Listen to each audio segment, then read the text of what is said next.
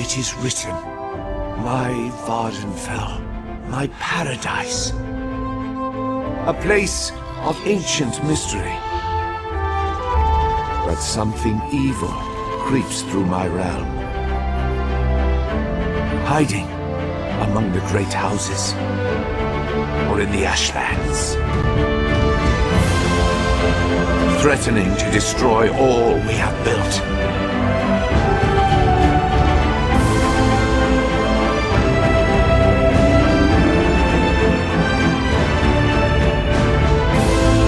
My legacy must endure.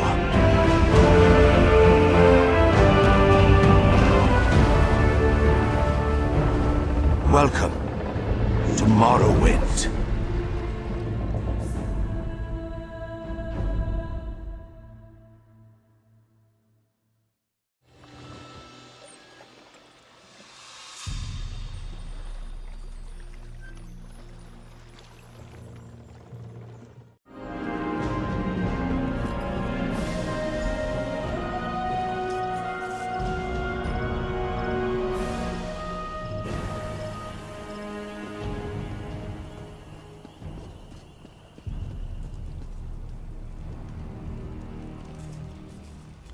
Forgive me, Outlander, but I have enough to deal with. I'm just a simple tribunal priest, and the trouble at the ancestral tomb was too much for even our buoyant armiger to deal with. I have failed Lord Vivec, and left a colleague alone at the tomb. Lord Vivec sent the three of us to seek guidance at the Andrano ancestral tomb. We were attacked when we got there, and our guard was seriously hurt. I barely got her to safety, but we failed to complete the mission Lord Vivec bestowed upon us. Canon Levoul. He remained behind after we retreated from the tomb. I know he wants to get back inside and ask Lord Vivec's questions, but there's no way he can get past the Daedra, or ask the questions on his own. May the three grant him wisdom.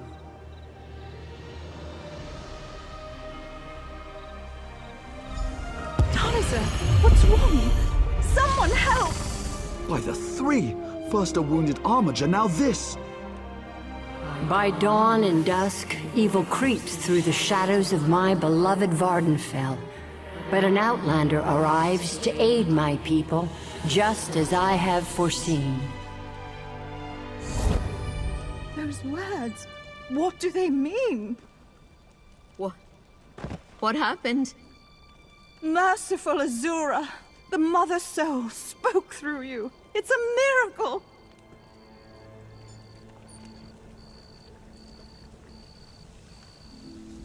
Lord Vivec, protect me!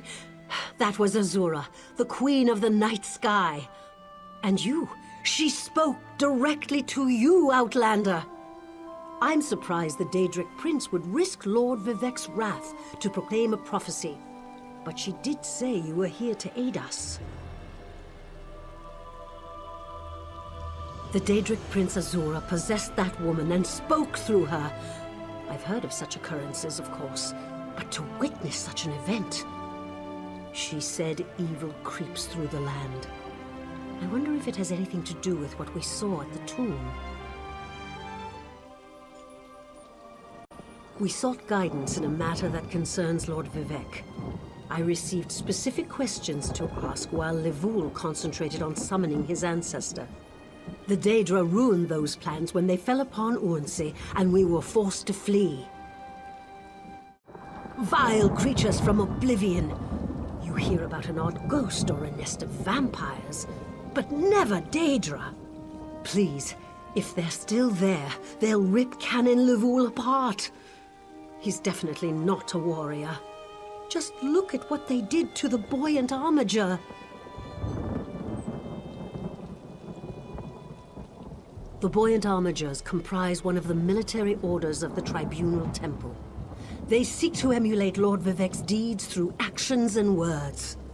Poor Urnsey. Those monsters went straight for her. Her blood flowed like lava from Red Mountain. Where are you from? Children learn of Red Mountain before they even taste Flynn. The mountain sits at the center of Vardenfell, periodically rumbling like a sleeping Nyx shaking its leg. Lately, however, it seems to be waking from its long slumber. Azura is the cruel but wise Daedric Prince of Dawn and Dusk. She's one of the good Daedra, for what that's worth. But for her to speak through an innocent means something terrible is about to happen. Why else would she dare Lord Vivec's wrath? What do they teach you where you come from? Lord Vivec's a living god! Azura is merely the anticipation of Sophasil.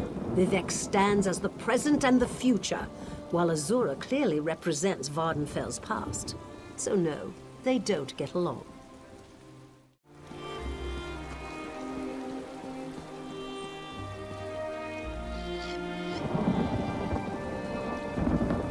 I can't let Lord Vivec down. Those monsters, it's too dangerous. What am I going to do? Did Canon Valasar send you? Oh, she did, didn't she? That means she made it to Seydanin. Vivec be praised. Will you help me complete my mission? It would be sacrilege if I don't enter my family's tomb and make Lord Vivec's inquiries. As the saints declare, the tribunal always provides. We'll need to be cautious, however.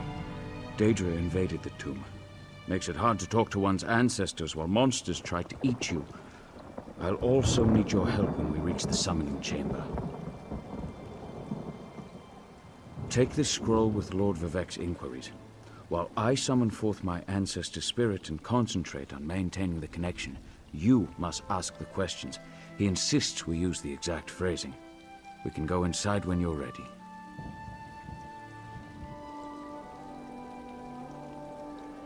I've already lost precious time due to the buoyant armiger's wounds, but I suppose a few more moments won't make the volcano erupt or the moonlit fall from the sky or anything. What else can I tell you, my friend?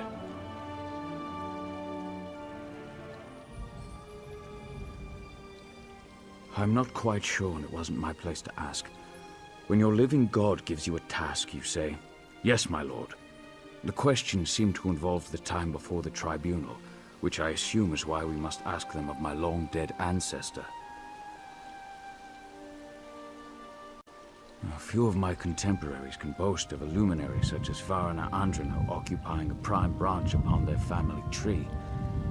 Lady Farina studied at the feet of Sothasil and was counted among his companions before the tribunal rose to power. Well, I can tell you why they weren't here the last time I paid my respects. Canon Valasar thinks they're some kind of Daedra, determined to keep us from fulfilling Lord Vivec's will. Until you showed up, I wasn't sure what I was going to do.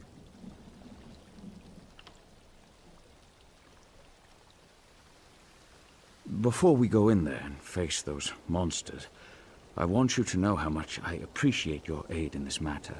Just don't lose the scroll that contains Lord Vivec's questions. Now come. Let's call forth my ancestor. I'll open the tomb door. Follow me, but keep an eye out for those Daedra.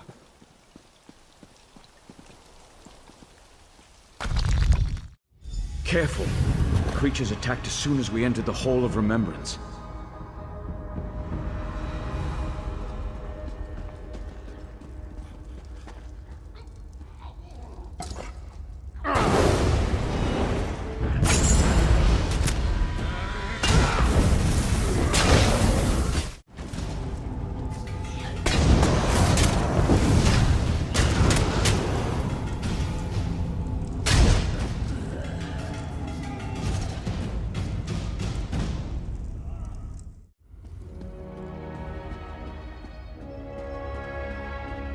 The summoning chamber.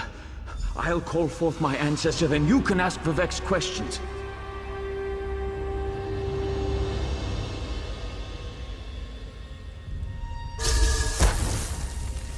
Hasn't my rest been disturbed enough by those filthy Daedra?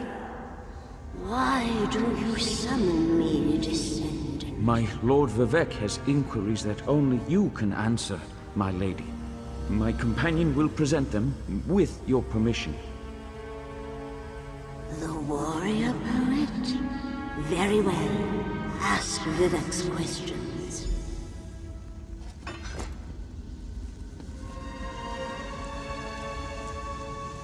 Ask the warrior poet's questions, Outlander.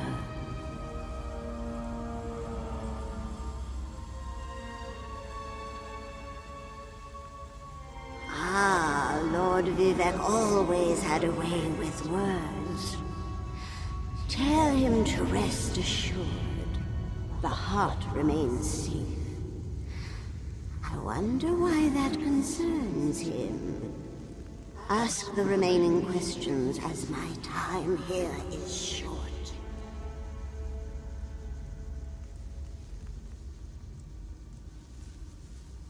An enemy of old, yes, but not the one that Vivek presumes.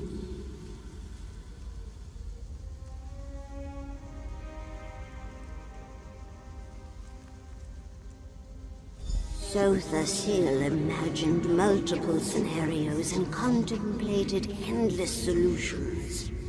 He even experimented with his divinity, drawing energy to study before returning it. Loss will come, he foresaw, but not until the collapse of the temple. Now, back to sleep. I hope that's what Lord Vivek needed. Let's talk outside.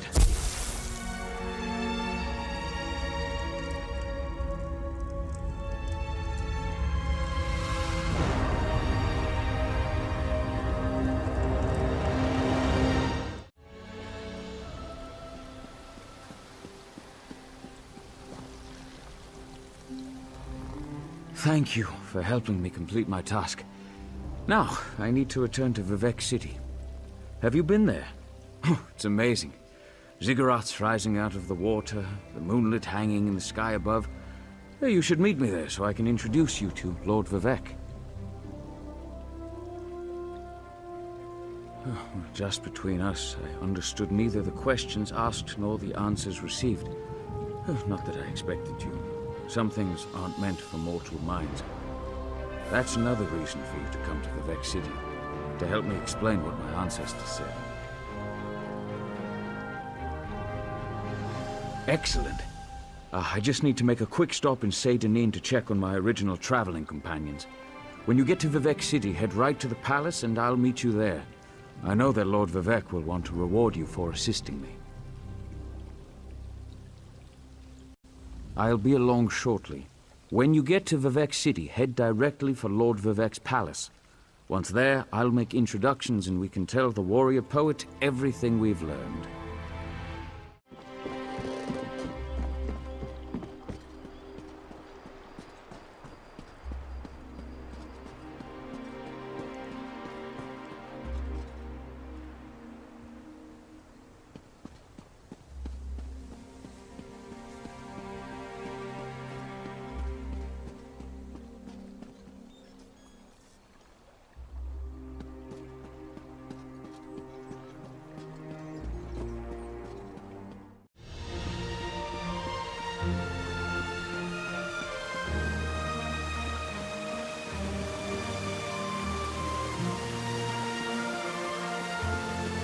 Praise Vivek!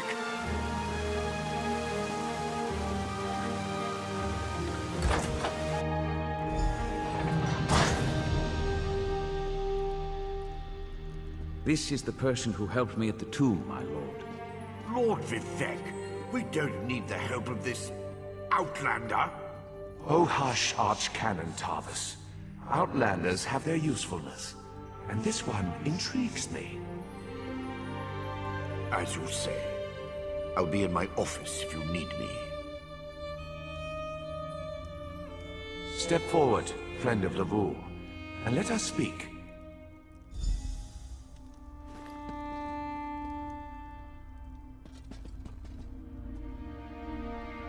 Canon Level says you helped him in his mission. As I have written, The one who helps my ally becomes my friend. Despite the Archcanon's concerns, I greet you with sincerity and pose a simple question. Will you assist us further, Outlander? I have ordinators and armigers at my disposal. Vast armies of followers and dedicated priests. What I don't have, however, is a fresh perspective. Will you set aside your personal goals for a time and become the eyes and ears of a god?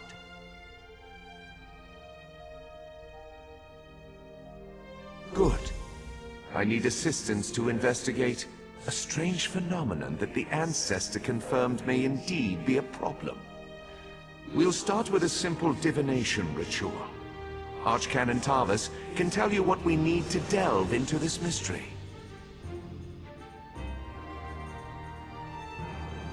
The situation that troubles me has taken a toll on my Archcanon, but he's a faithful servant. Tarvis will do as I say, and I say we need your assistance. Find the Archcanon in his office, and he'll tell you how to proceed. The Daedric Prince. I suppose the same events that concern me might interest Azura, though she could just as easily be the source of these troubles. Red Mountain, strange Daedra, and then there's... well, we'll talk more about that when you return.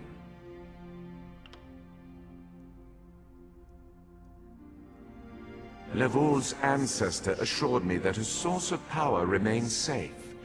As for the rest, let the guess ripen in the mind, and only speak when the fruit grows certain. I require more information on these matters, hence the need for the divination ritual.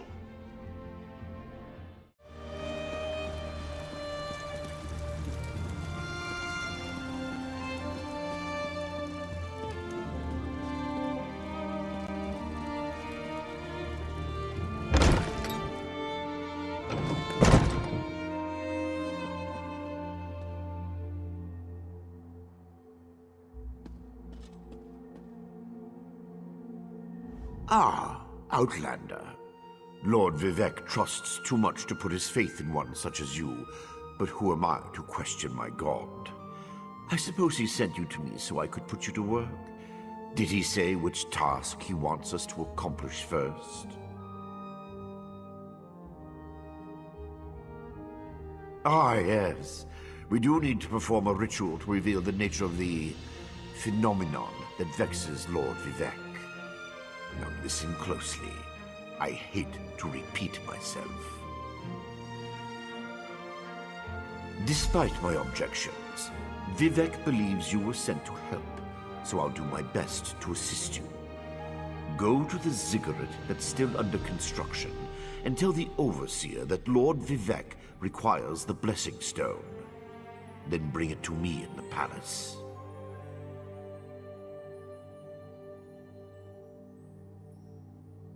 You receive a simple errand in the service of Lord Vivec, and countless questions form unbidden in your mind. Very well. Go ahead. Ask your questions. It's not like I'm the busy archcanon of a living god or anything.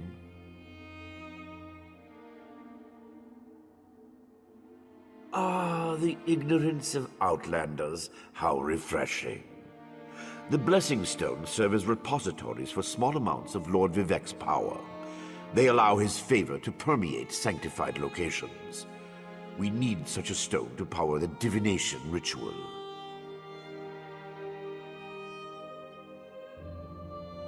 If you haven't guessed yet, the phenomenon interferes with Lord Vivec's power in unusual ways.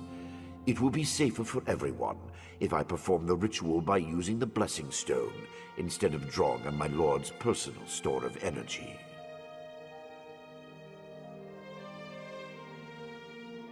Even if I told you, you wouldn't comprehend it. Lord Vivec's senses eclipse those of mere mortals. Suffice it to say, he feels a disturbance in the flow of energy throughout Vardenfell. He seeks to discover the source of that disturbance.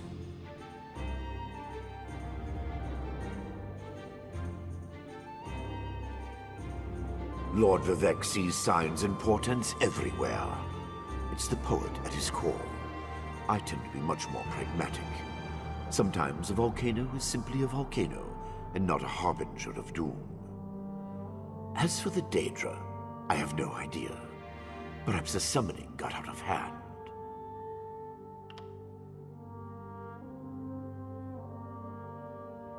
Offend me? You give yourself too much credit. No, I feel the same about all Outlanders. This is tribunal business, best handled by tribunal resources. However, I also obey my Lord Vivek, so I will tolerate your involvement and do my best to aid you.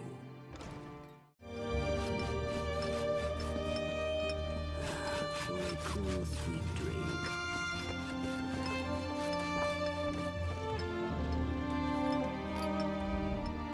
This project has been nothing but one disaster after another. How am I expected to get this ziggurat built on time when things constantly go wrong? Don't mind me. I'm just having one of those days.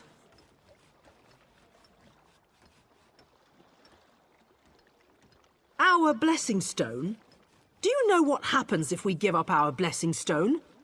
Well, neither do I, but I'm sure it won't put us back on schedule or end our string of disasters. I'm not one to disagree with the Archcanon, but that's a terrible idea.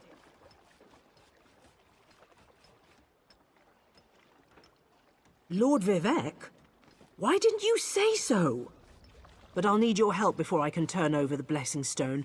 The passage that leads to the consecration chamber collapsed, trapping some of my workers.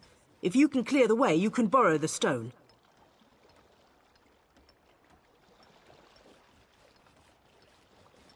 I appreciate the help. Just remember that you're only borrowing the stone. It needs to be back in the consecration chamber before the next shift, or we'll never get this ziggurat constructed in time.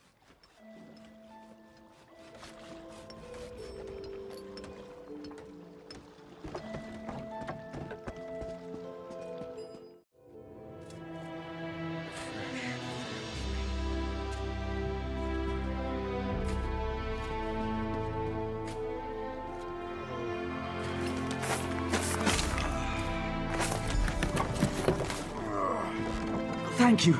I'll go tell the Overseer what you did for me.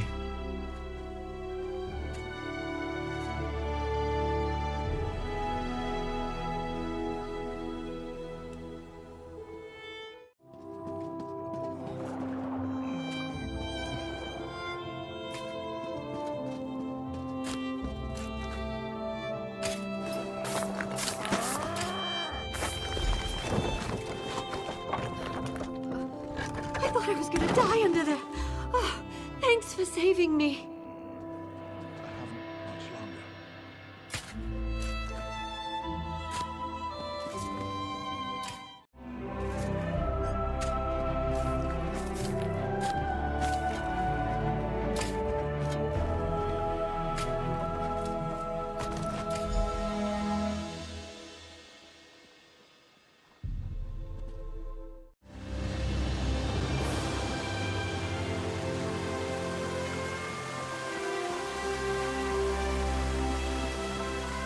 Praise Vivek!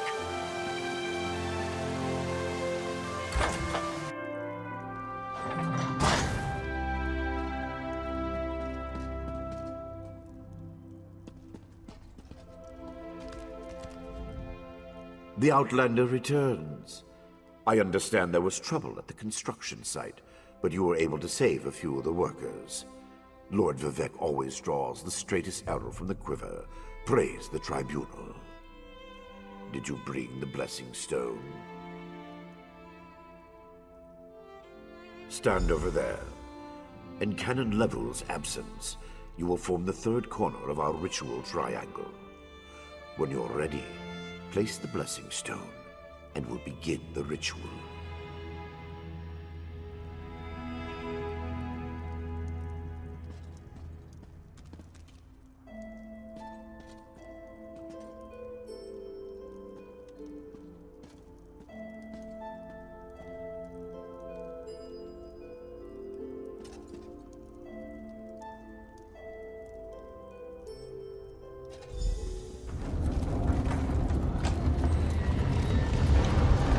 the words of the warrior poet and reveal the source of Lord Vivek's distress.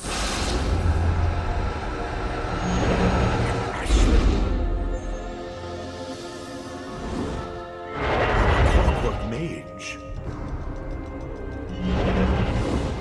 A Daedric cultist.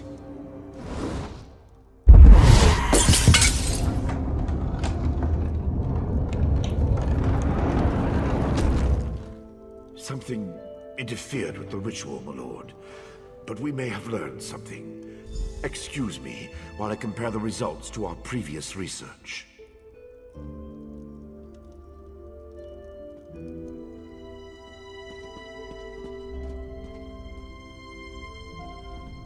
Between the cryptic warnings of the ancestor spirit and the unexpected result of the divination ritual, I fear there may be more astir than I imagined.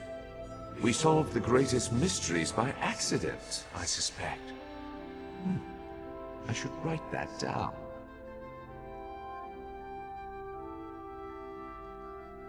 We learn from every action we take. Failure or success, each result teaches us something, at least in the larger sense. To be more specific, no, not as much as I hoped. Images that suggest avenues to investigate, riddles to solve. Let me tell you a secret, Outlander. It concerns a living god and energy that fades like daylight as dusk spreads across the land. Listen well, and speak not a word. My divine energy, it drains away. Whether from illness or foul malady, I know not. You must travel the land and seek answers on my behalf. But first, gratitude before service, as I have written. So thank you. The ritual confirmed my worst fears. Divine energy flows out of me for no reason that I can discern. I felt the power imbued within my blessing stone get wrenched away as soon as you added it to the ritual. I couldn't stop it.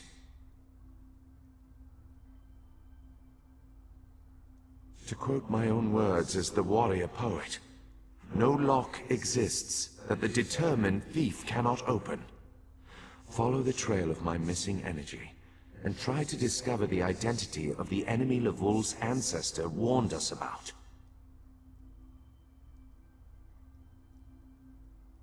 Something drains my energy. Find Archcanon Tarvis in his office, and ask if he gleaned anything useful from the ritual. If not, I know his earlier research indicated new avenues to investigate.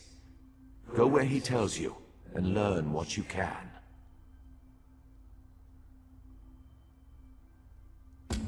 My divine energy diminishes with every passing moment, but the ritual confirmed my affliction is not natural. I regret that I could not reveal the full nature of these dire circumstances until your trustworthiness had been demonstrated.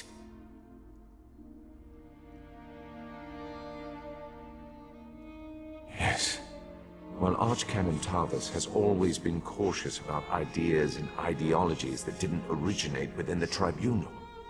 And recently, that prudence has grown 1,000-fold. He's a faithful servant, however, despite his narrow-mindedness.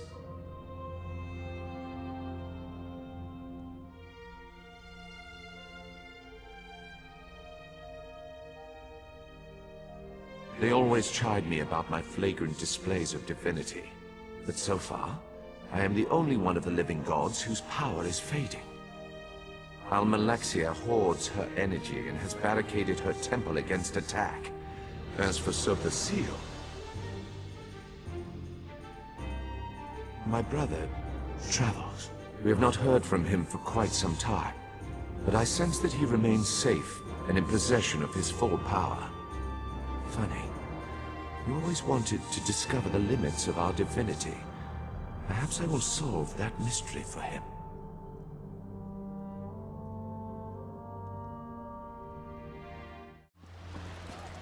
Almost joined the Morborn myself. They seemed like good people doing good work.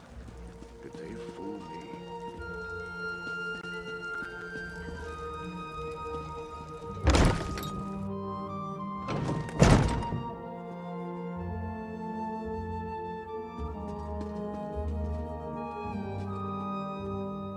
I performed that ritual countless times, and it never exploded in my face before. If I discover that you sabotaged the divination... No. I shouldn't take my failure out on you. It's not your fault that things are difficult. How do you know about... Lord Vivek told you? Of course he did. It's his prerogative, I suppose. You must swear to keep this secret, though. There would be panic in the streets if the people believed one of the tribunal was incapacitated.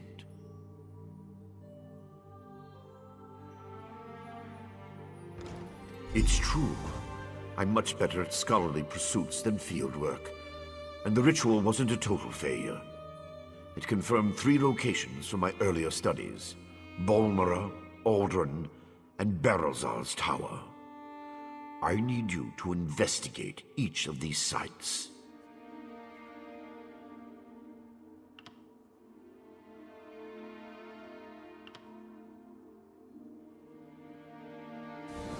I researched what I could using the resources available here in Vivek City. To learn more, I need an agent to personally assess each location. Lord Vivek thinks you're the best one for that job. I hope he's right.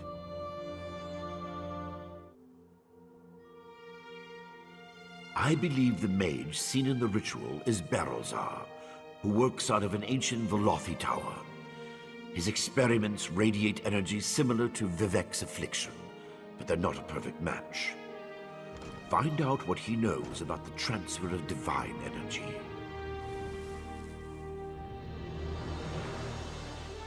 House Redoran controls the town and nearby mines. House Halalu also has interests in the region. Rumors of a cult in the area concern me the most. I believe we saw a cultist during the ritual. Make discreet inquiries and see what you can learn. I have no idea. That's why we're sending you. I suggest you start at the inn. Secrets get spilled along with the drinks in such places. The miners may know something as well. I've heard that House Redoran has issued some kind of proclamation.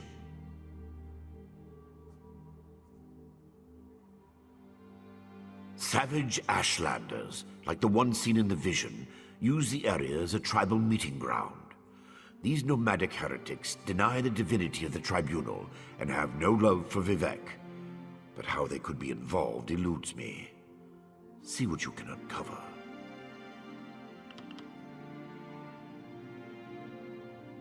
I traced tendrils of Vivek's energy to these locations, and the ritual confirmed the connection before it went awry.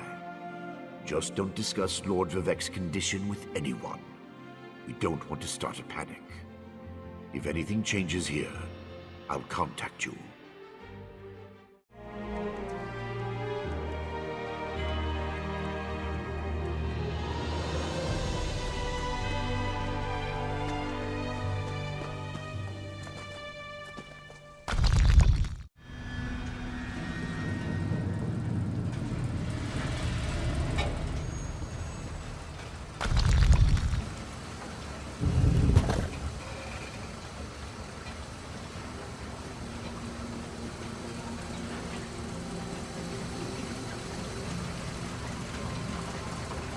Such displeasure and disappointment. Nothing works, even though every calculation is precise. Now an interruption. How infuriating. Wait. Sometimes the great gear turns from frustration to opportunity. Divine energy. I'll have you know I participated in Lord Sotha Seal's 9 analyses of the Exalted Enigmas. But we have more important matters. I'm about to determine the correlation between color and time, and I could use another set of hands.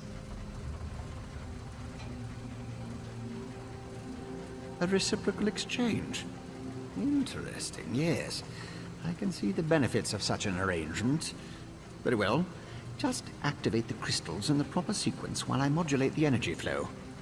Less chance of an explosion that way. Such a waste repeating words. Activate the crystals in the proper order. It's all about colors, like a rainbow. Make a mistake and reset the mechanism using that lever, unless it explodes. You'd be surprised how often that happens.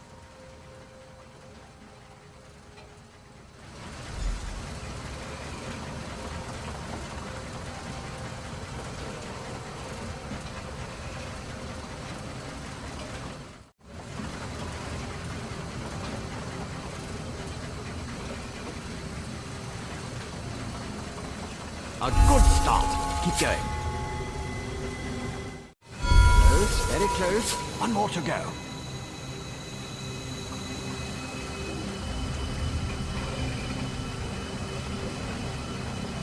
Yes, I love it when the gears align.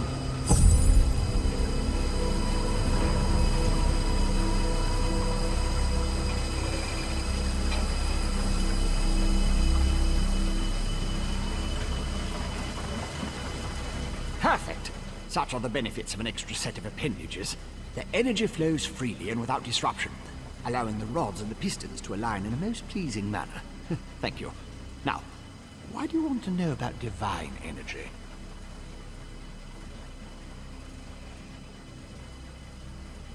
Scent?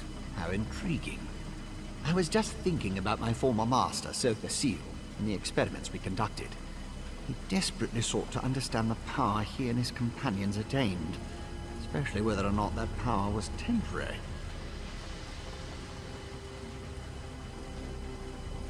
Not while I assisted him. He had a tool that he used to drain away minute bits of his own divine energy to store and study. He could extract it and return it as he saw fit. Not sure what became of the tool, but here are my notes from those days.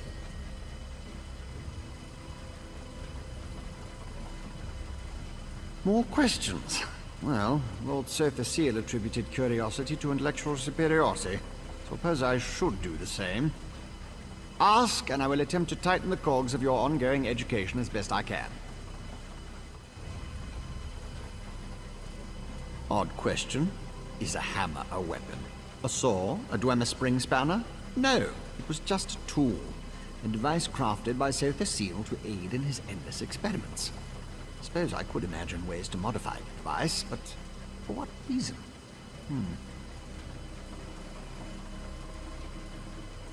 Haven't a clue. Tools have a way of wandering off when you don't stay vigilant. Had a guava used to swallow tools when I wasn't looking. Glowed for a month until the enchantment dissipated and the tool passed. Must have heard the screams.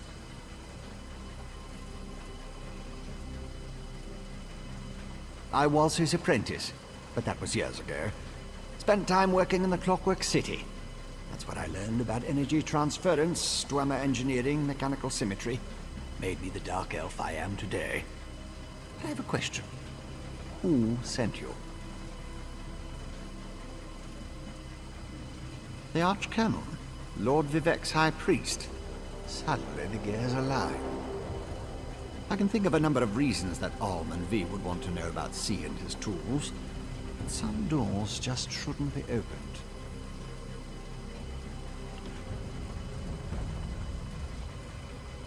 He's the father of mysteries, and the architect of time, one of the tribunal, the three living gods of the Dark Elves. Creates all sorts of helpful and intriguing devices, like the Clockwork City. I haven't seen my old master in many years. It's a wonder and a miracle. All brass tunnels, glass domes, and giant gears. He was inspired by the work of the Dwemer. The Clockwork City is pure Sotha Seal. He made it to forge the future and reshape the world. I learned a lot there.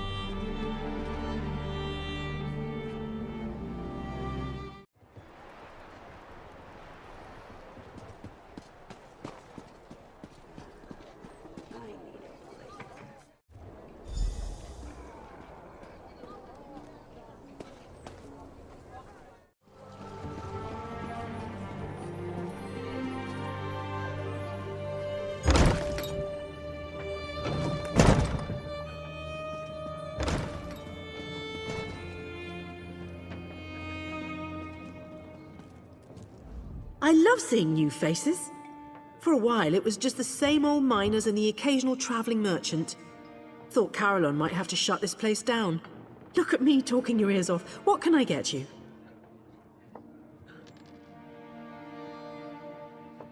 At first, I assumed it was the usual house squabbles.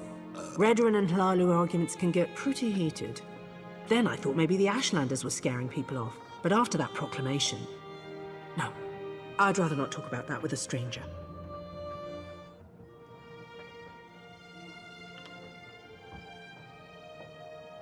I'm sure you do, but I have to live here, you know? Look, there's nothing I can tell you. If the houses ever found out I told an outlander about our troubles, maybe one of the miners will be more willing to talk to you.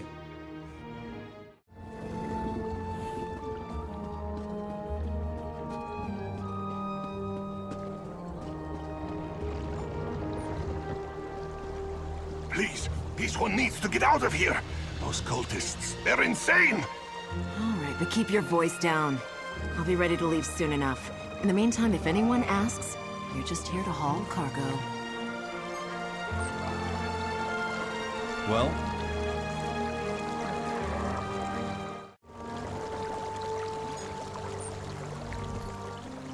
What?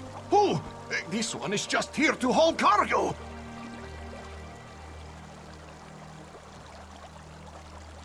Cultists? This one said nothing about cultists. Perhaps you are thinking of another Khajiit. Look, Renaku just wants to leave all these crazy dark elves behind and find a safer mine to work in. The Shulk ore mine is cursed.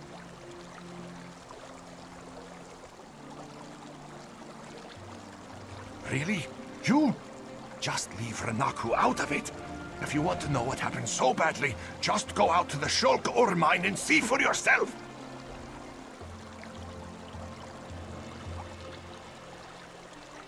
No one likes a Gwar liquor, you clawless kitten!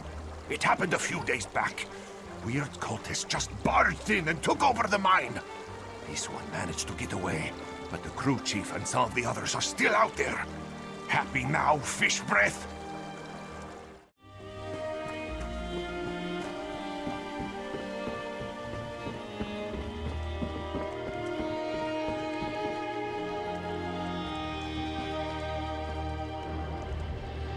You shouldn't be here. Didn't you read the House Redoran proclamation? I wouldn't be here myself, but some of my miners are still in there. Our mine was invaded by violent cultists. They showed up and just took the place over. My people are trapped. I'm no expert, but it looked like the cultists were preparing to conduct a ritual before the Ashlander interrupted them.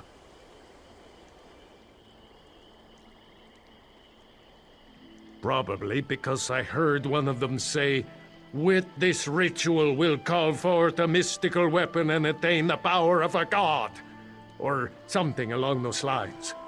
Look, I was just trying to get me and my miners out of there when the Ashlander showed up.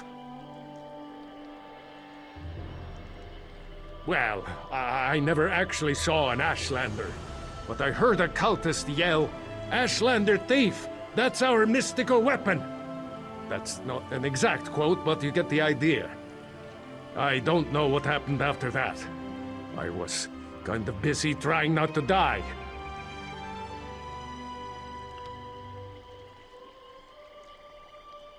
It used to be an ore mine, and we hope it will be again. My crew was inside preparing to start up mining operations when the cultists attacked. The way things are going, we might just have to turn the place into another Kwama egg mine.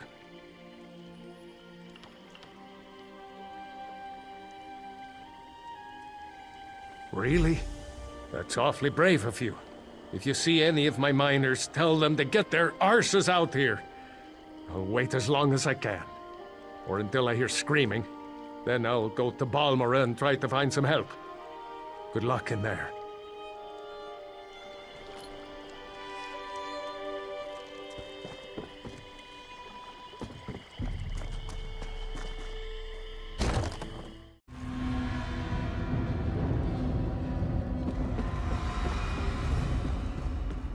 think we can complete the ritual with a different item?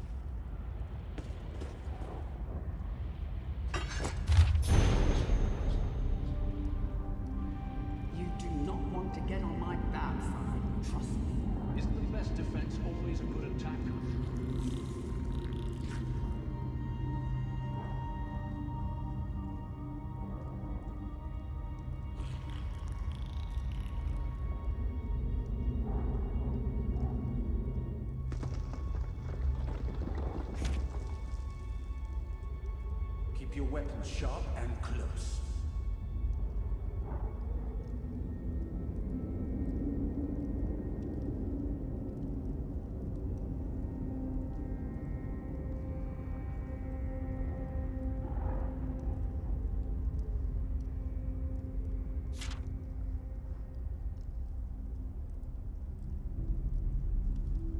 How bad is it?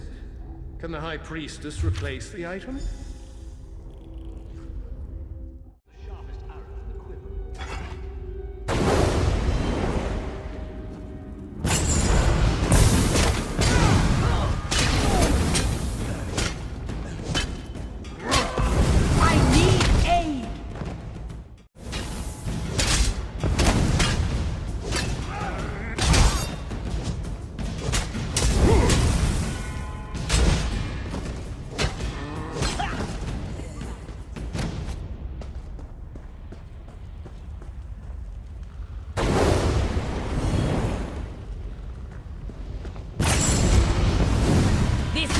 Belongs to us now!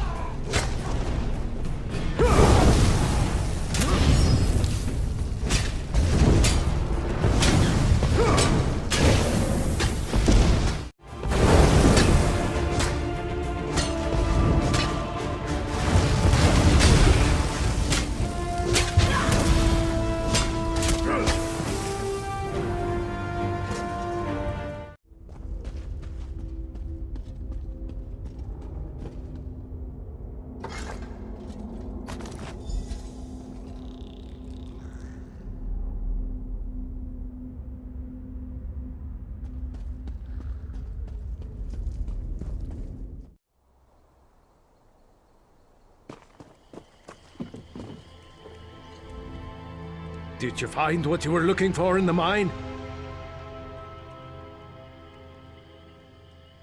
Of course.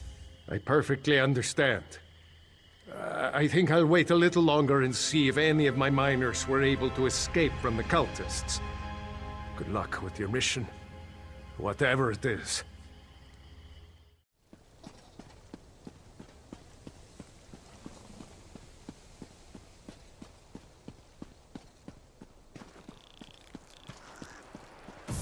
I demand to see my brother. Lay hands upon me, and you will lose them.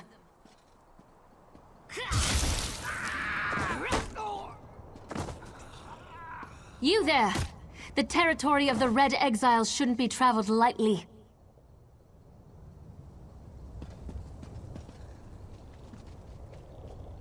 Ashlanders once respected each other, helped one another. You'd think these were house wolves or tribunal dogs, the way they treated me. Speaking of the tribunal, you have the smell of dog about you.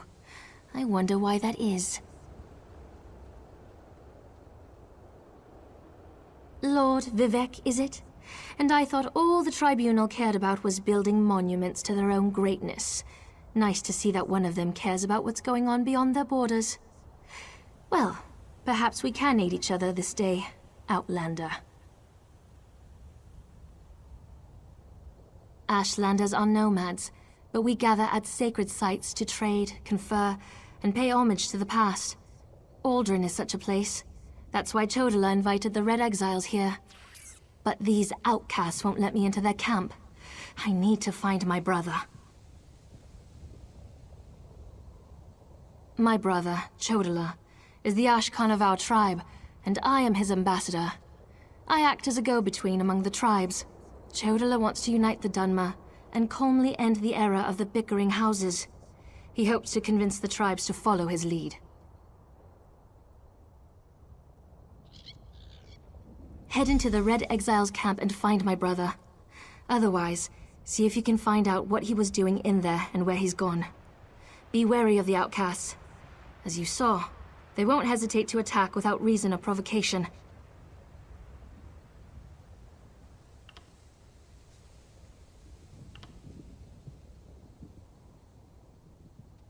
No, just our tribe, the Urshilaku, though he's respected by most of the other Ashlanders for his wisdom and strength of will. He does hope to unite the tribes in a common cause, however. That's one of the reasons we've gathered here at Aldrin. My brother and I have always worked to help our people, and improve the Ashlander way of life. He used to believe that peaceful negotiation was the best path to accomplish this. Recently, however, things have become different. He's almost like... No, that's not something I'm ready to talk about with an outsider. Perhaps after you prove your trustworthiness and willingness to help us, then we can discuss my brother in more detail. Perhaps.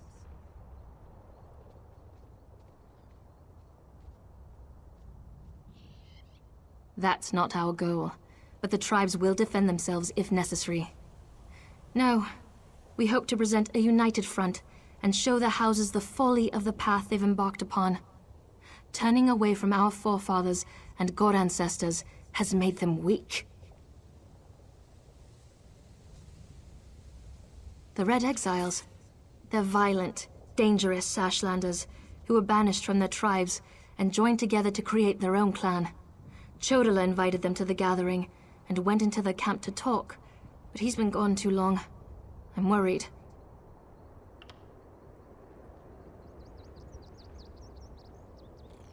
As you saw, hostility is second nature to the Red Exiles. We're here to negotiate, but they're no better than thieves and murderers.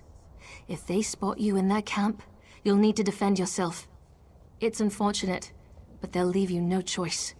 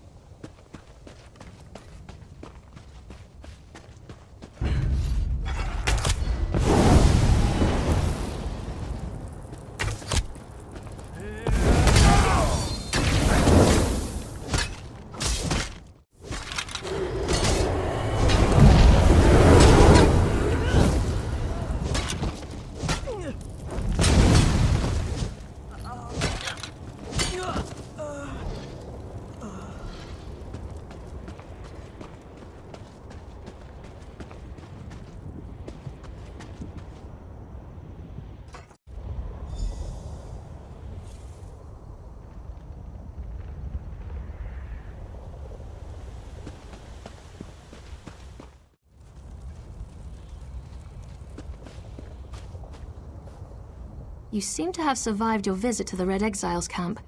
Did you find my brother?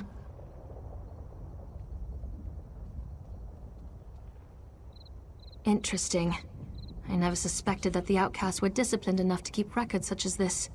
Oh no. I can't believe my brother would be so... brazen.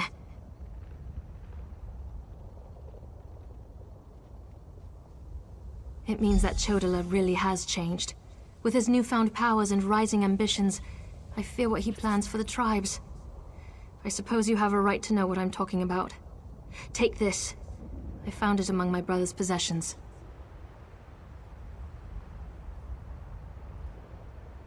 Chodala discovered new power out in the wilderness, and it changed his view of the world. He writes about it in that document. Now he believes he's a Nerevarine, and incites the tribes while I try to keep them all from doing anything rash. You don't know? I thought... No, you're not an Ashlander, and the House Elves rarely talk about such things. Long ago, there was a hero named Nerevar. He fought alongside the Tribunal, before they claimed to be gods, until they betrayed him. So our legends say. Nerevar united the Kaima and forged an alliance with the Dwemer. He died at the Battle of Red Mountain. We believe the Tribunal hastened his demise, despite Vivek's claims to the contrary.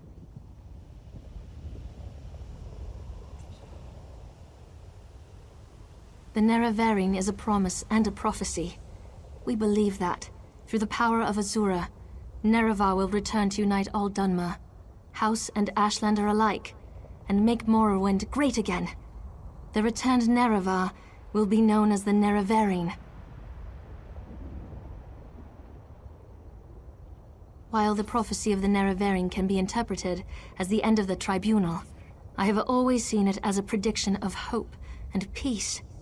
Chodala and some Ashlanders, such as the Red Exiles, favor war. That's not the Nerevarine I believe in. He uses an Ashkon's words to plant dark ideas in his followers. Ideas that speak of false gods, lost traditions, and the need for a cleansing war. His words become more forceful every day, but I hope to dissuade him from this violent course.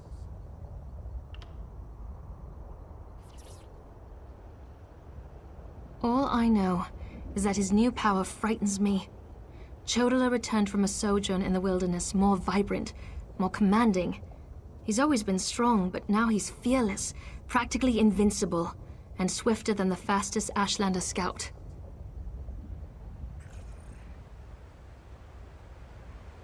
Chodala says his new abilities strengthen his claim as the Nerevarine. I think it's the staff he carries. He had it when he returned, and now it's always at his side. I know it's unreasonable, but I hate that staff. He calls it Sunara.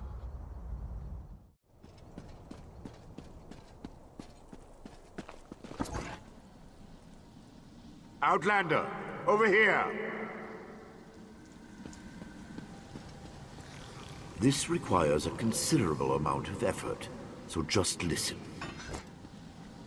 We have a problem here. Return to my office immediately.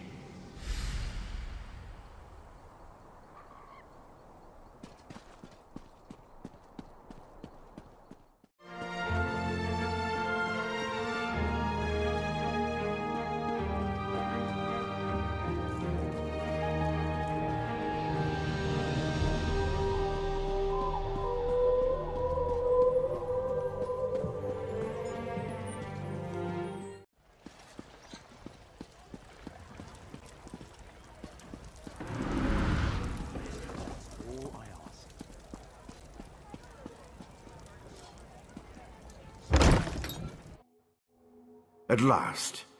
Did you see what's happening outside? Red Mountain rumbles louder and more frequently. The sky grows dark, and worst of all, the people are beginning to notice. Soon I'll have to muster the Ordinators to keep them from the palace doors.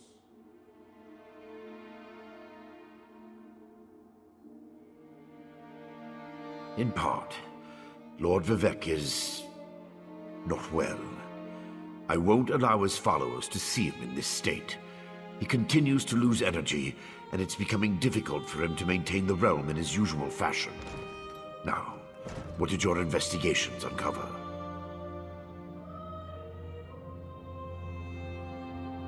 I'll review these documents and present your findings to Lord Vivek. I was against bringing you into this investigation, but I was wrong.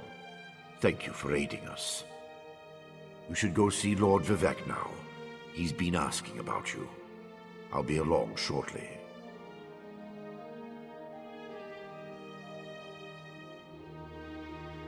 Very well. Tell me what you learned at each of the locations, and let's see what conclusions we can come to.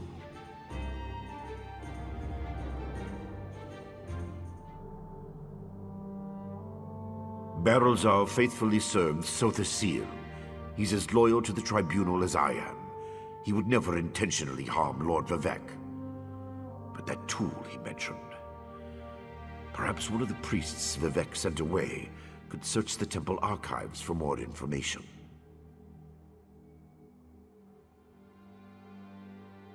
Lord Vivek doesn't want his followers to see him in such a weakened state. Only you, Canon Levuel, and myself are permitted into his palace now. Speaking of the palace, Lord Vivek wants to see you when we're done here.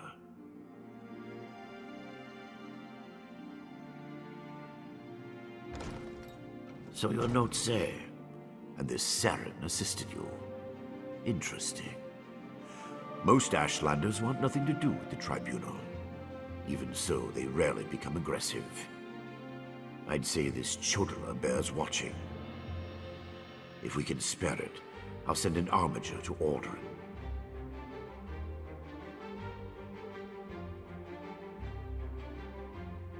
Interesting theory. Perhaps Chodala's staff can steal Vivek's energy. I have a hard time imagining how an Ashlander could accomplish such a feat. Lord Vivek said the draining has grown more intense since you left. It doesn't look well.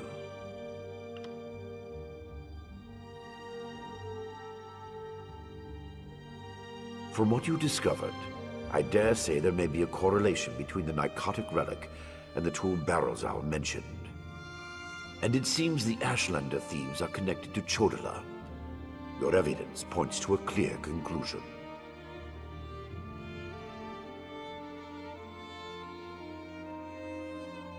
So it appears. Lord Vivek's doing his best not to complain, but I can see how much the draining of his energy has cost him. Just seeing you again should improve his mood considerably. And the progress you made with your investigations, outstanding.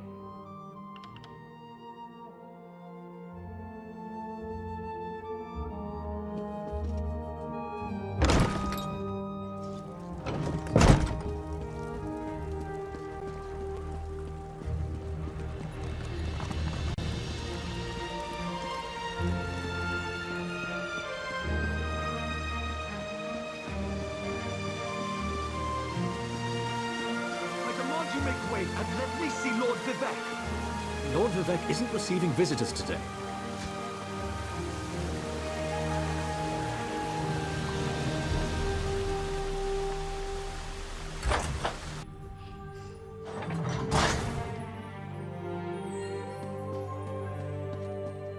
My lord, please let me send for aid. Perhaps one of the healers can help you. Pain is best tolerated in private, as I have written in the 37th ballad. There must be something I can do. You can call the Archcanon. He should hear the news our friend brings us.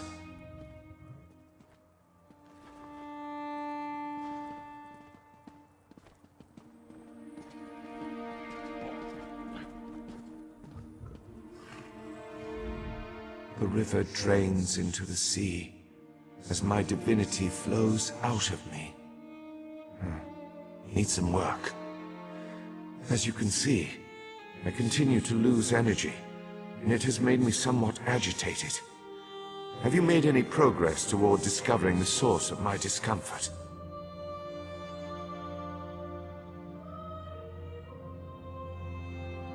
An Ashlander?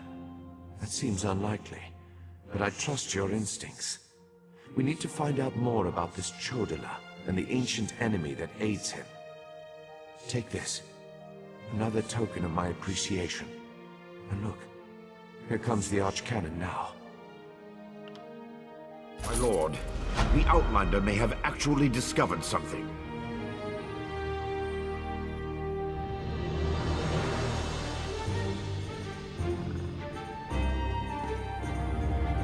After further examination of the documents you brought back, I have to agree with your assessment. The Ashlander Chodala has somehow siphoned divine energy away from Lord Vivek.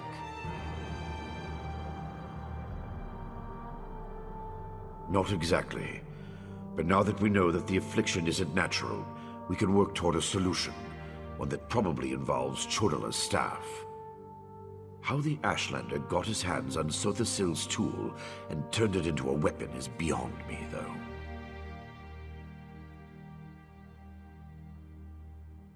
Eventually, but we need to be cautious. If Chodala is as respected as you say, attacking him would start a war we can't afford to partake in. Go to Aldrin and talk to his sister, Saren. I don't trust her either, but she worked with you before. Get to Aldrin and locate Saren. She needs to tell us more about Chodala and then help us acquire his staff. Without it, we can't restore Vivek. Meanwhile, I need to placate the populace. The people grow concerned over Vivek's continuing isolation.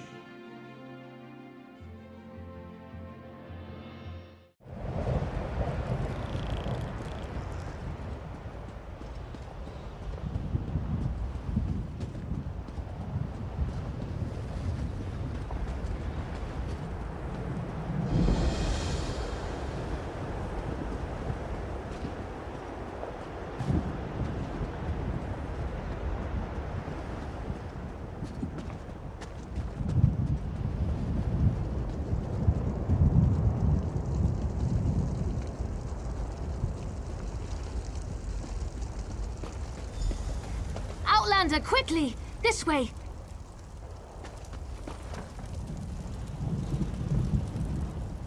I've been thinking about my brother's claim that he's the Nerevarine since we last spoke. No matter how I try, the word tastes false on my tongue. And now I fear he's about to convince the wise woman that his quest for power will benefit the tribes. My brother is respected and revered. He has allies in all of the tribes, not to mention his personal Red Exiles. We have to proceed with caution. Respect the Ashlander customs and traditions. Anything else will lead to violence and bloodshed. We talked to my brother. Tried to convince him this isn't the way. Barring that, we make sure the wise woman doesn't get drawn into his madness. Whatever Chodala says or does, don't attack him. We don't need a war between the houses and the Ashlanders.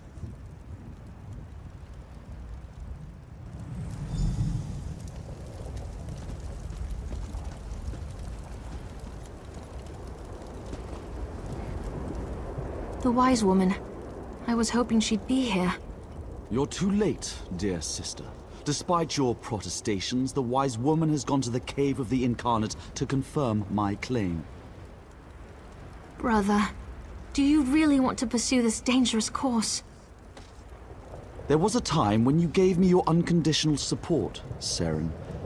I miss those days.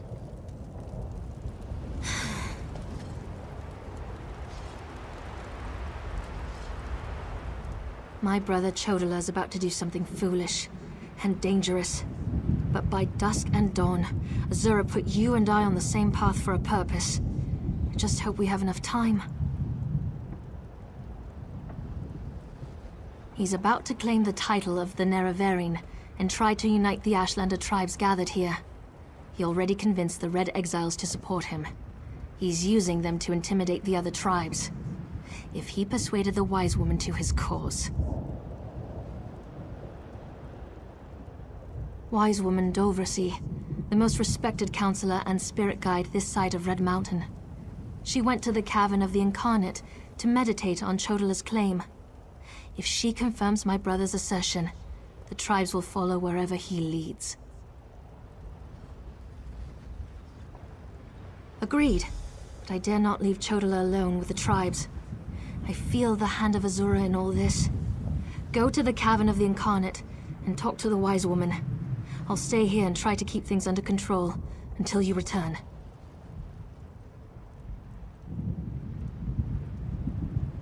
The cavern's to the northeast of Aldrin, on the other side of the mountain. Hopefully, the rumbling and lava won't slow you down too much. Get to the cavern and talk to the wise woman. If she accepts Chodala's claim about the Nerevarine...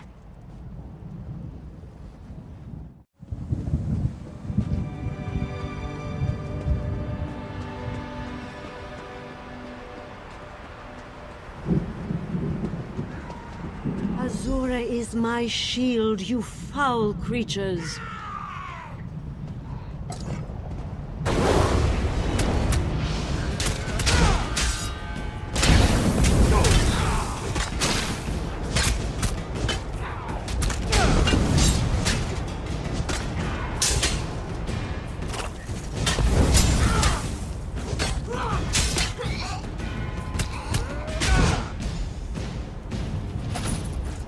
Thank you for aiding me, but I sense you came for a different purpose. Let's talk inside the cavern.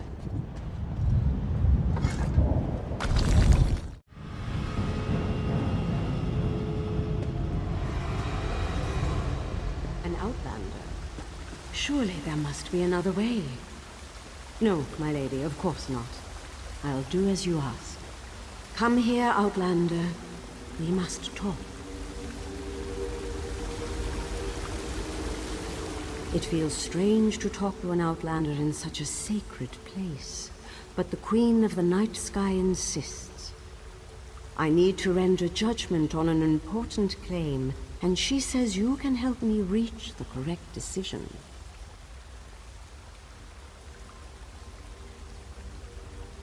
Words of truth from the mouth of an outlander. Remarkable. The Red Exiles and a few others believe that Chodola is the Nerevarine. He's convinced them, but not me. I came here to consider my options. I fear a bloodbath if I oppose his claim.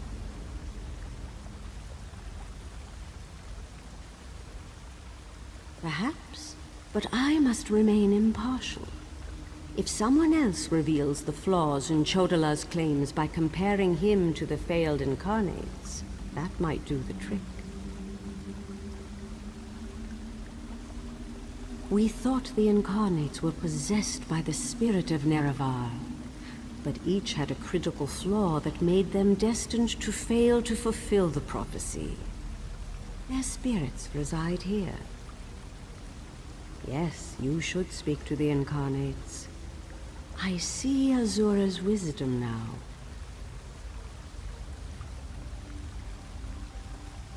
Take this pouch of blessed grave dust. Sprinkle a pinch upon the bones of the incarnates to call forth their spirits. Return to Aldrin after you have learned all you can. Perhaps we can curb Chodola's ambitions before they lead us to war. We need knowledge to defeat Chodola, Outlander. Listen well to what the failed incarnates have to say.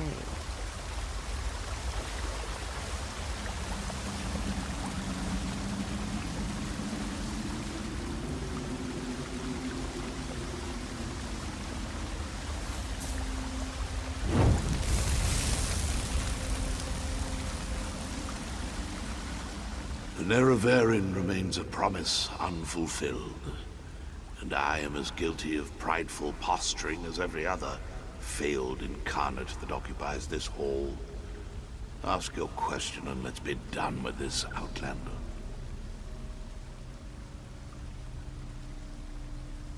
The Nerevarine must listen as well as proclaim.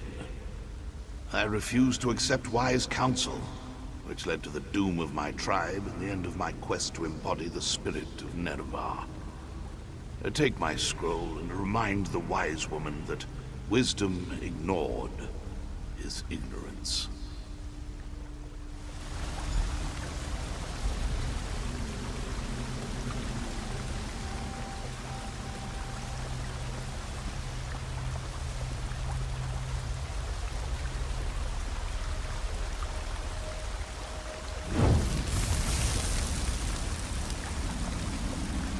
We are the failed incarnates, the Ashlanders who proudly proclaimed themselves to be the Nerevarine, but were found wanting.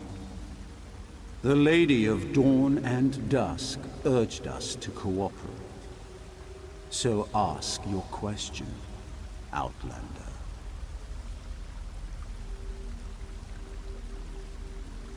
Take my scroll and help the wise woman see the lie of unbridled power. I thought myself the reborn Nerevar, for I was the strongest, most powerful warrior in all the land. But power alone won't save my people. In the end, it couldn't even save me.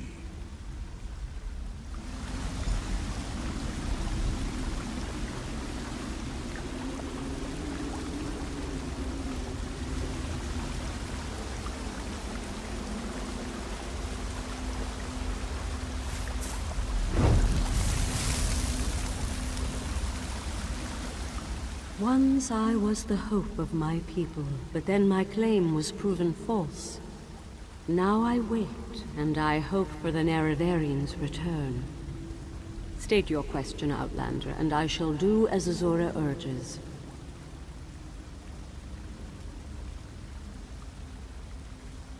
To fulfill the prophecy, I followed a path of blood and war.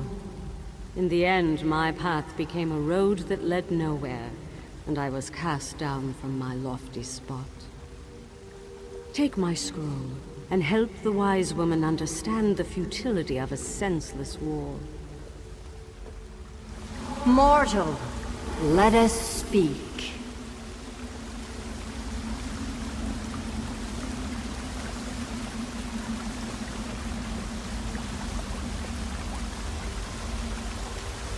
I foresaw your usefulness before you even set foot in Vardenfell. Now comes a test that will challenge your ability to separate truth from lies. You must convince the tribes that Chodola is not the Nerevarine.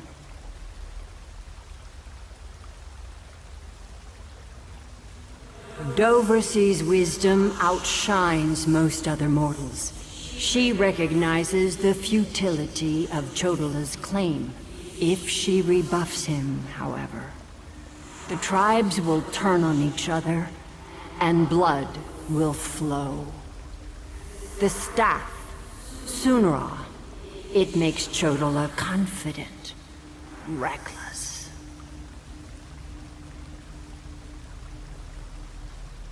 Your instincts serve you well. Chodola's path took a dark turn. However, my sight clouds when I look too closely. Sothasil built Sunra, but he did not create it with this vile purpose in mind. You must act on my behalf, and Vivek's. Then go. Return to Aldrun and help the wise woman reveal the falsehood of Chodola's claim. And let Saren assist you.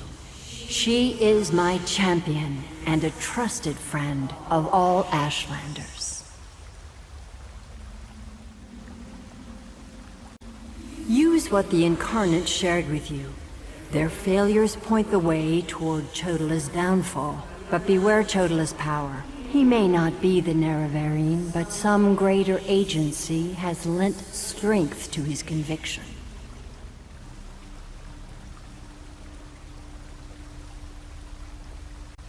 Helping that arrogant imposter? Whatever gave you the idea that I was helping that murderer? Vardenfell must stand. Everything I do in this regard serves that single goal. Best that you remember that, mortal.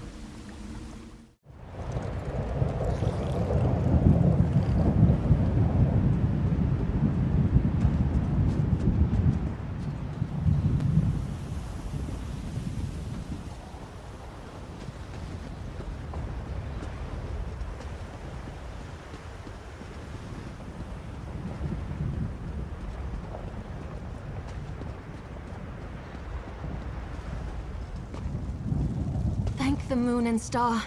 You've returned.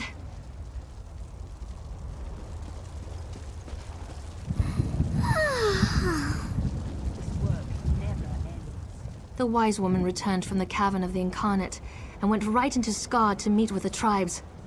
Chodola's in there too, about to be named the Nerevarine. Tell me you came back with something to stop my brother's rise to power.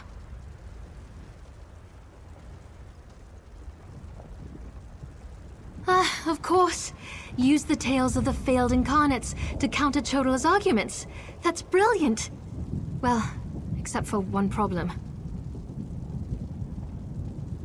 An Outlander has no status in the Council. The Ashlanders won't listen to a word you say. Someone else has to present the arguments. Someone they trust. I suppose that means I have to challenge my brother. With your help, of course.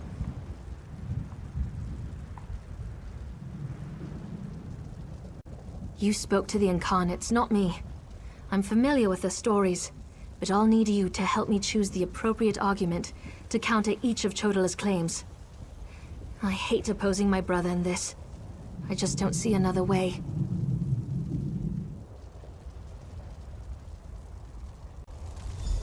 Meet me inside.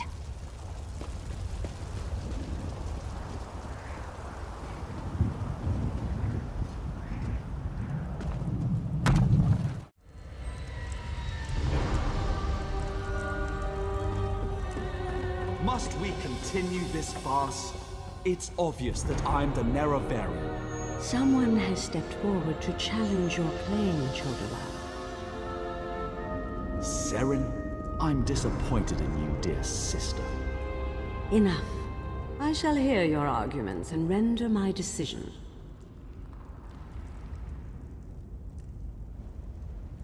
Even the Outlander can see that I'm the most powerful Ashkan.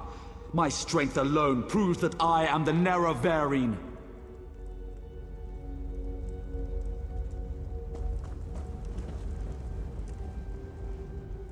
Chodala puts forth his great strength as proof of his claim. Give me the scroll that discounts such a trait for the Neraverian.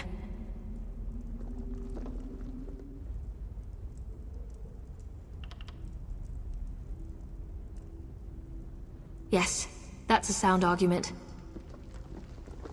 Incarnate, appear! As a warrior and as an Ashkan, I was the most powerful of my age. But for all my strength, I failed my people. Don't follow my example. The faithless houses dare to threaten our land, but we shall meet them in battle, and I will lead us to victory.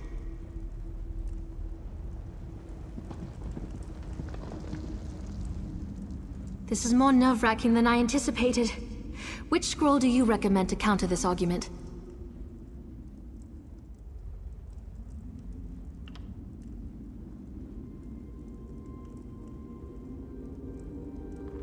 That makes sense. I'll try that. Incarnate, appear! I thought the path to the Neraverian was a path of blood and battle, but my love of war was my undoing. War is not the way. These failed incarnates prove nothing! I need no counsel but my own, as befits my status as the Neraverian.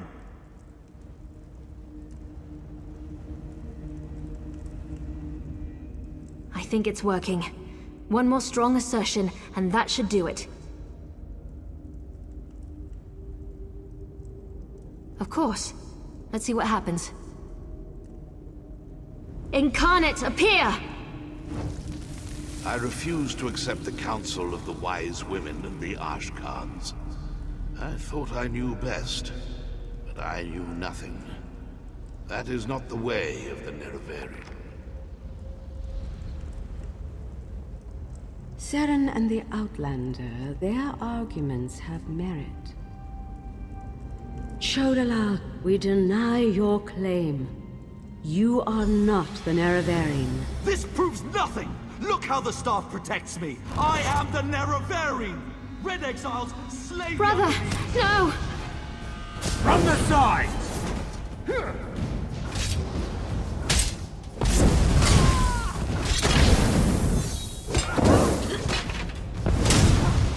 Circle around!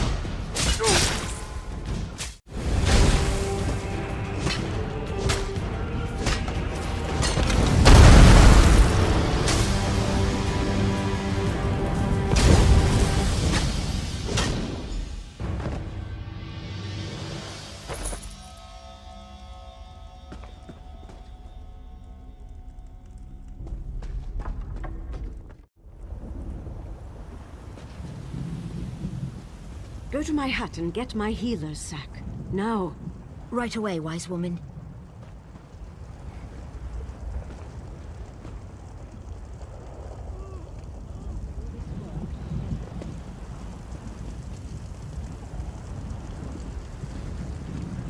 I hate what my brother's become.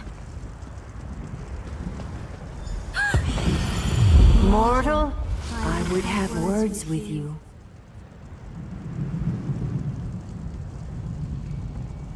Chodala has been revealed as a failed Nerevarine, but that hasn't dissuaded him from his reckless course of action. As long as he wields the staff, he shall be unstoppable. Time is against you, mortal. Even now, Vivek, that pompous usurper, grows increasingly weaker. As much as I deplore him, Vivek cannot fall to Chodala's vile magic. There's another power at work here. One I can't quite put my finger on. Return to Vivek City. Do what you can to aid Vivek, and pay heed to my faithful vessel, Saren. I name her Champion of the Moon and Star. She will play a pivotal role in ending her brother's march toward godhood, if she survives. That was exhilarating.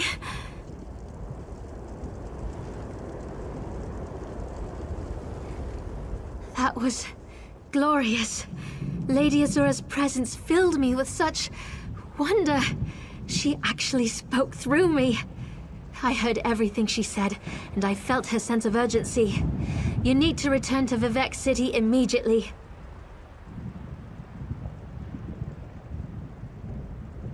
And help you I shall. Return to Vivek City, while I track down my brother and his damnable staff. With the Ashlanders against him, he won't have many options. After I locate him, I'll meet you, and we can find a way to break through Chodala's defenses.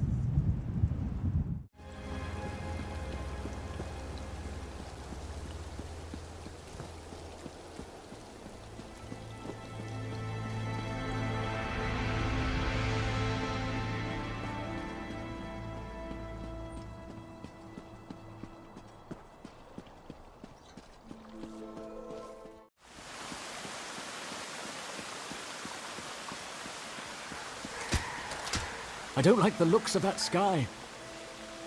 Pull yourself together. You're a buoyant armiger for Vivek's sake.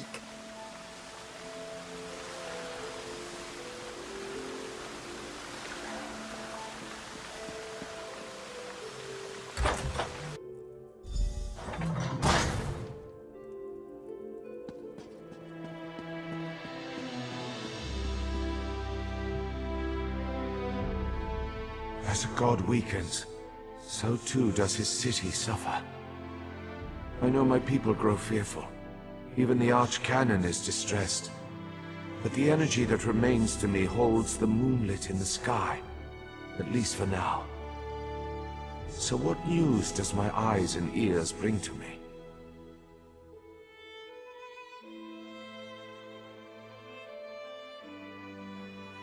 How this upstart Ashlander learned to attune Sotha Seal's tool confounds my understanding. And he dares use my power? Still, your help is appreciated. Every strike and parry takes us one step closer to ending this threat and restoring my vitality.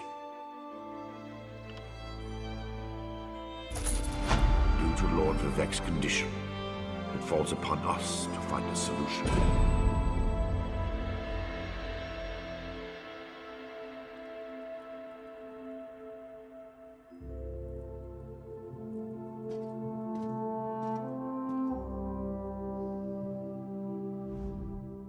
Lord Vivek must conserve his remaining energy, so we need to solve this problem on our own. It all comes back to Chodala. That damned Ashlander's draining the warrior poet's power. We need to stop him and get that damned staff.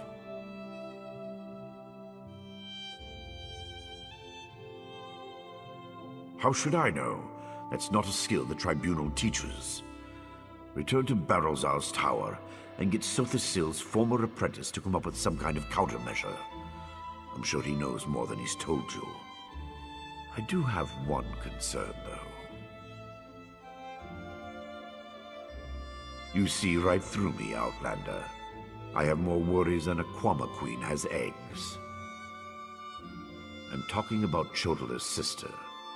Seren claims to want to help, to want peace, but I don't trust her. Seek out Barrelzar, but be wary of the Ashlander's sister.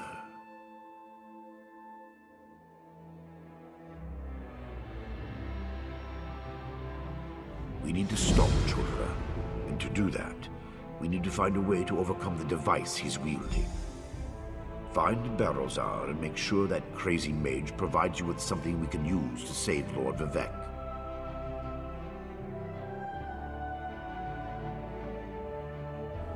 Is the bull sure it can bed the Betty?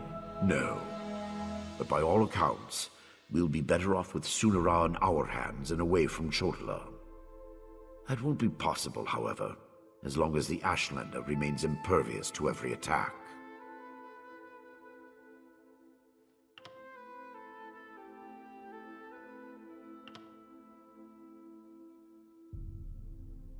The female Ashlander?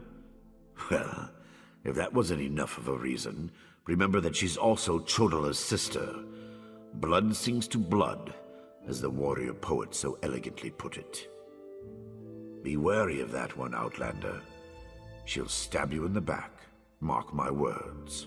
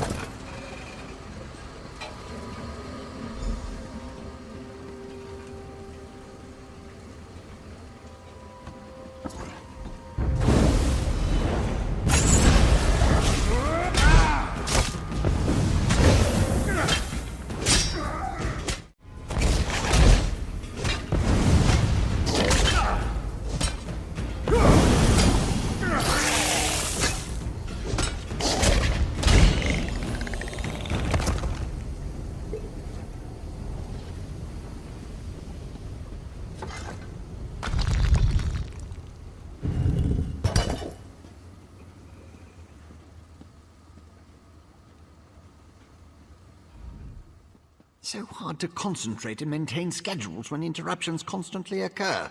Don't they know the Great Gear never pauses in its rotations? So that was you up there. I appreciate the assistance. Daedric entities can be very unpredictable. Logic has very little place in the behavior of Daedra, my hopeful associate. Studying the fabric of reality does tend to attract unwanted attention. But these creatures appeared just before you entered my tower. I wonder, why have you returned?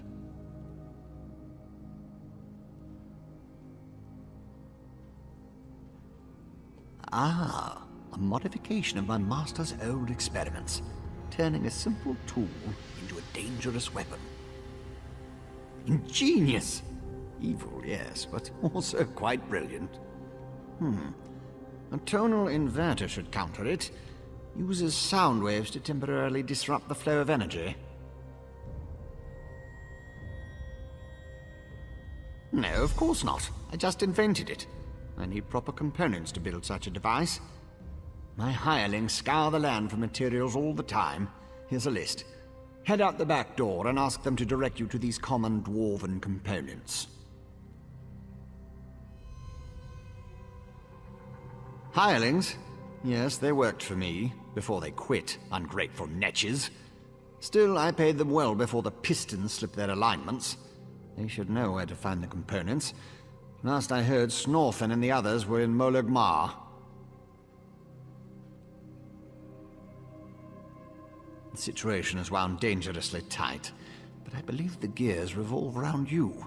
Once you leave, I should be perfectly safe. Or at least as safe as I ever am in the midst of all these experiments. You, however, stay vigilant, my friend.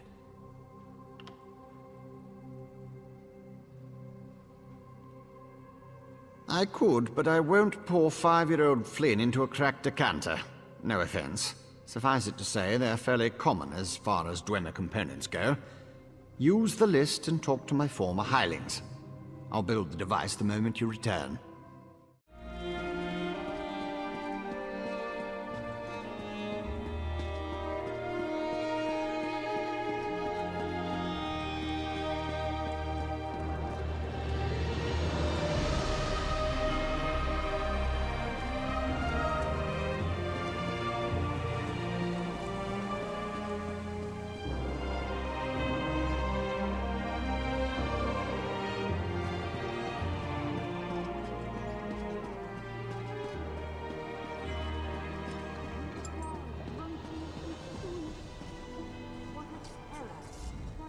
If you're another pilgrim looking for charity, I suggest you move along. I have neither the time to waste nor the gold to spare. I'm currently between employment, and my own funds have become dangerously depleted.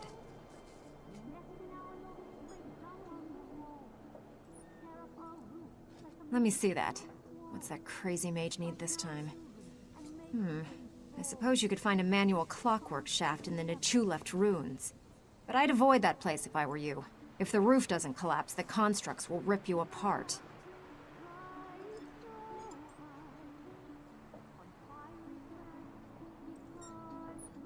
If you insist. Deep in the ruins churns a big machine. When I was there, it sputtered and vibrated, collapsing parts of the ceiling. Lava and rock fell everywhere. You need to get past that and some nasty constructs to retrieve the item.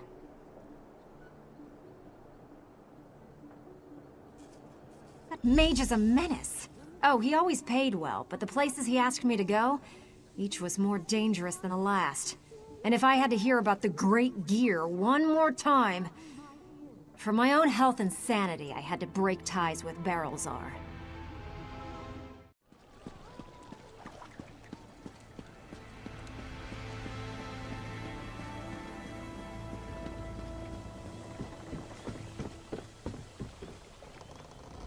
I feel like such a puny snowback, hiding here in Molag Mar. But you don't want to hear about my troubles. What can this broken Nord do for you?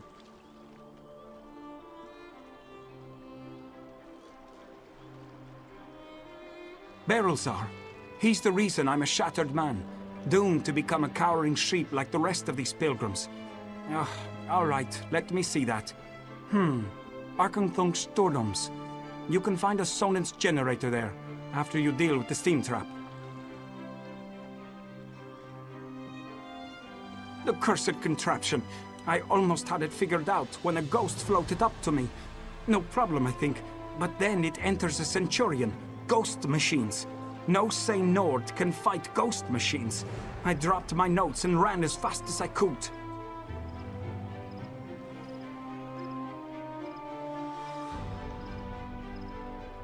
Not just ghosts. Ghosts that possess dwarven machines. I'm through working for that crazy old mage and his clockwork monstrosities. But if you want to get past the steam trap, find my notes and follow the directions.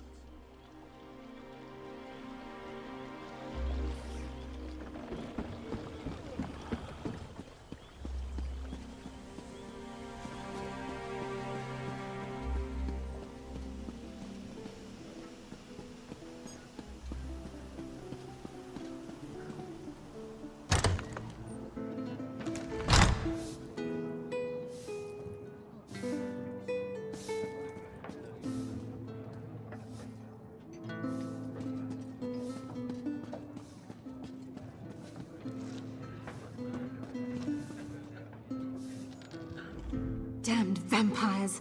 I'll find a way to make them pay for what they did to my brother. I swear it on the tribunal and any Daedra willing enough to listen. What do you want? Can't you leave a person to her anger and her grief?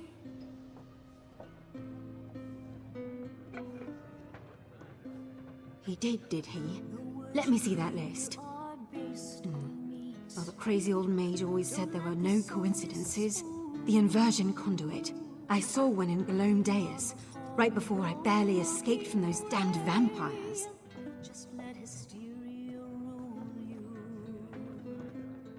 Eager to become cattle for the bloodsuckers? The Burn clan killed my brother. Damn their eyes. The item you seek was in the manufactory, but you'll need a control rod to get a dwarven spider to unlock it for you.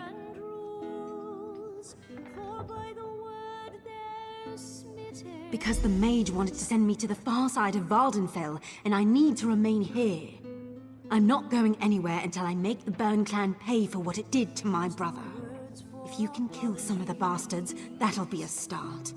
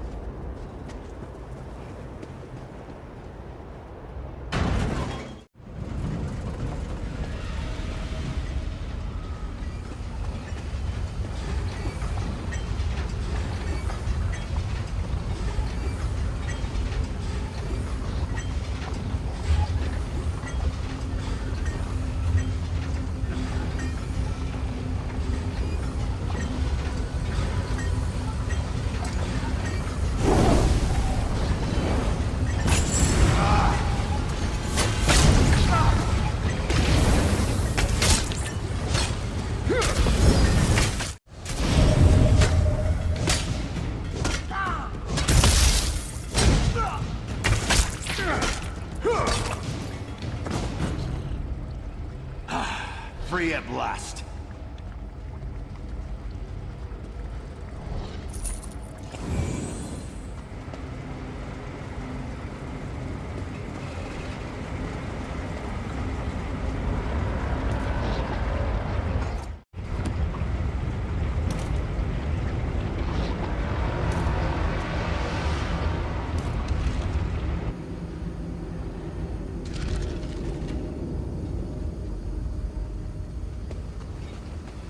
Spider won't give me its treasure, dear brother.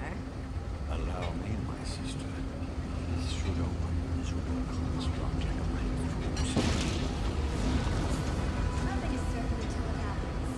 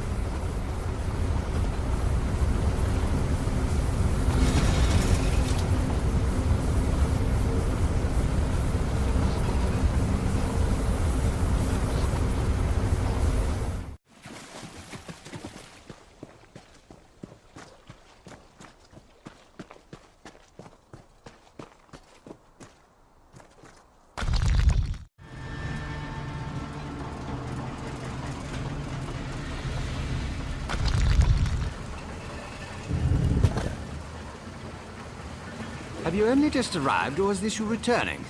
I can't always keep the cogs and pistons in line.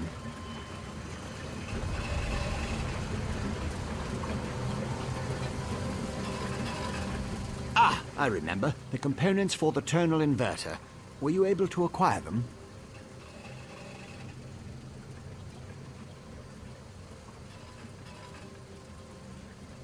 Impressive. I thought I'd never see you again. That's what usually happens when I employ hirelings to acquire rare and exotic items from dangerous locations. Well, the great gear doesn't dawdle, neither do I.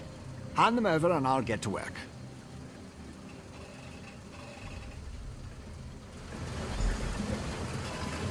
One tonal inverter coming up. Connect this, tighten the spring. Don't explode. Almost done.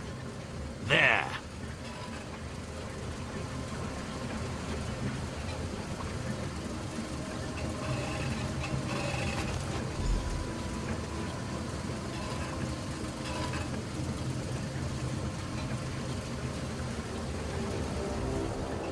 Do you like it, my latest creation? I call it the tonal inverter. Did I mention that already? No matter. It should counteract Sotha Seal's modified staff, at least momentarily. I assume you know how to use this, correct? Of course you don't. I just invented it. Honestly. You won't use it anyway, not if you plan to fight the one who wields Sotha Seal's staff.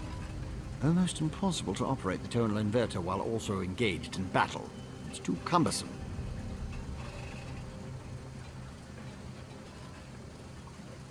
The Sunara, the Blessed Staff? I suppose the name fits, sort of.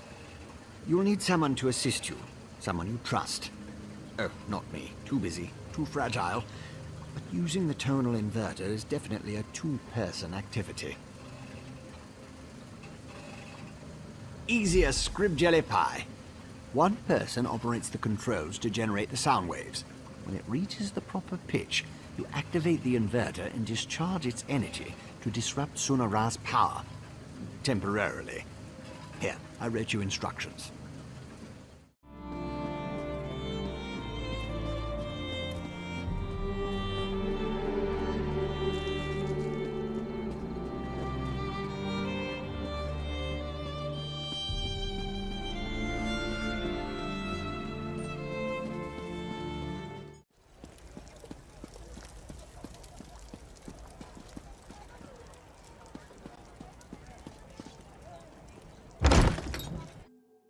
Your presence defiles this city, Ashlander. How dare you demand to see our god? I'm here to help. If you won't listen to me, listen to the Outlander. Thank the three. The Outlander has returned. Was Barrowzar able to help us?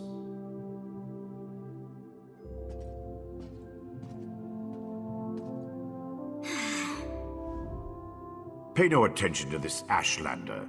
She's been blathering on about Lord Vivek's condition and how she can help, but I'm certain it's a trick of some sort. I was just about to have her thrown out of the city, or possibly tossed to the slaughterfish.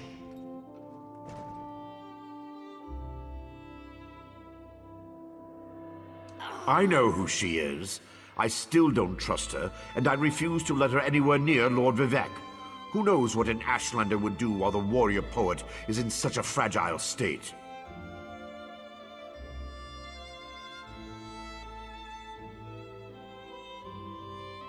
A tonal what now? Well, since I can't go with you, but with Lord Vivek requiring my undivided attention, I suppose we'll have to let the Ashlander assist you. Very well. Take her and defeat Chodala. Then bring me his staff so we can restore Vivek.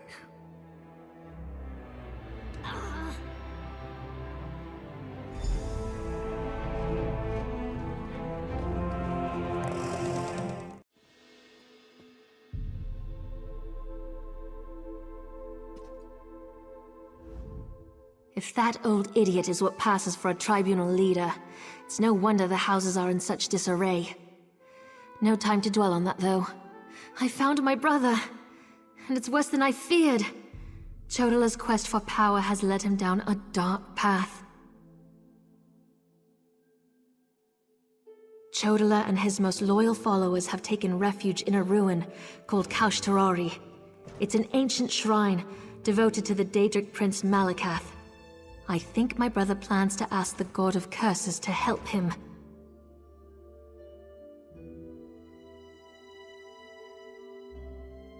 It will allow us to stop Chodala? Then of course I'll help you. Since the Tribunal's dogs took my weapons, I'll need to replace them. Meet me at the ruins when you're ready.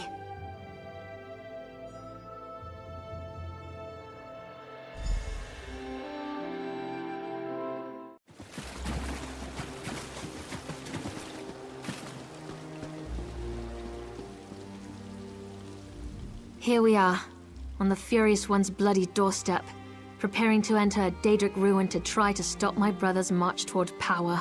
I hope that device you mentioned really can counter the invulnerability granted by the staff, Sunara.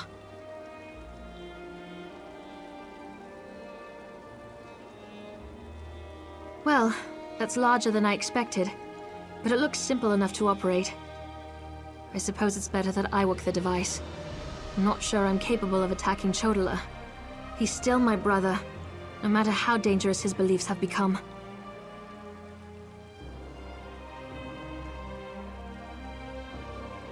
I'll help you counter the effects of Sunara.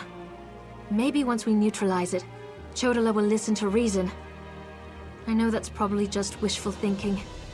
I'll settle for finding out who tempted Chodala with that damn staff.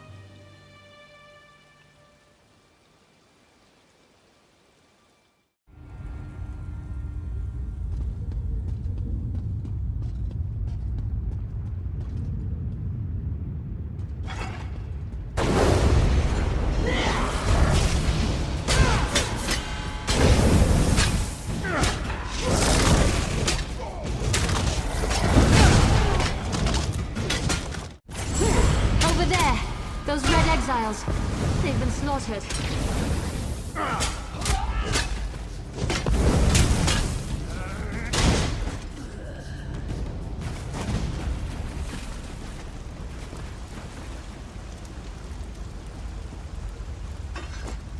Chodala?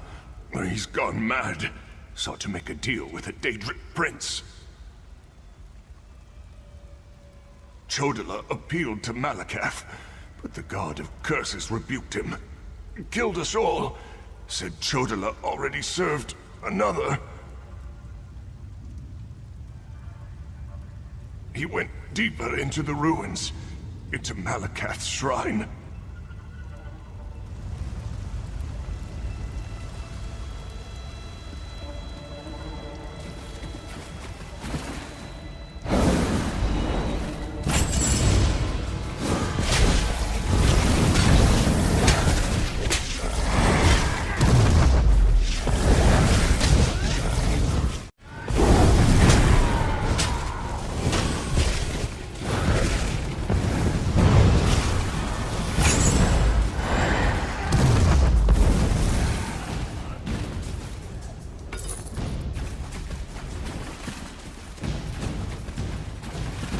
Creatures. They don't belong to Malakath. Another prince's power is at work here.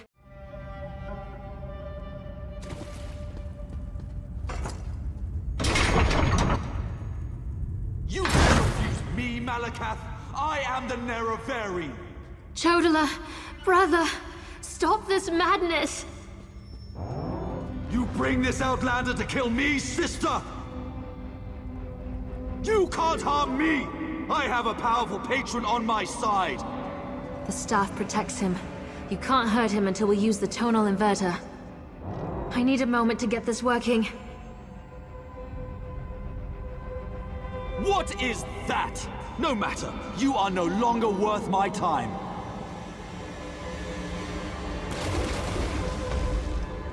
Scarfin! They serve the Prince of Bargains. Keep them busy while I finish this.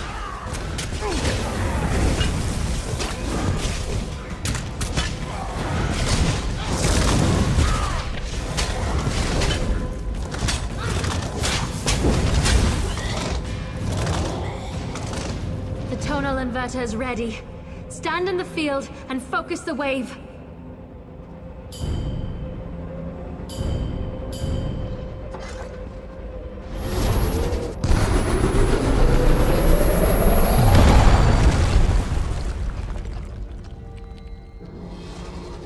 My protective shield! What have you done? I'll destroy all of you for this!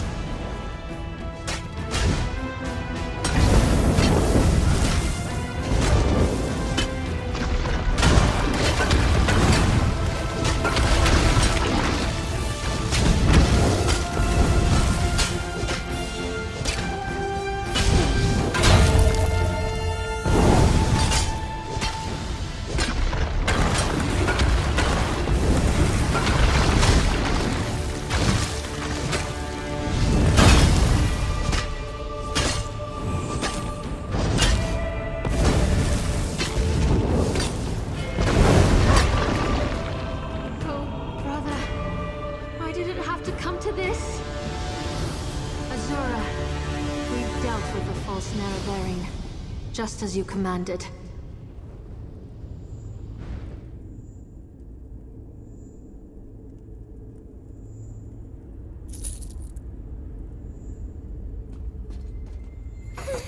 That was harder than I expected. Chodala was so angry, so full of rage, not like himself at all. Still, I can't believe I helped kill my own brother. I know that! It was either Chodala or the lives of hundreds of Dunmer. All because he convinced himself he was the Nerevarine. Or someone convinced him. Either way, my brother is dead, and the Cavern of the Incarnate has another resident. Take Sunara, and I'll meet you back in Vivec City. Your Archcanon made it quite clear that the staff was the key to saving Vivec. I need to take care of my brother's remains. Then we'll be done here.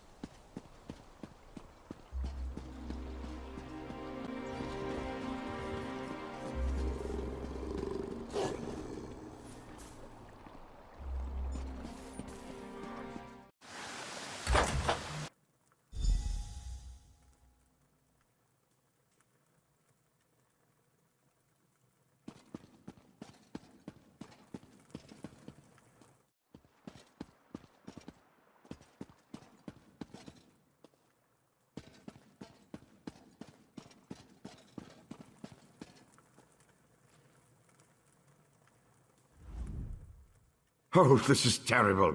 Lord Vivec collapsed. Tell me, Outlander, were you able to defeat Chodala? Have you brought me a staff? I'm afraid Lord Vivec may not last much longer.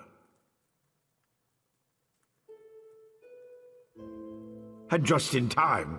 According to my calculations, with every use of Sunara, Chodala drained more energy from Lord Vivec. It almost killed him. We can use this staff to save Vivec. Just plant it in the floor, and the power will return to him.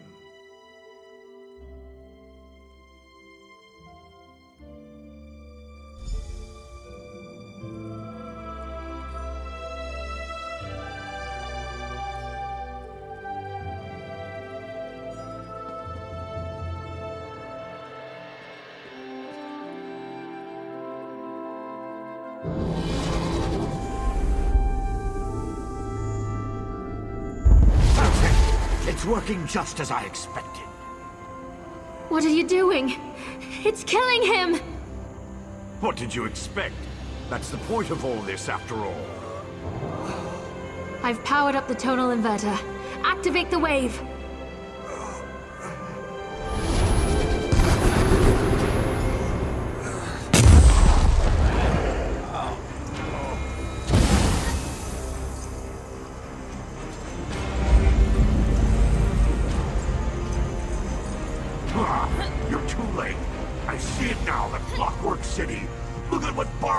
down for your master!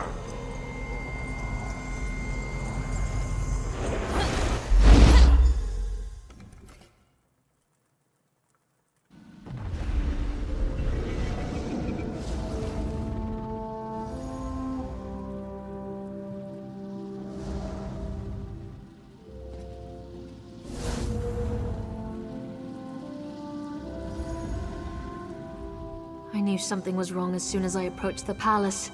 I could feel it in my bones. I was on my way here when Azura showed me a vision. I saw Sunara killing Vivek. Even without Chodala, that damn staff is dangerous.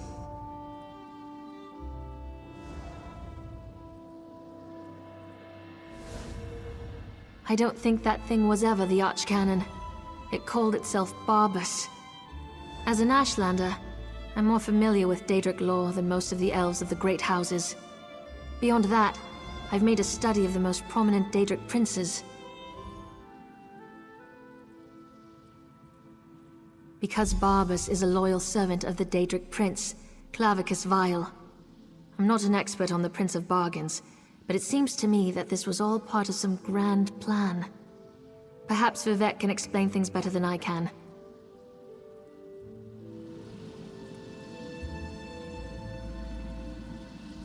Azura's champion is correct. That was Barbas, faithful hound of Clavicus Vile, a shapeshifter. He killed the Archcanon, took his place. Chodala sought the seal's device, impersonating Tarvas. It was all part of some elaborate plan.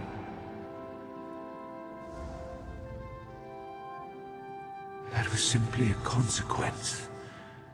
We needed tribunal energy to locate the Clockwork City. I was the easiest target. If Barbas enters Sotha Seal's city, disaster will follow.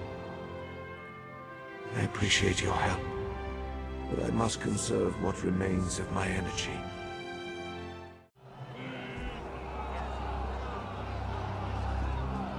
What happened here?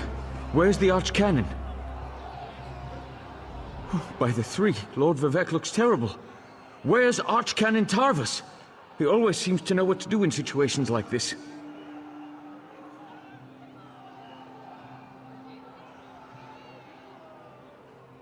Barbas? The Daedric Hound? Wait, I don't understand any of this. But if Lord Vivek's energy has been depleted, then the Moonlit, Red Mountain... My gods! All of Vardenfell is in danger! If only there was a way to give Lord Vivek some energy... Wait! That's it! A blessing stone! Find the Overseer and retrieve another stone from the construction site. Oh, please, hurry. I've never seen Lord Vivek in such a desperate state. I expect the Overseer's near the unfinished cantons, watching out for looters. When people panic, they're capable of anything. And with all the chaos going on outside, the Overseer closed the construction site. Get her key and bring back a stone. A few moments ago, Red Mountain erupted and the moonlit above the city dropped dangerously low in the sky. I assume that was when Lord Vivek's energy was depleted. If we don't find a way to restore some of his power, and soon, Vardenfell is doomed. I'm not sure, but our first priority must be to restore some of the Lord Vivek's energy. After that, he can tell us what we need to do next. Did Barbas give any indication as to why he did this to Lord Vivek?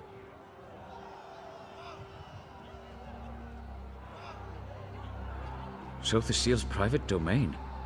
It said that the place holds the secret to remaking Nirn. I suppose that would interest Barbas and his master, Clavicus Vile. But Clockwork City can wait. The moonlit hanging above us, not so much.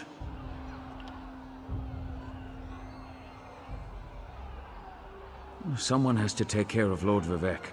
I'll make the preparations necessary to return the power and the Blessing Stone to him. I'm really operating above my station here. I'm not the Archcanon, after all. Then again, neither was Tarvas, I suppose.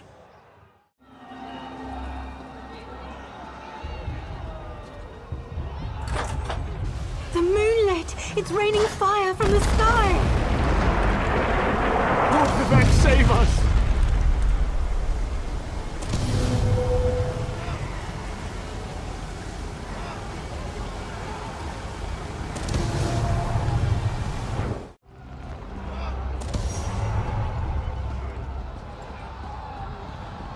Ancestors, protect me. Shivalas, where are you? It's too dangerous.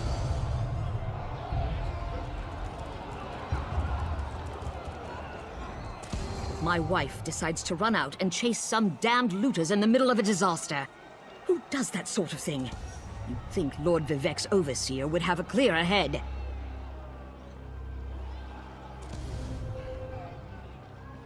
She ran into the unfinished cantons.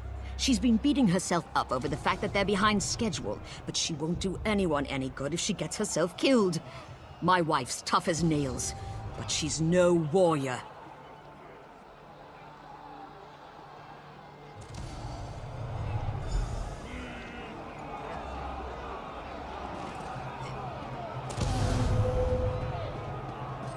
Get out of there!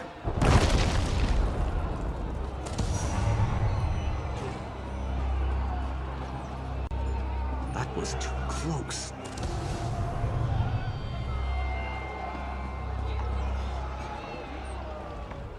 We barely got out of there alive. I can't believe the Overseer's still in there. What's she going to do when the Canton sinks into the bay?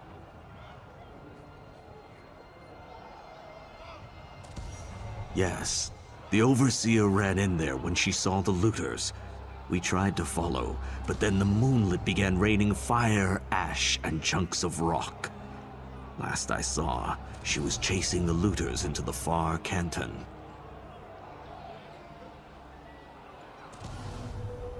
Greed is a powerful motivator. We left tools and materials just sitting around, unprotected, when the priests ordered everyone to get off the streets. Looters happily risk their lives if there's a profit to be made.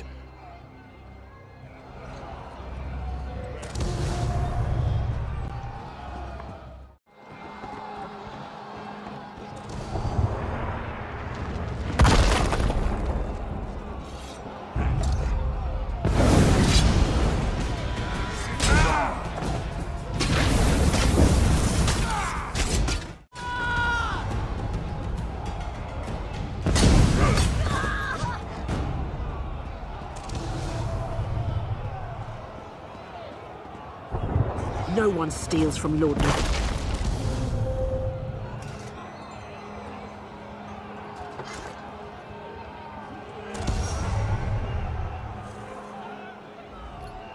Another looter? You want a taste of my steel too? No, wait. I remember you. You borrowed one of our blessing stones. Well, the Archcanon returned it after Lord Vivek was finished with it, so no need to fret about that.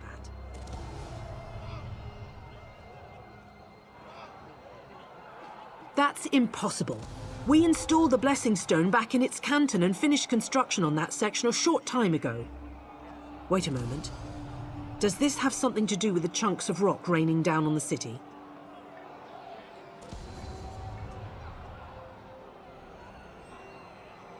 I suppose you're in luck then. We happen to have another Blessing Stone. It's at the 3rd canton. Here. This key will open the door to that portion of the construction site. Just watch out for more looters, and the rocks falling out of the sky. Varina? Was she still angry with me? No, you don't have to answer that. I know my wife. I'll head back and let her know I'm all right. Tell Lord Vivek he can have our Blessing Stone, as long as he promises to do something about Bardao.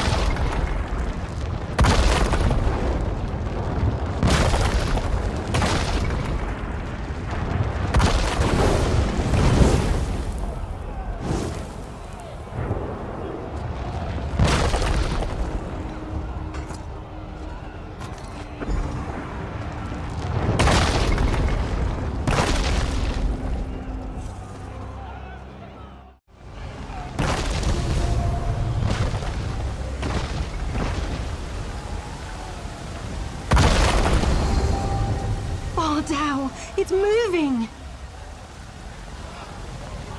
Lord Vivek, save us!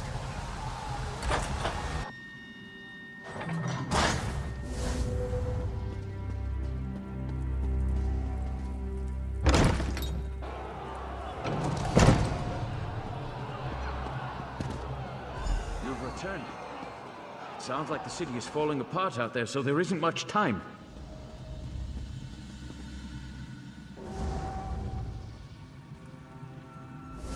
Were you able to get another blessing stone? We need to restore some of Lord Vivek's energy before the moonlit falls out of the sky. Perfect. Oh, I can feel Lord Vivek's essence inside it. I hope I remember how to do this. You'd better stand back, just in case.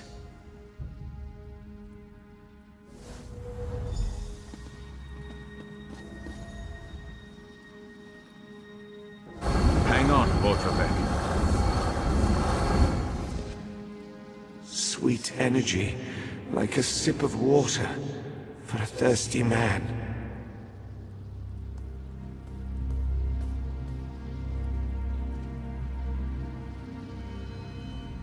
Oh, thank the three. Lord Vivek looks better already. Of course, the Blessing Stone is only a temporary measure. We still need to determine what to do about Barbas and the stolen energy.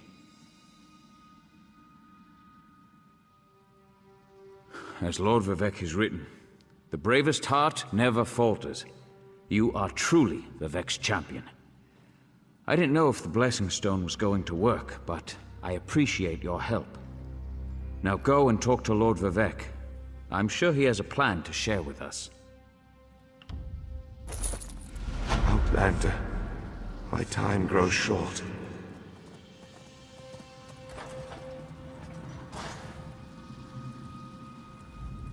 Clarity emerges, like sunlight breaking through the clouds. Barbas must have replaced the Archcanon weeks ago. All to set the wheels in motion to steal my divine energy.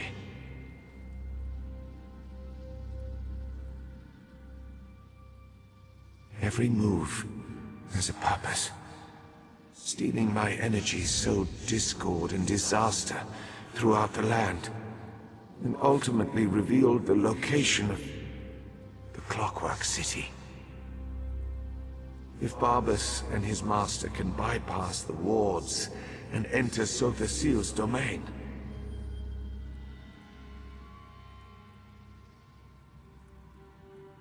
Clavicus Vile distracted me, weakened me, all to locate the Clockwork City. Perhaps we require a Daedra, to fight a Daedra. Azura's champion, Saren, in Archcanon's office. Seek guidance from her patron. But hurry. My time grows short.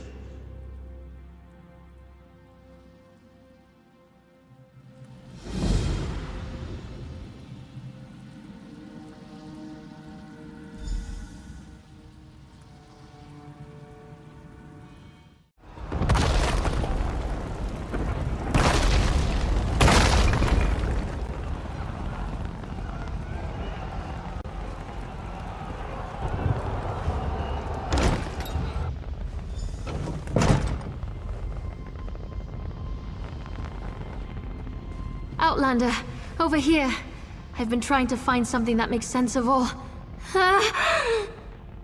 Mortal, the Lady of Twilight has words for you.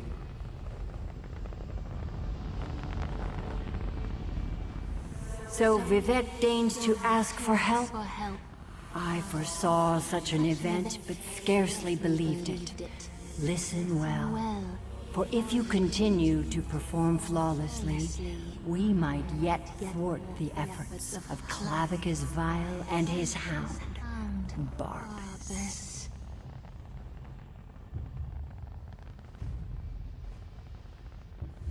Just as I anticipated, the mysteries reveal that Barbas seeks to enter the Clockwork City. So far, Sothasil's wards have impeded him, but the Hound has Sunra. You must beat him to the prize. The reservoir that holds Vivek's stolen energy.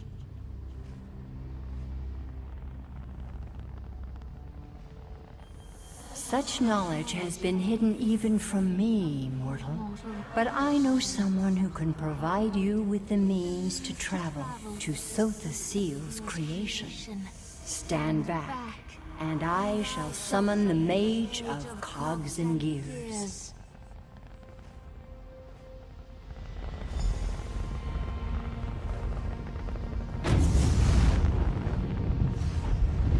Interesting. That shouldn't have happened. Now, where in oblivion am I? Mage, this mortal speaks with the authority of the Mother's Soul.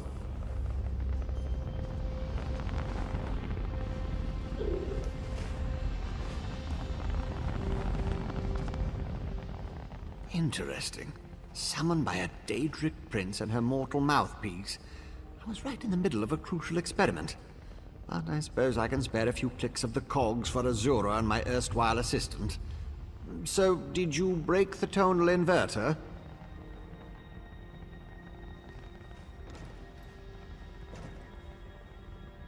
No, not going to happen. No offense to the Lady of Twilight, but Sotha Seal was quite adamant about keeping the place hidden and warded against the Daedra. Wait. Pistons fall into place. This concerns Sunara and Lord Vivek, I presume.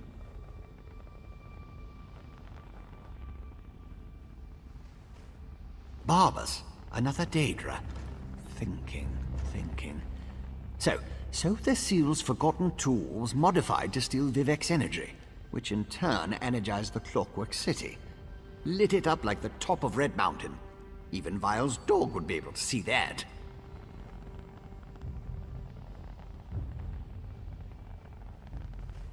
What is Barbas after? Wait. Gears click into place. The reservoir! You need to reach the reservoir that contains Vivek's stolen energy before Barbas.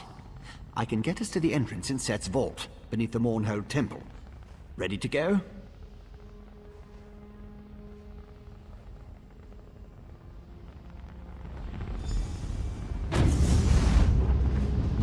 You'll need my help.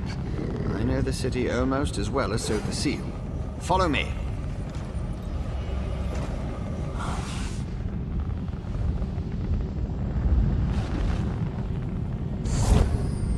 The Mother Soul has blessed us both, Outlander.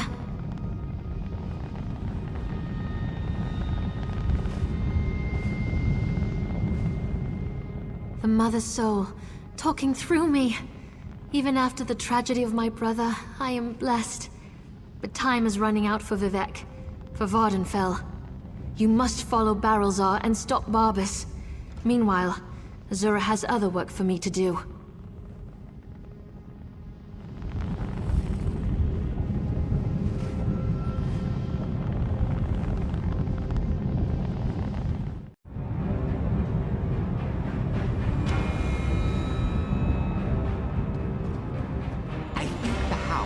Sunara to get inside. We have to hurry.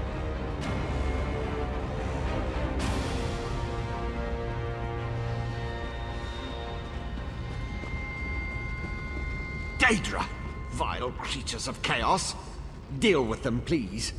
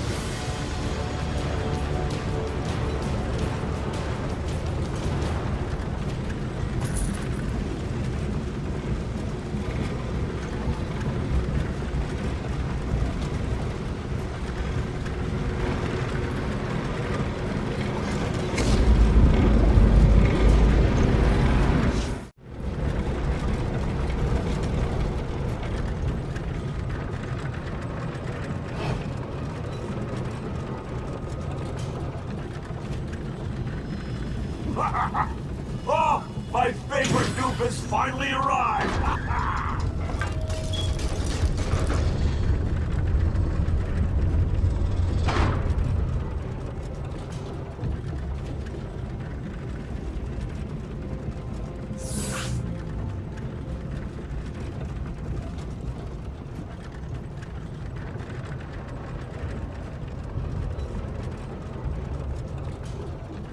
Talk to the Daedric dog if you want, then follow me into the maintenance junction.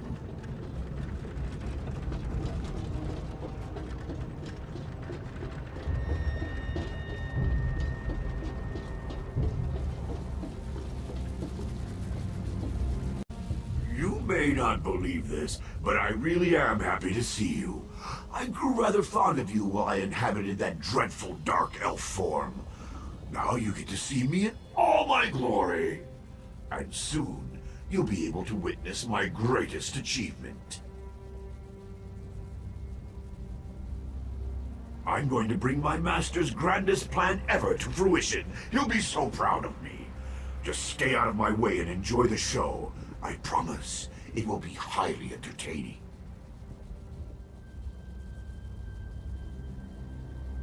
Oh, yes, indeed. The grandest!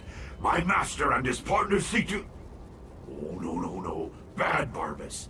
I almost gave away the surprise. Oh, you're a tricky one, you are. But my master will be so pleased that I stepped in and made his plan even better.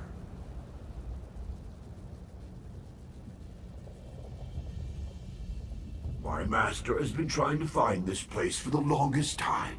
He actually set the ball rolling. I saw an opportunity to improve his plan and make it better, so I took the initiative. This will get me back in my master's good graces, you'll see.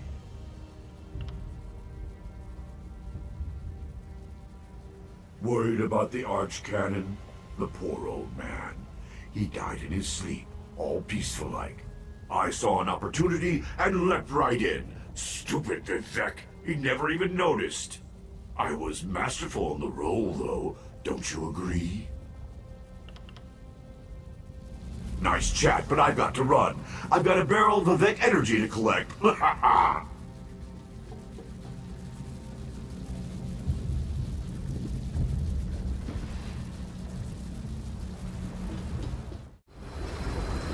should take out the defenses, at least the most dangerous ones.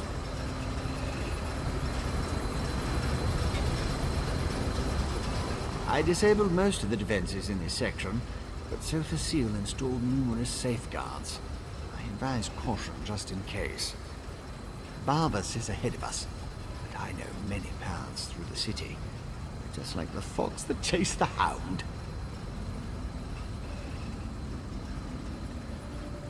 With my help, the probability calculates in your favor, but you must keep moving. The hound won't dawdle. Unless he comes upon an interesting smell, or a tree. Since we know Barbas's ultimate destination, I can open routes he can't access.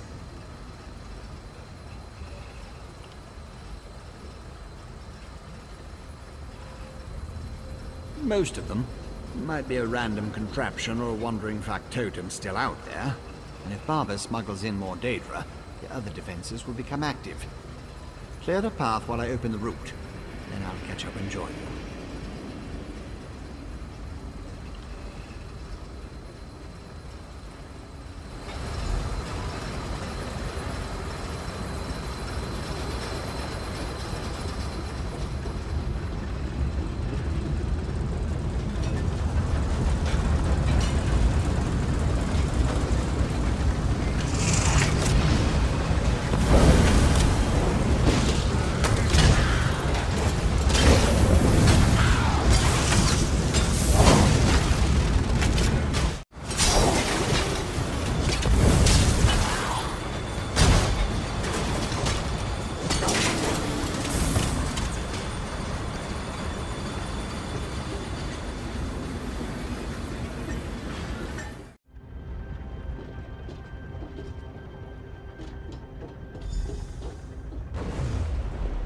Look, Master! Vivek's toy found a way through just like you said!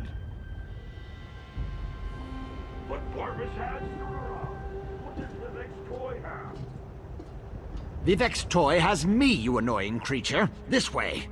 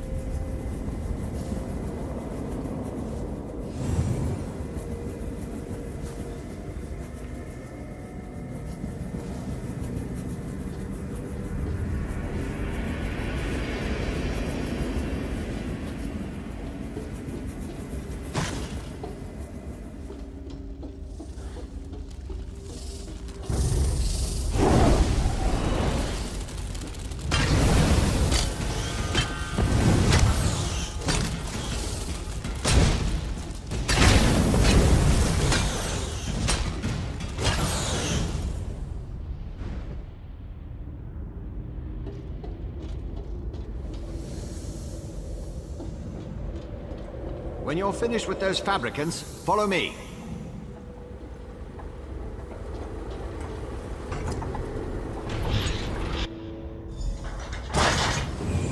Isn't it?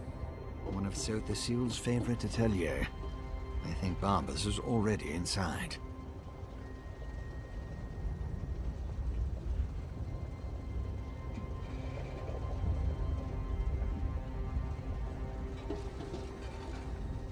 That's the atelier behind me.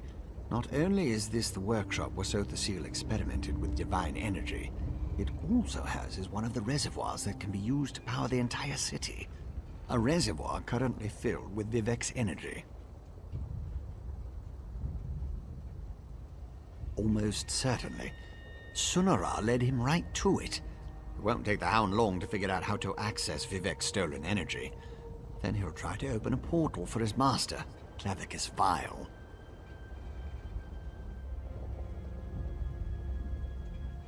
Maybe. Probably. It's a distinct possibility. Certainly the Hound and his master think so. Whether it will actually work or not, you have to go in there and stop him. The danger's too great to ignore.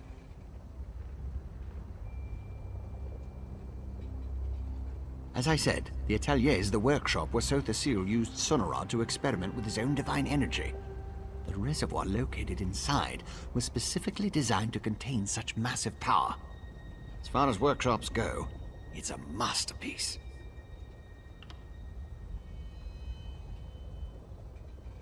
No, that's inadvisable. The atelier has defenses. You have no idea what it will do if it marks one of Saut the Seal's apprentices as an enemy. Neither do I. You go.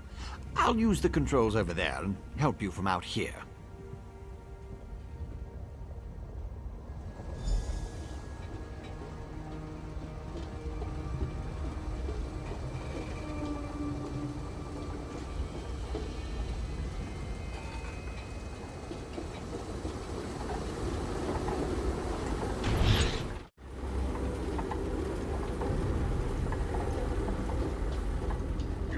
Stop me if the defenses won't let you in.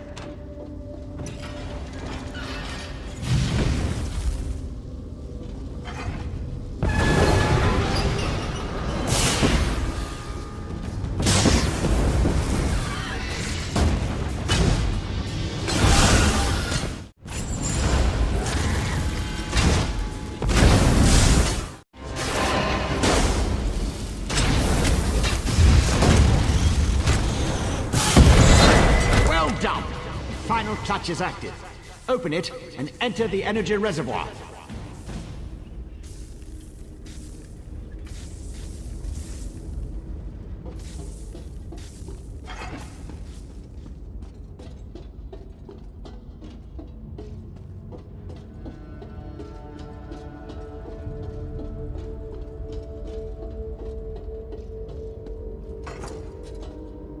Range fluctuations ahead. Barvis is manipulating the energy reservoir. Hurry!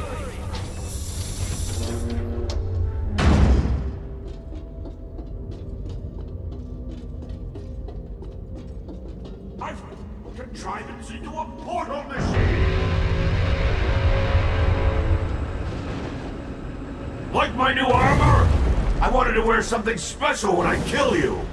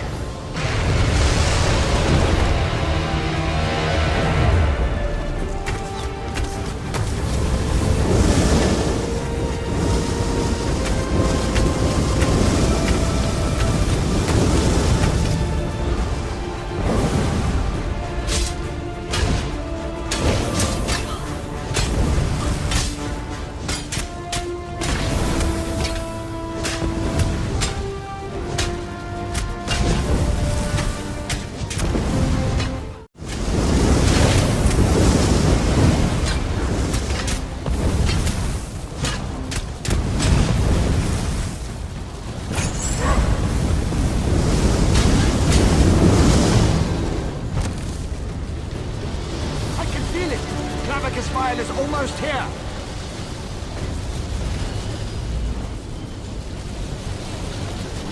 Seize Sonora, then retrieve Lord Vivek's energy from the reservoir conduit.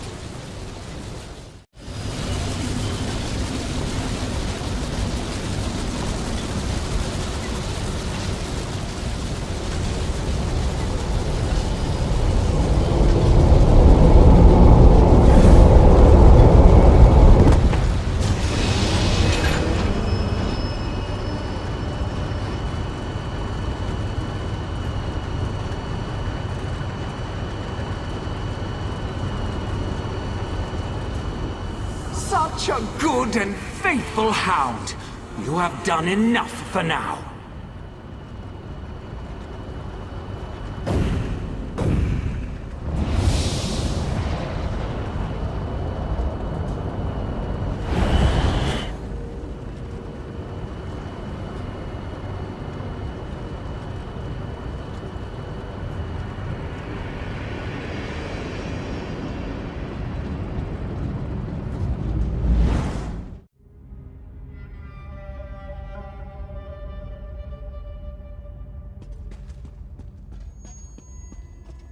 So, you're the mortal who gave my poor dog so much trouble.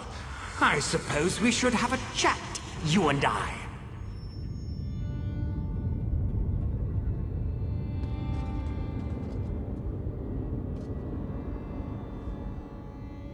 How dare you discipline my dog?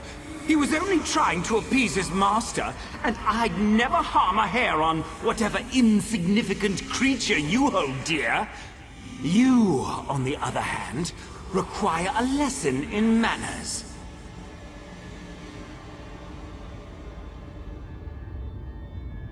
Indeed, what ambition! As you can see, Barbas isn't a bad dog. He does get easily excited and overzealous, He embellished my plans somewhat, but it all worked out in the end. And we found the Clockwork City.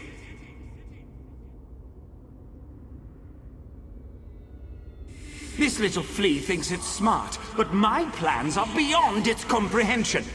Still, by delaying the inevitable, you caused my associates and I some trouble. You'll stay here until you're no longer a threat. How does a few decades sound to you?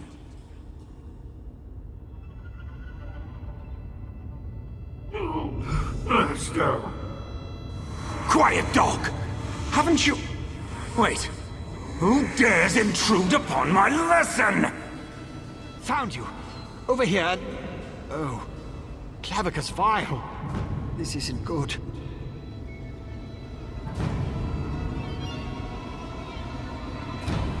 I lost you somewhere between the Clockwork City and Vivek.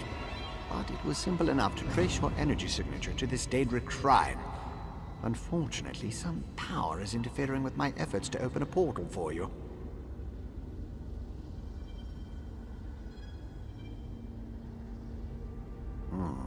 That would be unfortunate for you. Luckily, you have me to assist you. Well, me and Sonara. Expend a small amount of Vivek's energy at the statue, and that should provide enough of a distraction for me to pull you out of there.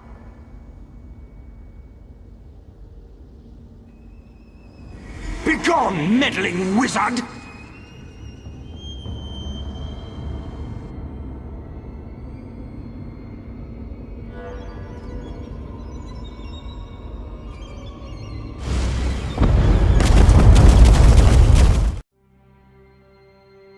That actually worked.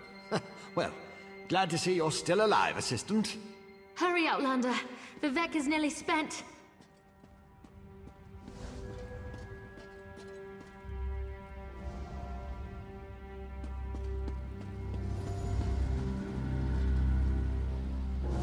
My time draws to a close. Were you successful? Can you restore my energy?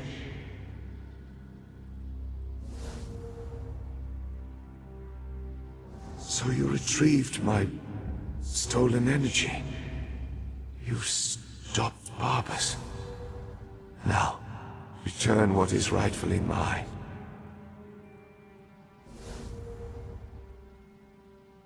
To quote my 75th exhortation, certainty is the brother of fear. Nothing is certain, but I have confidence in you, in what you have done. Use the staff. Return my energy. Or not. In a little while. It won't matter. Oh, Sunara. And restore my energy.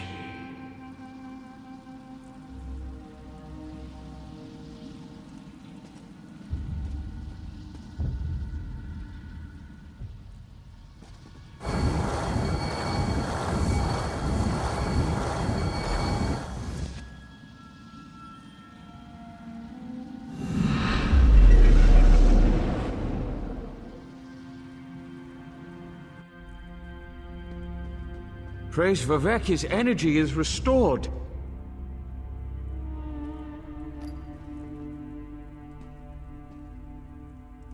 Remarkable. No Ordinator or Armiger could have done any better. You uncovered a Daedric spy in our midst, brought a living god back from the brink of death, and saved all of Vardenfell. Well done, my friend.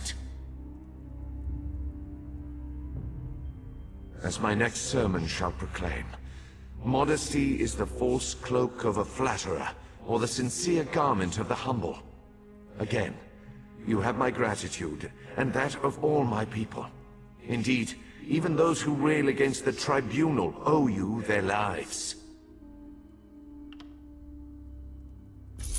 You have done much for me and for Vardenfell, but as the warrior says, do not think the battle is over when the enemy is dead. The hearts and minds of the people must also be won. I must ask you for one more service. Gratitude is its own reward, I once told the crowds in Ebonheart. But I found that some of my followers appreciate something more tangible. Help me reward those who aided in the saving of Vardenfell, so we can reassure my people.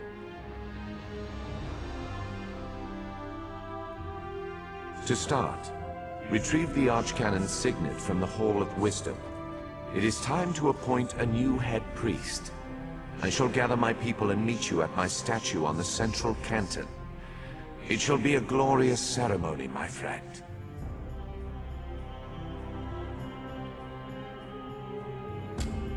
One last task before your service ends, my friend.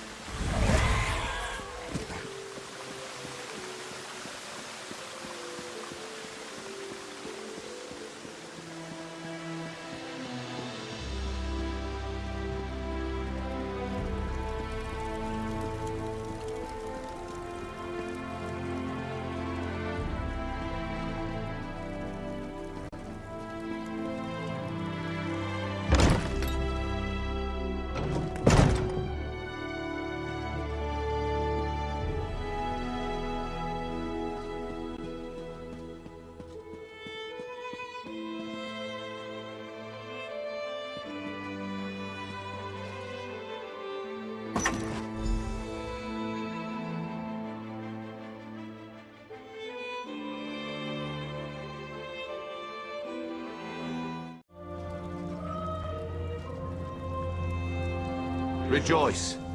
You cursed the darkness with good reason. Now praise the return of the light.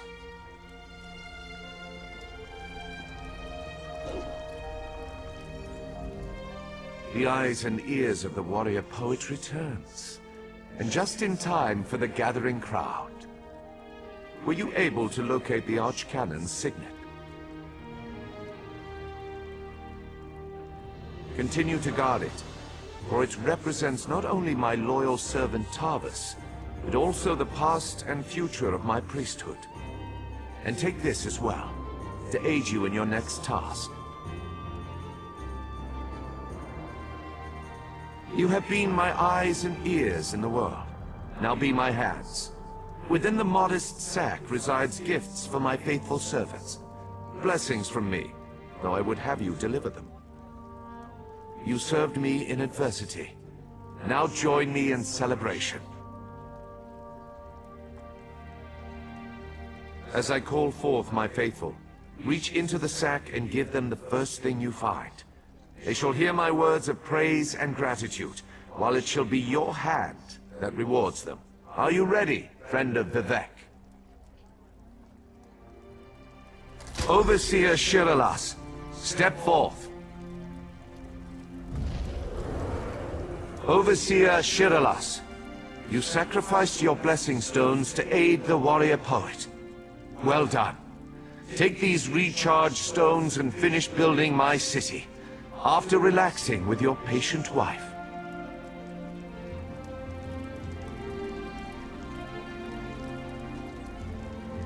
Thank you, Lord Vivek. I shall do as you ask. Barrels up. Approach.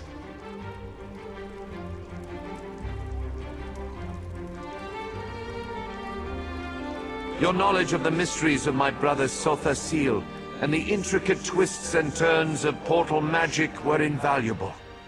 Take this, and use it well to further your experiments. Gemstones, filled with a tiny fraction of divine energy. Amazing and so very generous. With careful tuning, this could improve portal magic 100-fold. Thank you. Canon Levoul, kneel before me. Was that? Did Lord Vivek summon me? Archcanon Tarvis served us well until his death. But when I was most in need of assistance, Canon Levoul rose to the occasion. Now rise once more as Archcanon Levoul.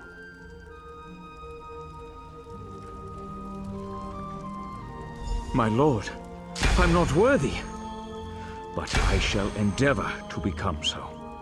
Thank you, and I can't wait to inform my ancestors. In every poem, it's the last stanza that holds the most meaning. Once a stranger to our land, now a friend forever. Step forward.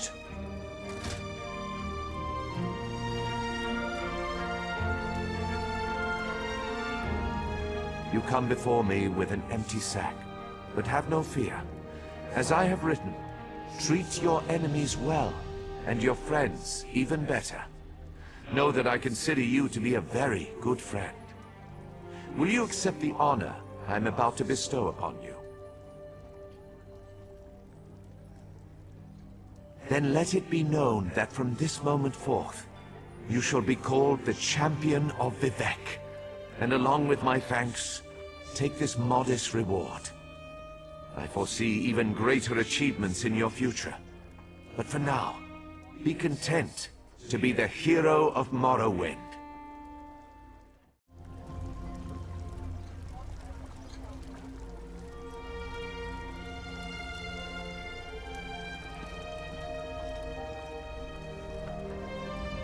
How much longer do I need to stay here?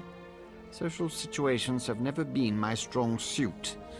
I want to get back to my tower and experiment with this wonderful gift Vivec bestowed upon me. I already have ideas how to improve magical transportation.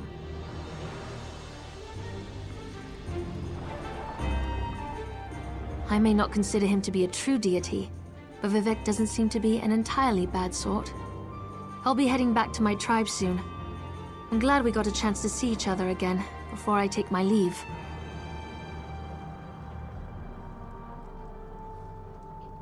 I lost my brother to ambition and became the champion of Azura. From that point of view, I suppose I'm doing as well as can be expected.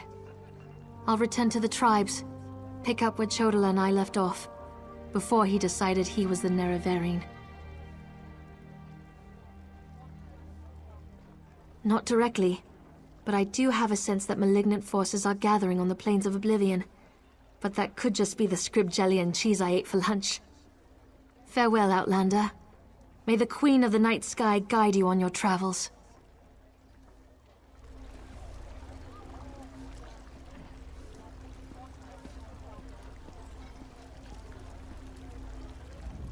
Me? Among all these fine people? When I received Lord Vivec's summons, I didn't even change my clothes.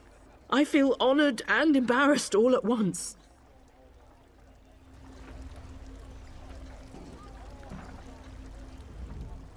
A vacation. I don't think Shiralas has taken time off since we got married. I hear Seydonin is beautiful this time of year. Maybe we could take a cruise up the coast.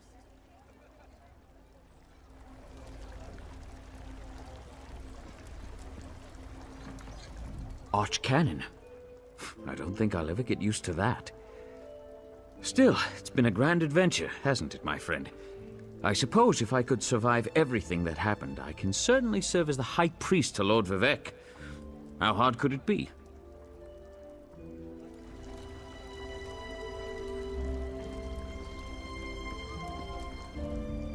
The warrior poet shall write of your deeds in story and song, my friend.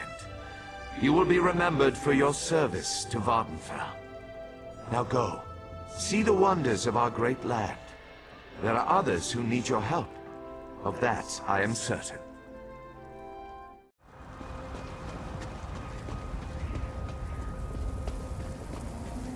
You there, adventurer!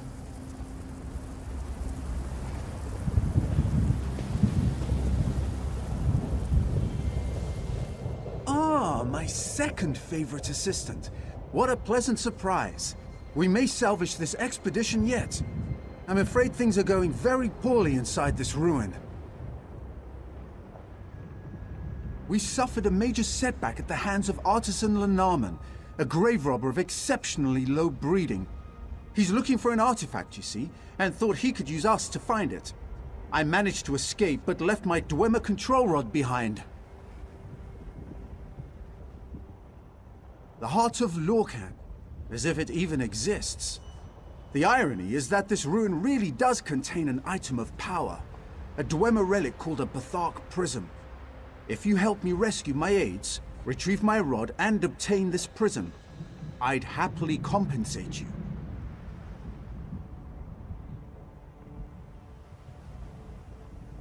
With the exception of capable bodyguards like Vimy Lacroix, finding competent assistance has proven difficult. Unfortunately, she and I were separated during our escape.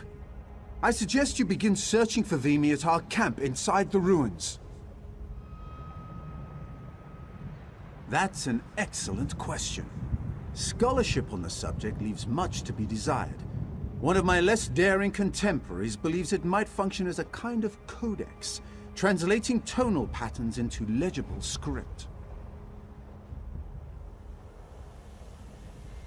Difficult to say. A tonal codex sounds almost too good to be true. But I don't have the luxury of dismissing such rumors out of hand, particularly when a scoundrel like Lenormand takes interest.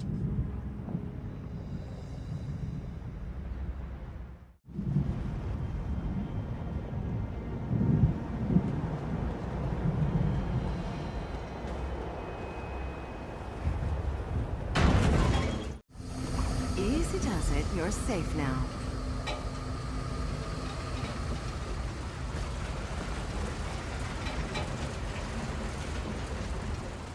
Well, if it isn't Narama's second favorite assistant. I'm assuming he told you to find me. As you can see, the situation's not ideal. We could use some help. Narama wants you to snatch his stupid control rod back from that oaf Lenormand, right? Well, we've got bigger problems. I rescued this lot from Lenormand's mercenaries, but they still have our dig leader Kasuda and 2 others.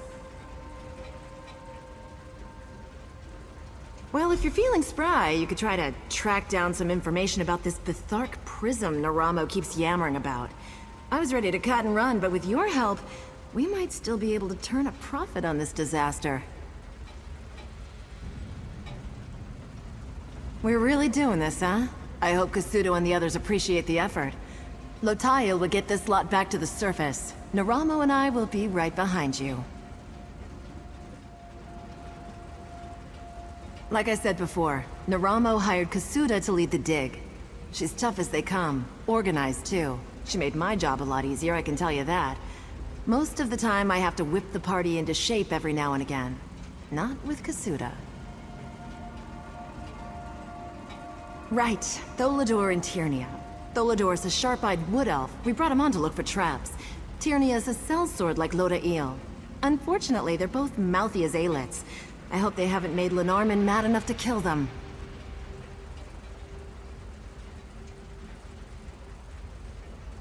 Yeah. Nichuliftink's chock full of dark corners and hidden perches. We made it about halfway through the ruin, then Lenormand's goons came down on us like a sack full of hammers. I got Naramo out, but he lost his rod during the scuffle.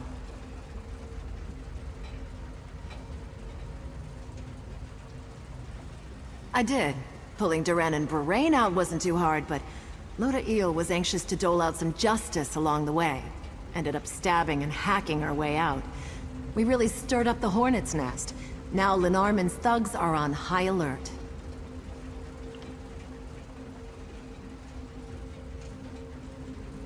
Hey, I just work here. If Naramo says the heart isn't here, that's good enough for me. My only concern is rescuing our diggers and keeping them safe. Of course, finding some loot sure wouldn't hurt.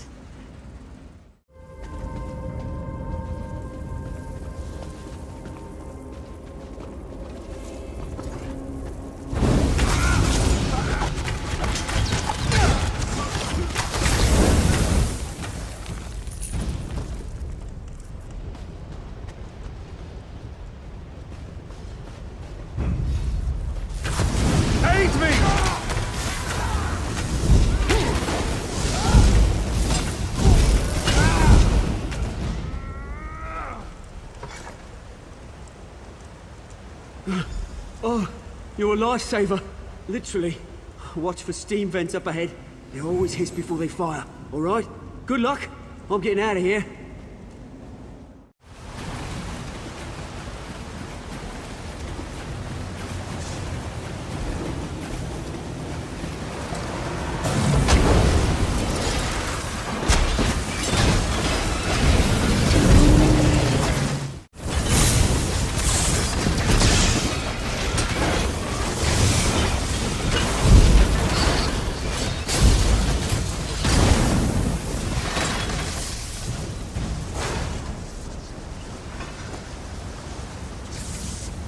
Whoever you are, thank you.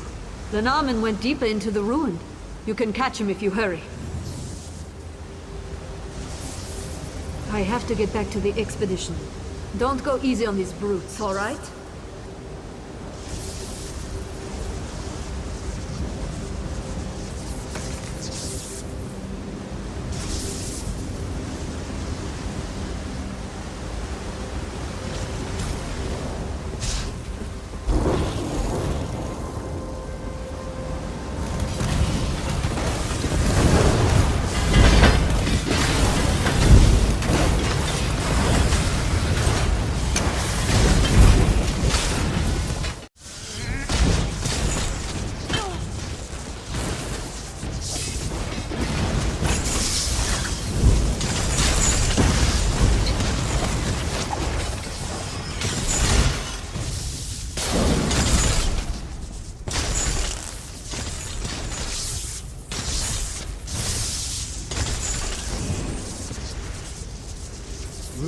Sorry, breaches.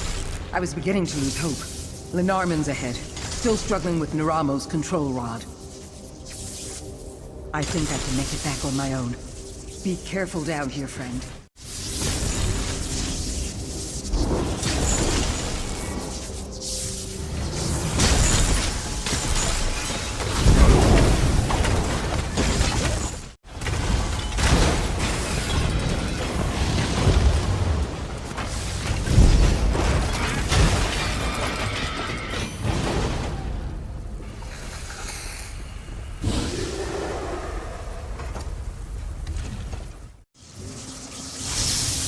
I wouldn't touch that if I were you. One moment.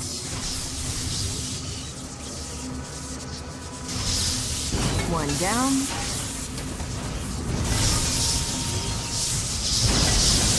And the other. All yours.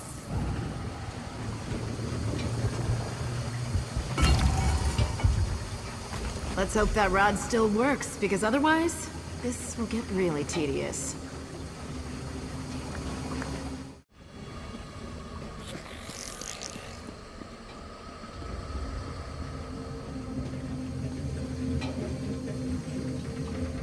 Fine work retrieving the device. Good help is so hard to find. No offense, Vimy. Now, the control rod, if you please. Wonderful. Now, we simply tighten the capacitor, reset the tonal frequency, and... oh. Lenarman somehow managed to crack the resonator crystal. That, of course, led to a catastrophic misalignment of the tonal assembly. In other words, this rod is useless. I've never seen one of my tools so thoroughly ruined. I'm almost impressed.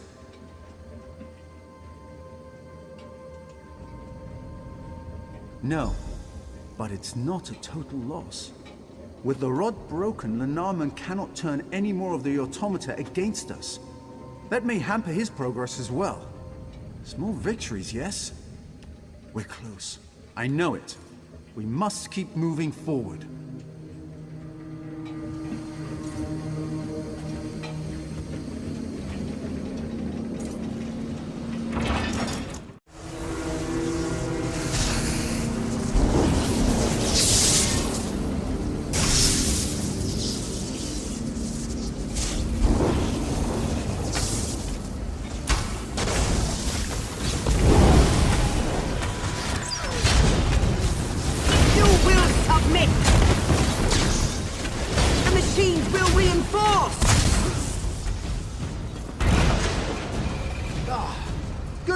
To bad scholars.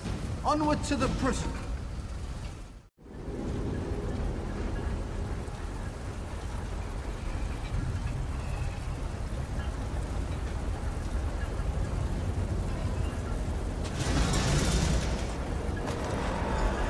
That's remarkably unimpressive. Looks can be deceiving, my dear Vimy. This is our prize. Hooray. I wouldn't mind taking a look around this vault before we leave. Quite a trove we've discovered.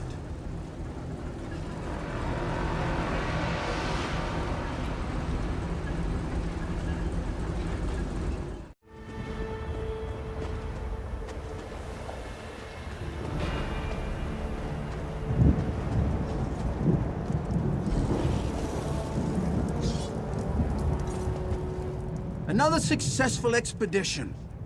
There were hiccups, yes, but a few bruises and one broken limb are a small price to pay for a find like this. Speaking of our find, do you have the prism? Excellent! I've already devised a number of experiments to test its capabilities. If the prism does function as a tonal codex, every scholarly journal in Tamriel will take notice. You'll receive some credit, of course. A glowing footnote, at least.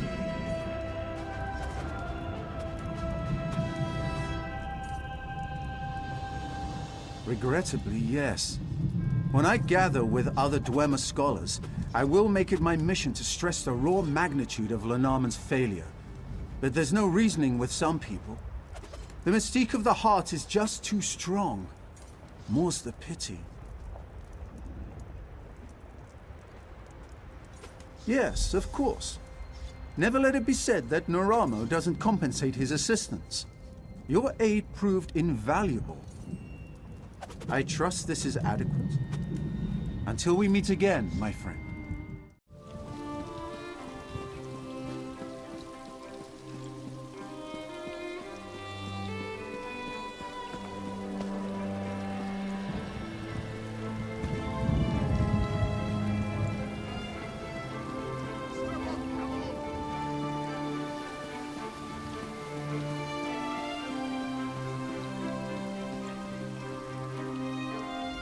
You look like the traveling sort. In your excursions, have you perchance come upon a young dark elf named Vale? She went missing a couple of weeks ago and her father desperately seeks any information regarding her whereabouts. That's a shame. Her father, Eris, the house counselor here in Balmora, promises that anyone who can find his daughter and return her safely to his side will be well rewarded. You should speak to Counselor Eris. He's opened the kin house to interview potential recruits. Freelancers, as it were. If you're interested, go speak to the Counselor. The longer Vea remains missing, the more distressed Counselor Eris becomes. Counselor Eris can be found at the Redoran kin house, and do hurry.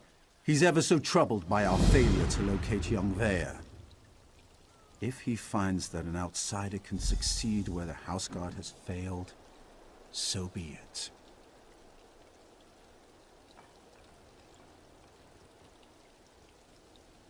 I have no issue with Counselor Eris seeking help. It's where he's decided to get that help that concerns me. House Redoran doesn't need outsiders to take care of its business. But who am I to question a House Counselor? Fair. How can anyone not know about House Redoran? Is this some sort of Outlander ruse?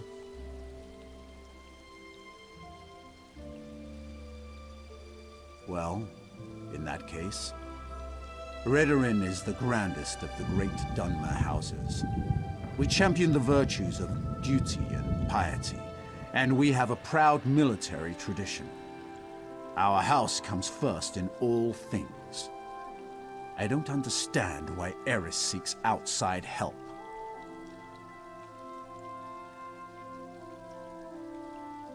If I knew what happened to the Counselor's daughter, I wouldn't be talking to you now, would I? As far as we can tell, she left of her own accord. There wasn't any foul play involved that we're aware of. Beyond that, you'd have to ask the Counselor.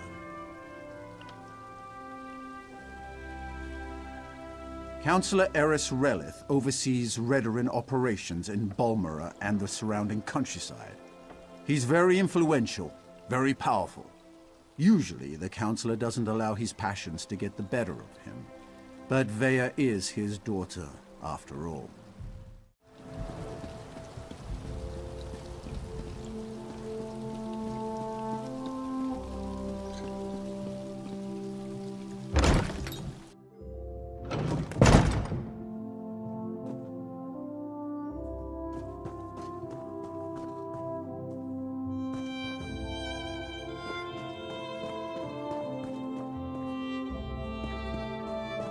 customers are always welcome.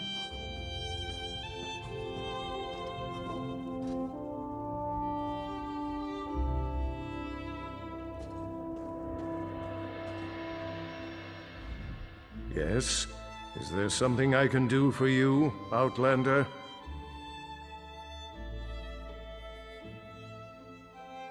My daughter has been gone too long, and the house guard can't seem to find a wall in the corner. But why should I trust you with this task? Tell me, Outlander, how can you succeed when my forces continue to fail time and time again?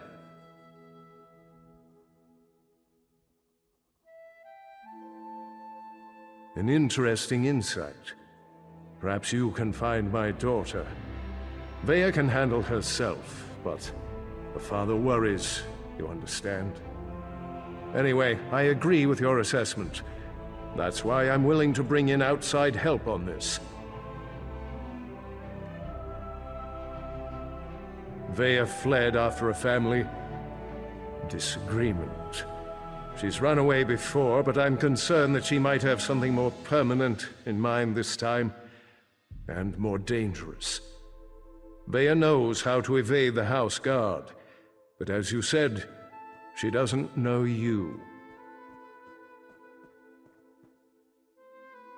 Captain Briven oversees the house's attempt to locate my daughter. You should speak to him and see what his investigation has already turned up. He's probably patrolling the town square at this time of day. Briven's soldiers have been trying to get information out of Vea's friends, but those young men and women are almost as good at avoiding the house guard as my daughter.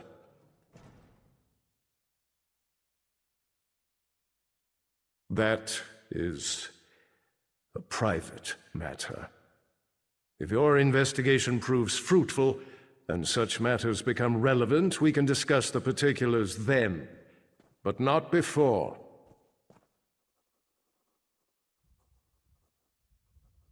Like my daughter, my wife has a mind of her own. What the two of you discuss is your own affair. Just understand that I haven't employed you to solve my family's problems. I only need you to find my daughter.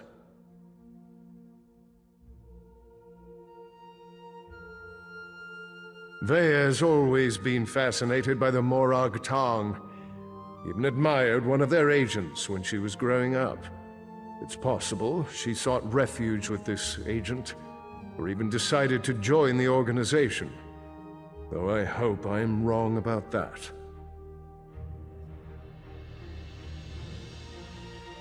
The Morag Tong? They're an ancient guild of assassins sanctioned by the tribunal to carry out honorable writs of execution. Ostensibly, they're supposed to keep the houses from resorting to all-out war. But I still find the practice barbaric. Someone of no consequence, and not at all important to accomplishing your mission. Besides, you don't find Morag Tong agents, they find you. Just pray it's not because your name wound up on one of their writs. That is a death sentence.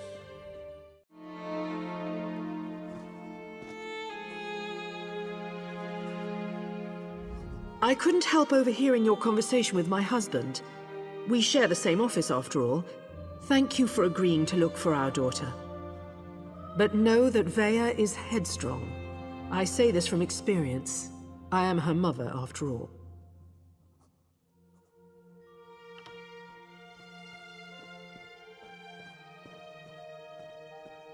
She stormed out of the house after a heated argument with her father. Nothing unusual in that. But when she didn't return, well, that's when both her father and I started to worry. I'd rather not talk about that. It's a private matter concerning the family. The relevant fact remains that my daughter took her most cherished possessions and left home. I'm worried that she's going to do something that can't be undone. As I said, Vea is headstrong, confident, perhaps too confident. She might join the Morag Tong just to spite her father.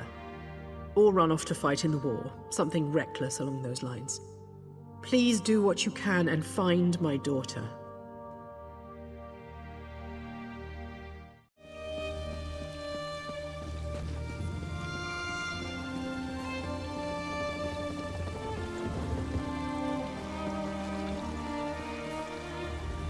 Not now, Outlander.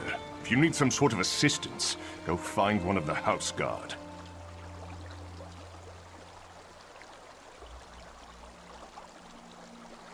You must be one of the freelancers the Councilor employed to supplement the duties of the House Guard. Very well. I'll tell you what I know. Vaya ran away. Again.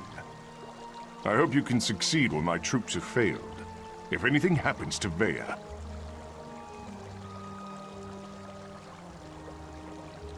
I've known the Relith family since I was a child. Vaya is like a sister to me, and I'll do everything in my power to get her home safe and sound. Even trust an Outlander. We think her friends may know where she is, but they keep eluding us.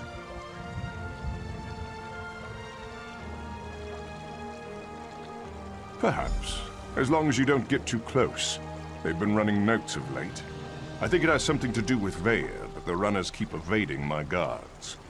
Look for a group meeting on the other side of town, and see if you can follow the note.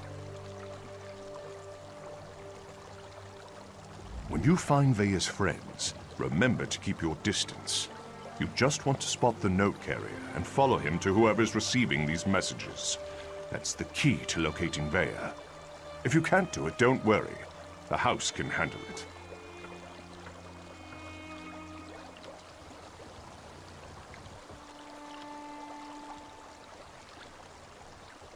Vaya's a born warrior. Hard-headed, stubborn, a real pain in the ass. She can fight like an angry netch, though. I keep trying to get her to join the militia, but she always turns me down.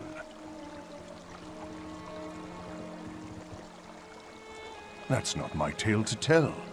If Councilor Eris or his wife won't speak of the troubles his family has had to deal with in recent weeks, maybe you can ask Vaya, if and when you find her.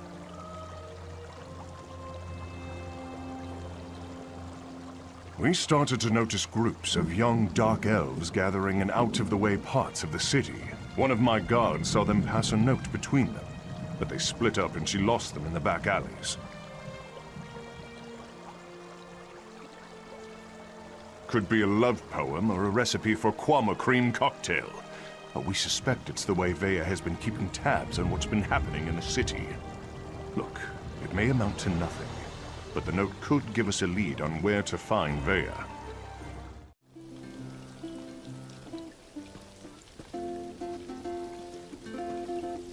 Get this letter to Trevis. It's important. Just don't let House Redoran get their hands on it.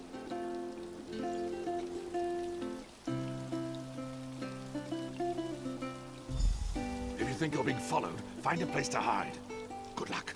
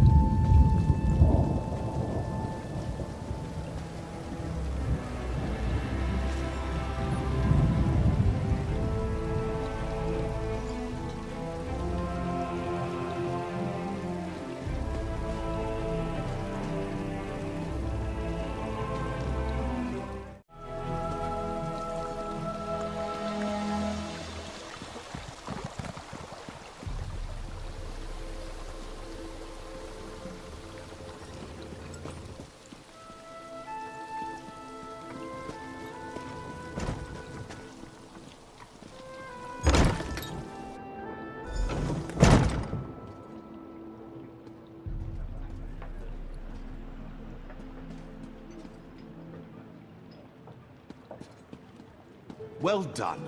This should help us determine what happened to Vea's brother.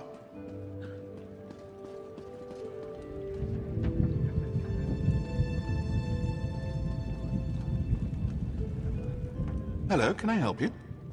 Wait a moment. You're one of those hirelings House Redoran pays to harass us simple folk. Look, all Vea wants to do is to find out what happened to her brother. Too bad the house doesn't seem to care a swit about any of that.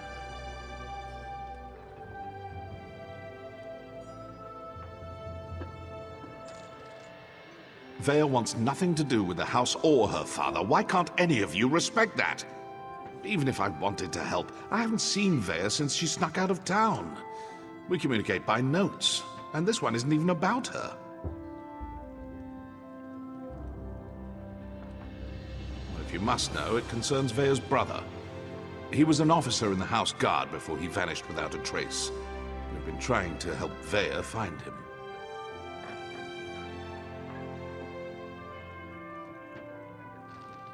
A local tough, goes by the name of Ashur. He delivers the letters. We usually meet him outside of town to the northeast. But good luck trying to get any information out of him. Ashur is not known for his conversational skills. I think we're done here, don't you? I told you where to find Ashur. He's been passing our notes on to Vea. Just to the north and east, outside of town. Or is this your way of offering to save me a trip, since you're headed his way? Balmer is not that big. Most of the sons and daughters of the house leaders and prominent merchants know each other. Vea's one of us, and we'll do whatever it takes to help her find her brother. Well, within reason. And Vea would do the same for us. That's why we're helping her. She really is a terrific person. I'm not telling you anything, you Redoran lapdog.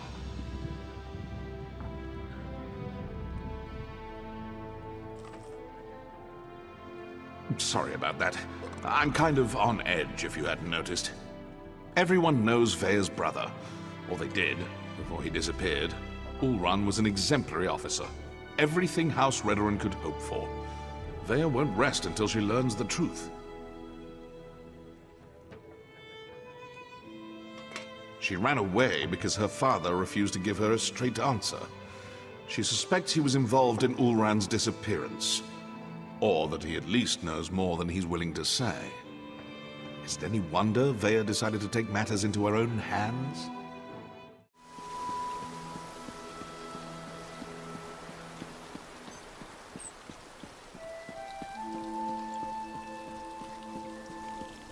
You killed one of my gang, Swit. No writ will protect you from us. Feeling left out?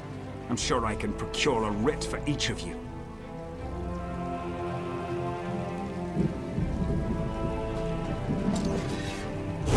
That's it! Kill the Morag Tong and any witnesses! I'll just take my leave.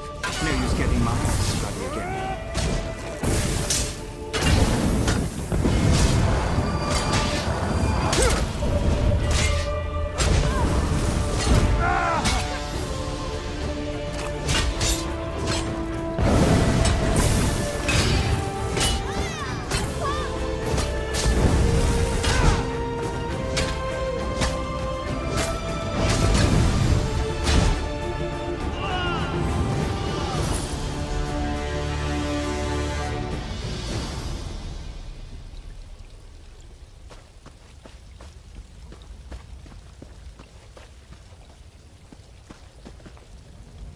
I had that situation under control.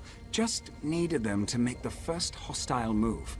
Still, I cleaned enough blood off my axes for one day, so thanks for lending a hand. You were you? Was it Melissa? I told her I'd close out my tab after I completed another contract. That woman has the patience of an anxious Nyx. Well, tell her I'm good for it. I'll stop by and we can conclude our business cordially. Vea? The new apprentice? Now why in oblivion do you care about Vea?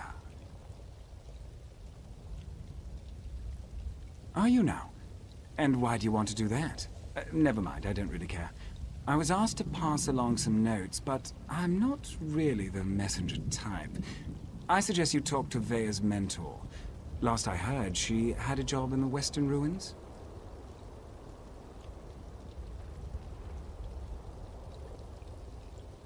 Make sure you don't anger Vea's mentor, or even look at her the wrong way.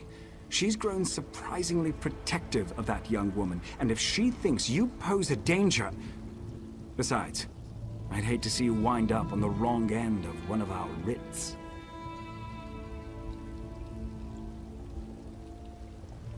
You know, the usual buyer's remorse. I see a lot of that in my line of work. Turns out, I'd kill a bad man who did bad things. The writ was legal and above board. Unfortunately, his brother didn't see it that way and was looking for revenge.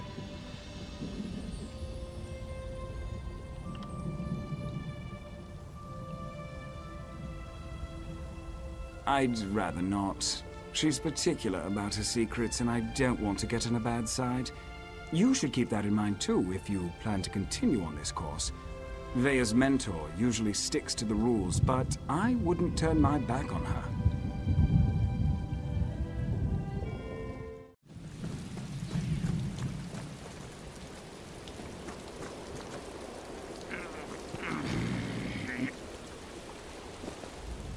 Leave me, Outlander. Let me die in the shame I've brought to Malakath. Defeated by a lone warrior. Malakath will laugh at our incompetence. An assassin. Probably a Morag tongue. She tracked our leader here. But she doesn't know. We set a trap inside the ruins. Oh. She's just one woman! Get inside the ruins and stop her!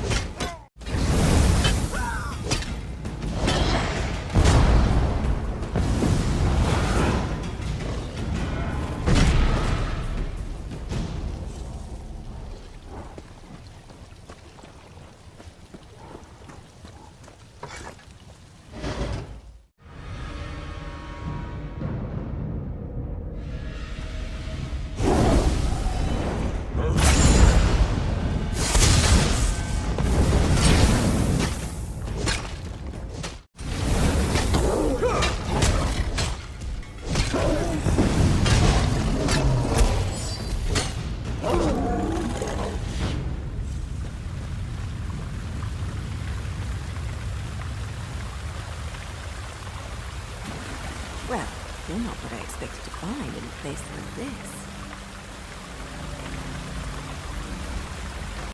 You have a habit of turning up at the most unusual moments, don't you, hero?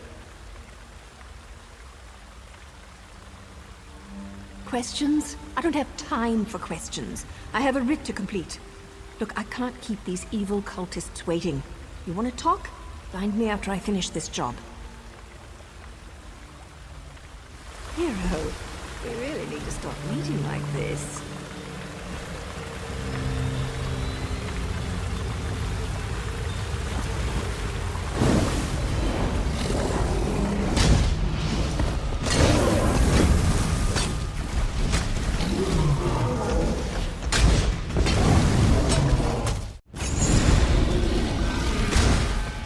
Really, Stag? This only delays the inevitable.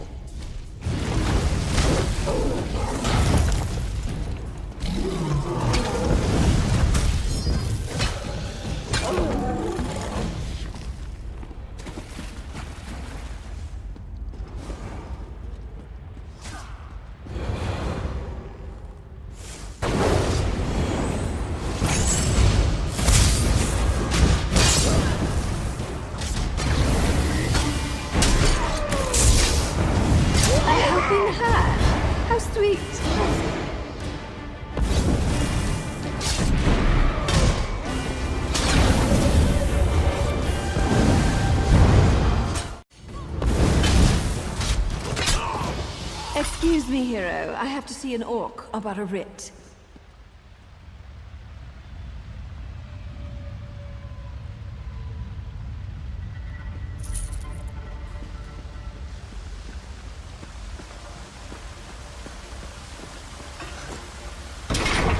Don't kill me. I didn't mean to interfere with House Tolvani's plans. I made a mistake. A mistake? Well, that explains everything. I'll just let the Tolvani know. I'm sure Mage Valen will understand. Oh, that's a relief. I thought for sure you were going to kill me. I am. Ugh, I hate when my leathers get wet. And this is a new outfit, too. Ah, well.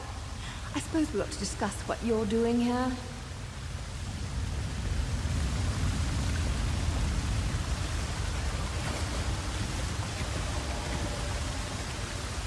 I have to admit, when I saw you, I thought, what the tusk are you doing down here? Pardon my orcish. Did you really follow me across the continent? That shows commitment. Kind of creepy, but still a lot of commitment.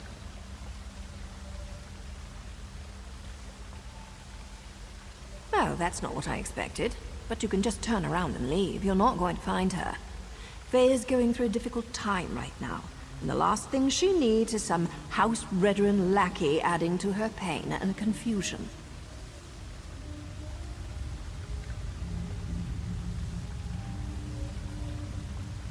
I know you, hero. It's old man Eris I don't trust. He didn't tell you about Vea's brother, did he? How House Redderin exiled their favorite son.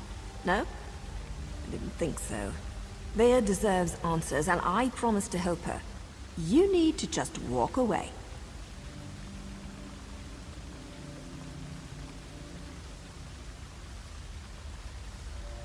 Outsiders? Is her father really that desperate? Look, tell Eris that Vea's safe and you'll see her soon, but no more outsiders.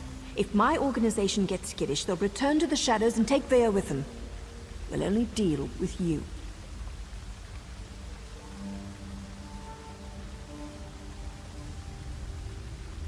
Well, it's not exactly a lie, and I don't want things to get out of hand. I'll arrange a meeting, provided Vea agrees. You let Eris know she's safe. Get him to stop hiring freelancers before someone gets hurt. I'll send word when we're ready.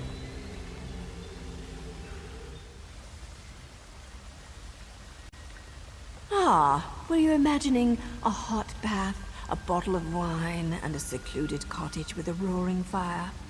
Me too. Instead, we're up to our armpits in the usual muck and mire, just like old times.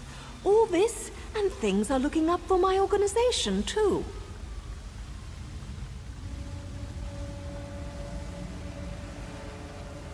That was poetry in motion. Not only is my organization getting choice assignments again, but we're starting to recover some of our prestige. Specifically, these Malakath cultists interfered with House Telvanni, so they had to be dealt with. Oh, him? No one special. Just the leader of this particular band of mad cultists. His name was on the writ, so I had to end him. It's what I do, after all, and I do it so well.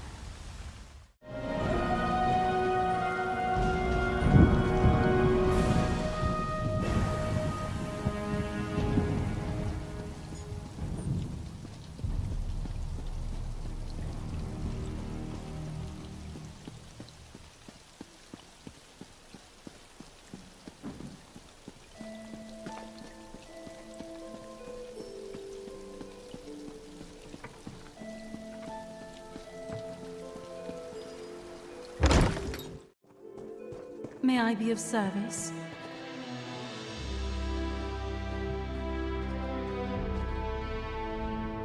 I'm surprised to see you back here, but I'm also relieved.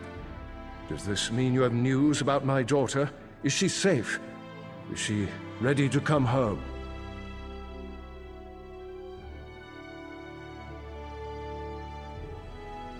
Vea joined that cult of assassins?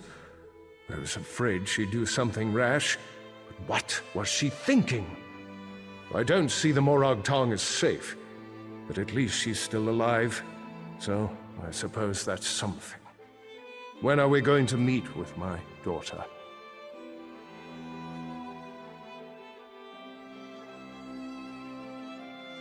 She won't meet with me?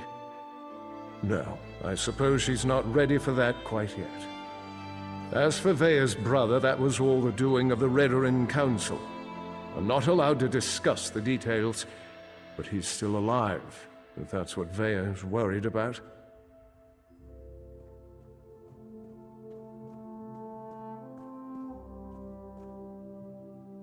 Naryu's back in town? She's as stubborn as Vea. Very well. No other outsiders. Although I can't dismiss the mercenaries that Captain Briven employs. House Redoran is my life, as is Vea. I'll do everything in my power to see her home safely.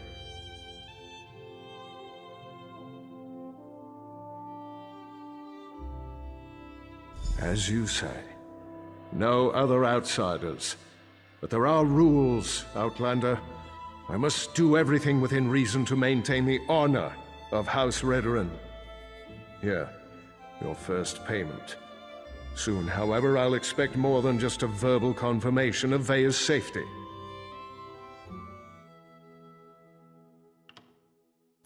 When next you see her, tell my daughter that I want to talk to her.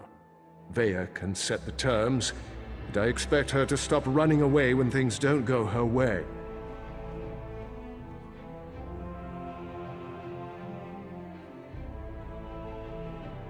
Vea has always felt shackled by the rules of House Redoran, hobbled by the many duties and obligations it presses upon its subjects.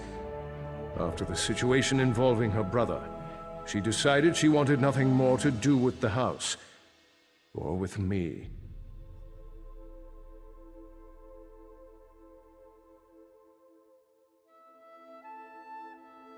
That may be an oversimplification, but I suppose your statement is accurate. I walk a narrow path between House Counselor and loving father. Unfortunately, the former often supersedes the latter. That's why I want to speak to Vea again.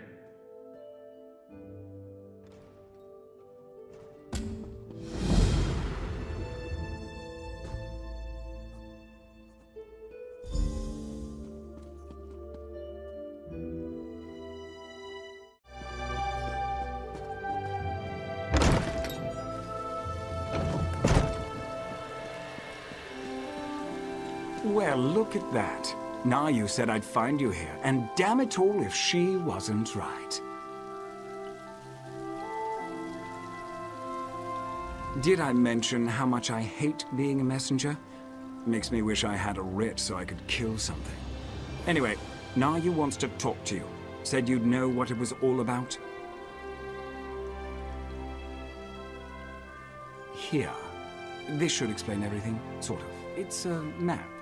We change locations every other day for security reasons, just in case it falls into the hands of House Redoran or someone else with an axe to grind with our organization. Never had to use a map before. Amateurs. This one leads to a key to one of our safe houses, and another map. The first map? It depicts a particular town, kind of like this one. Hint, hint. The rest? Well, you'll have to figure that out on your own. Look, I know you're helping Councillor Eris, but if that map falls into House Redoran hands, I'll probably have to kill you. Nothing personal, mind you. We're already having a bit of trouble with the house, and we'd rather not make matters worse. What are you implying? Can't a person do something nice to help out an ally every now and again? Oh, who am I kidding? I hate playing the messenger. Haven't you ever done something you hate because it was the right thing to do?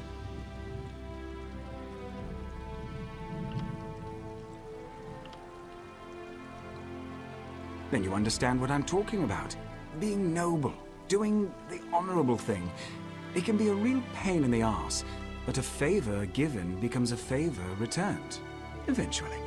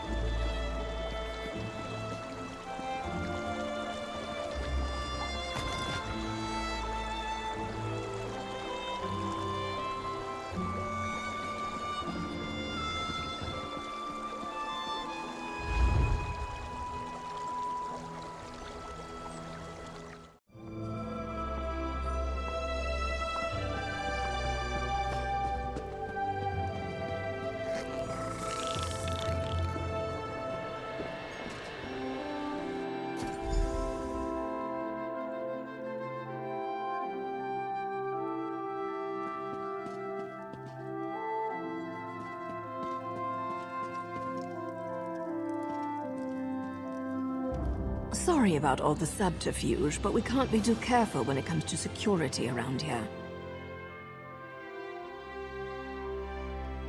Don't be so eager, my darling. It reveals too much about your ultimate intentions. But yes, Vea would very much like to meet with you. You intrigue her, and your connection to her father could prove beneficial once she knows she can trust you. Redoin records. House officials keep track of everything. Incidents, commendations, births and deaths. Whether important or mundane, they detail it all in their registry. Vea believes the registry contains information about her brother Ulron.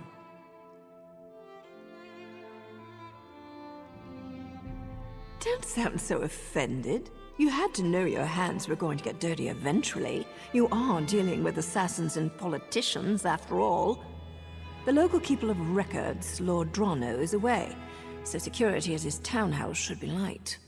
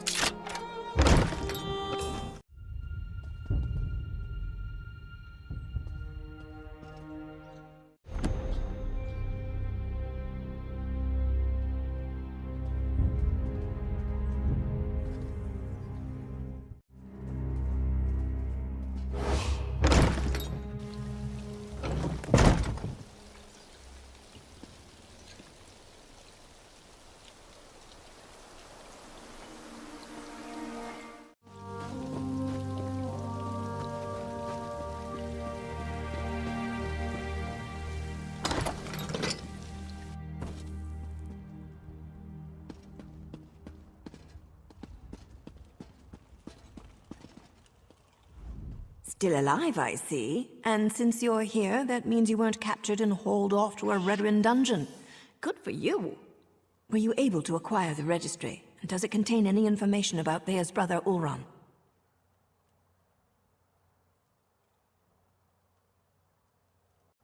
I can see that. There has to be more to the story, but I'm not sure how we get it. Still, you proved you could be trusted, and you admirably performed this task. So I suppose I should let you meet with Vea now. There's an abandoned cave along the coast. It's in the swamp and smells like rot, which makes it the perfect place to hide. Vea's supposed to wait inside, but she's bored. I know she's been sneaking out. You'll find her in the cave or just outside. Get to the swamp and find Vea. She's eager for any information about her brother, so she's really going to appreciate getting that registry. Just try not to be too charming when you meet her hero. She has enough distractions as it is. Vea would face too many temptations here in Balmora. Friends, favorite places, familiar sights and sounds. Not to mention the proximity to all things House Redrun. Even the most thick-headed house guard would eventually stumble over her.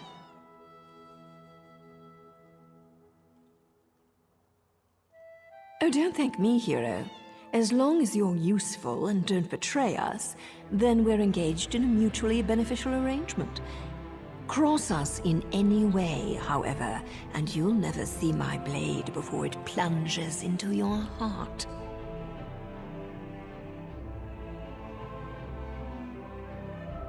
Well enough. Ulran and Vea used to sneak out to watch me train. I have a way with blades that fascinated them to no end. Eventually, our fondness developed between the three of us. And to think, I never even had a nick sound growing up.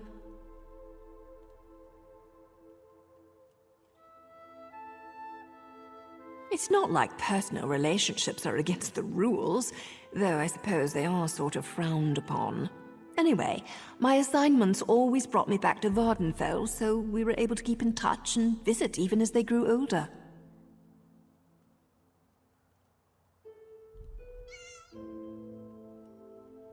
Anything's possible, but the Ulran I know holds honor above all else. I can't believe he'd do something so dishonorable that the house leaders would demand his exile. We need to find out more about what happened.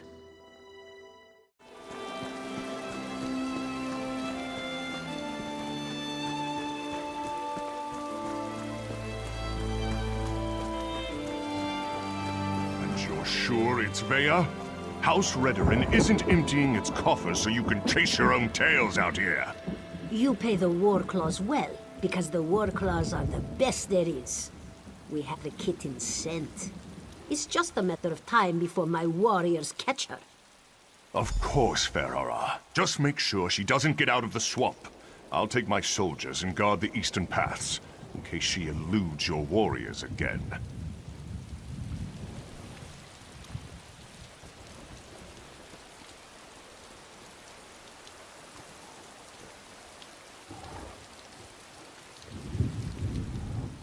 Ah, the Councillor's lackey. I understand you've made significant progress in your search for Vea. As a matter of fact, so have we. This whole ordeal will be over soon, and then you can be on your way, Outlander. My mercenaries have spotted Vea skulking about the northern portion of the swamp. Between my soldiers and Ferhara's war claws, the Councillor's daughter will soon be home safe and sound.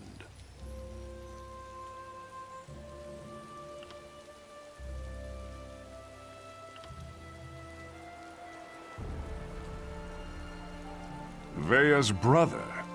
It's a sad story. Killed one of his own soldiers to protect an Ashlander of all things. I think they were being too lenient when they simply exiled him. But that's how they treat the privileged few.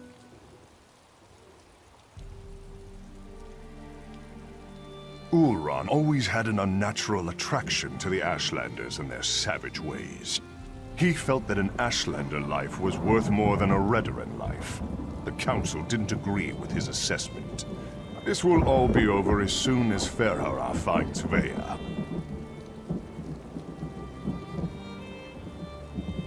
Khajiit mercenaries of the highest order.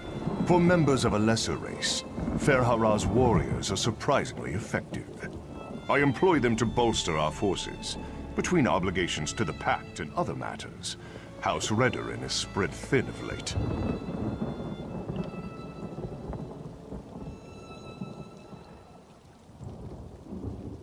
As you say, Ferhara's war claws take their contract as seriously as you do, however. Get in their way, and I can't guarantee your safety. Ferhara assumes the Councillor's minions will not present a problem for the war claws. Yes, Captain? The Outlanders have been warned, Ferhara. I leave everything else to your discretion.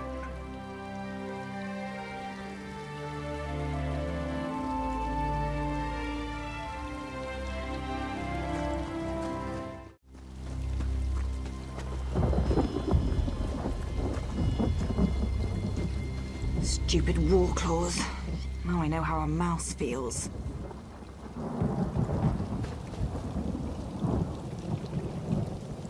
By the three! You really shouldn't sneak up on a person like that. If you're working with those mercenaries, I assure you, you won't take me without a fight.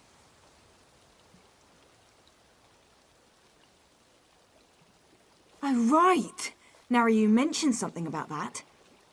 Look, I can't wait to hear what you learned, but the swamp is crawling with mercenaries. There's a cave to the northeast. We can talk there. Unfortunately, there's a mob of those beast people between here and the cave. I was going to try and sneak past them, but every time I get too close, I think one of them catches my scent.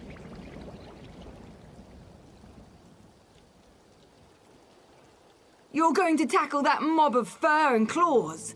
I'm impressed. Meet me at the cave when you're finished. I think we have a lot to talk about. Oh, and try not to get killed. I really want to know what you came all this way to tell me. Meet me in the cave to the north when you finish with the mercenaries.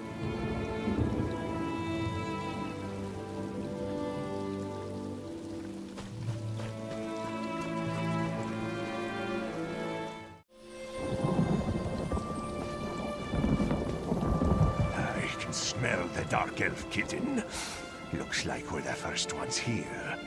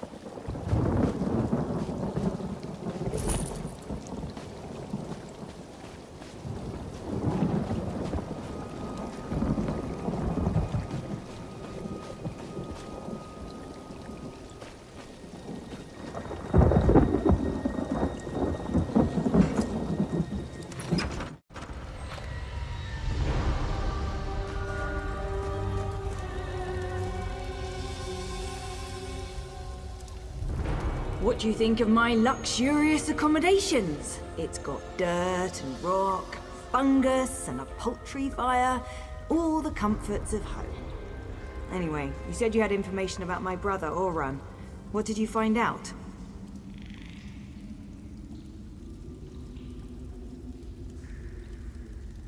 No, that can't be right.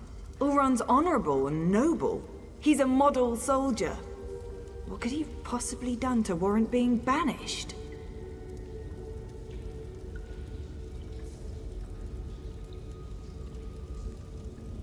What? My brother has always been interested in the Ashlanders. Even showed them a kindness the rest of the house doesn't approve of. But for him to kill someone, especially one of his own soldiers, something terrible must have happened.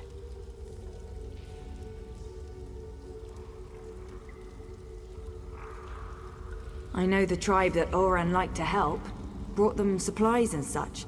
He'd go and visit their camp whenever our father wasn't paying attention. Will you go with me to talk to them? Wait, someone's coming. She can handle herself just fine, hero. Vea, grab your things. It's time to go. Go? Why? What's going on? The Warclaws are marching toward this cave along with half the House Redrin soldiers in Balmora. We need to go now. Damn it! They must have followed us. I'll get my stuff.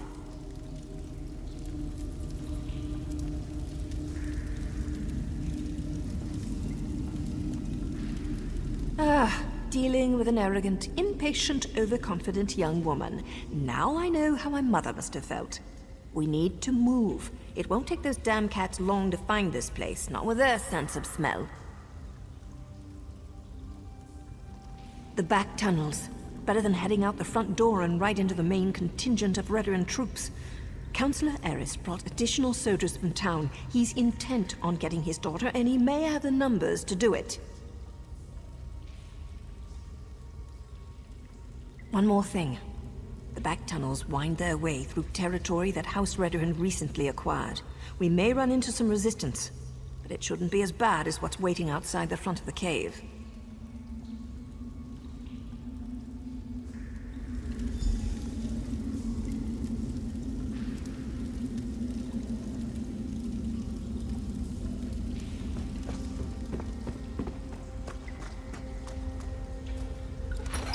Does the ceiling look unstable to you?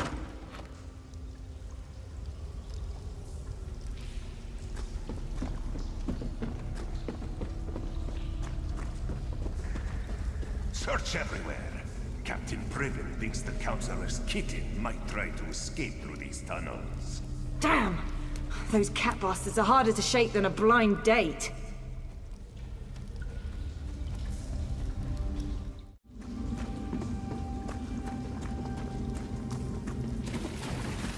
I can't get captured and taken back to my father.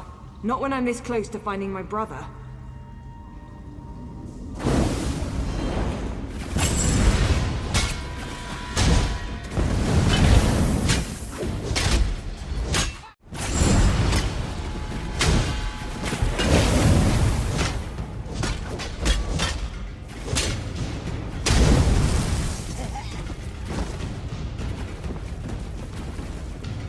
That must be the way out. I just hope there aren't any Redderans up there.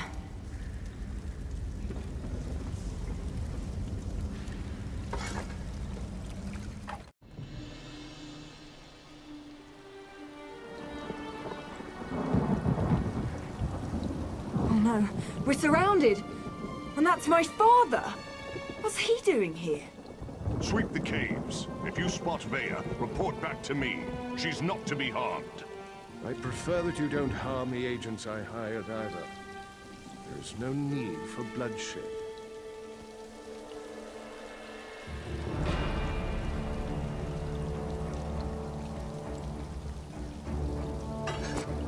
Father ruins everything. I'm so close to finding my brother and he shows up to drag me back home. Well, I'm not going back without a fight. You do that for me? Thanks, I guess. But what can you possibly do against all those soldiers? My father brought the whole damn army with him this time.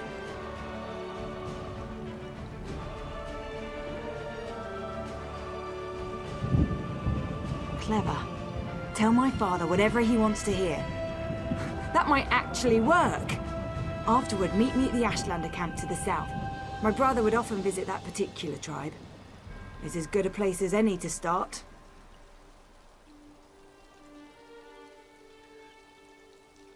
Once I find Ulran and make sure he's all right, I'll meet with my father. But that meeting will be on my terms, not his.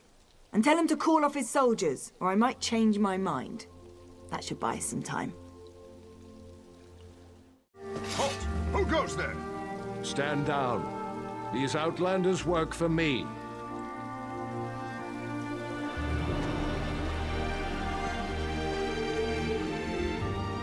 The captain reported that he had seen you in the area. There are also multiple reports that Vea has been spotted. Tell me, have you seen my daughter? I won't sleep well until she's home, safe and sound.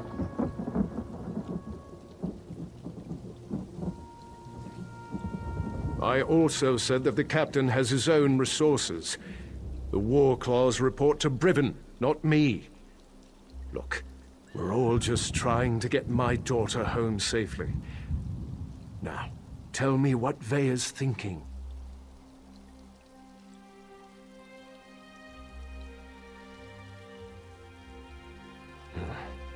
It was a gamble, I admit.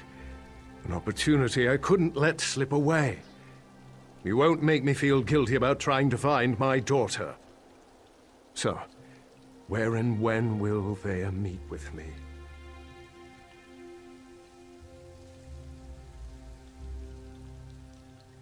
Very well. We'll do this her way. Vea can be as stubborn as her mother sometimes. But tell my daughter that my patience won't last forever. Next time, I expect Vea to be with you. Or I might just let Captain Briven do this his way. Do as I command, and let them pass.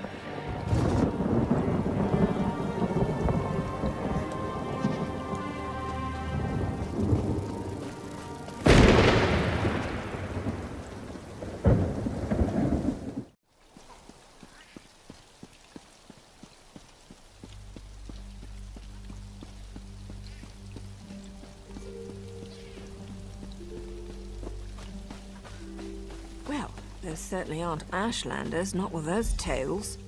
This is disturbing.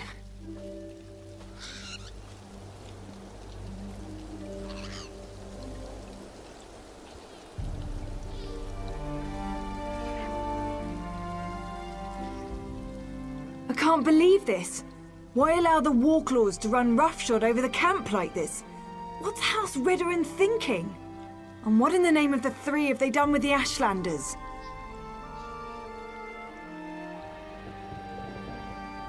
My brother often visited this camp. Took me along a couple of times. It used to be such a vibrant place, so full of life.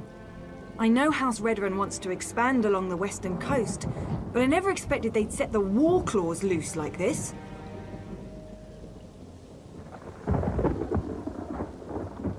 If Olran was here, he'd never stand for the Warclaws invading the camp. He told me the Ashlanders were the same as you and I.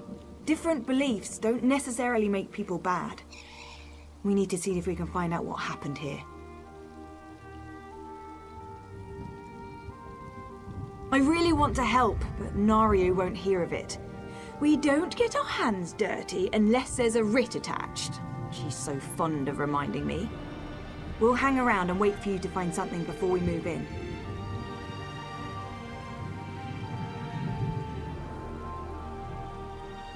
Vea, I don't think this is a good idea.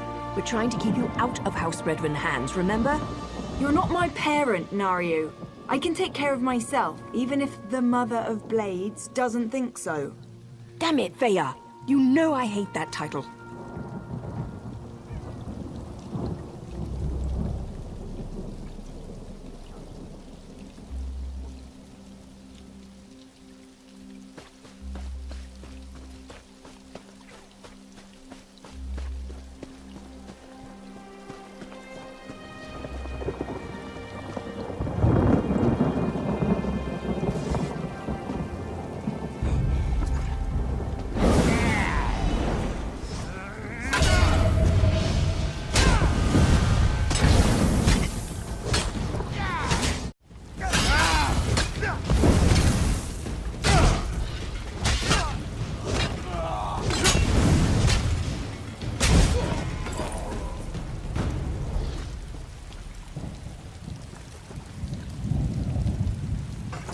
If I can smell you, Outlander, then you can be certain the Warclaws have picked up your scent. Leave now, and maybe you'll escape with a little flesh still clinging to your bones.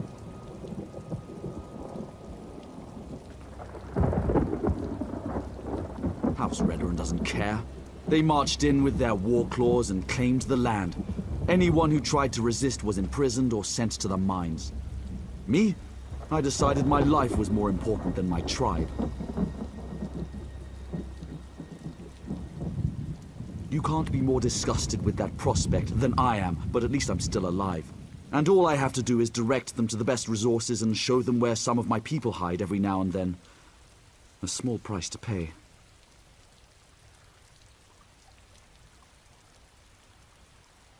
Ulran?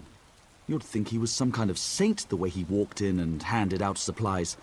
He came back after his house threw him out. Never said why they exiled him. The wise woman might know where to find him. They have her in one of the yurts.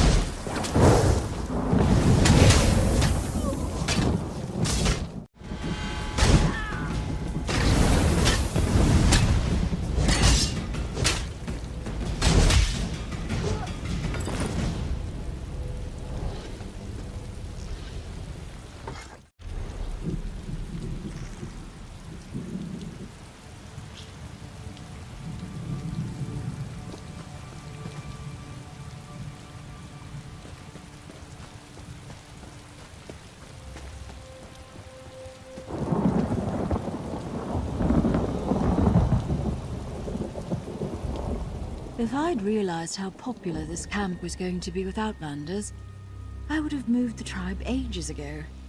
You don't appear to be one of the heretical invaders, but looks can be deceiving. What do you seek, stranger? Ah, Ulran the Exile. He disgraced his family and lost his status, but remained true to his heart. Ulran is here. He tried to stand against the Redorans, just as they detained me within this yurt. I assume they dragged him off to the mine, along with most of the tribe who refused to let those tribunal dogs walk all over us. Or should I say tribunal cats in this instance? Be wary. The mine will be as protected as the camp, maybe even more so. It's a small hole in the ground, but it served us well until the Redorans and their war claws arrived. Now they toss my people aside and lock the door. Warclaw Irgazar carries the key, but there is a spare in the supply yurt. Get the key to the mine from either the Warclaw's commander or the supply yurt, whichever suits your needs. Perhaps you'll find what you seek within Kudanot's depths.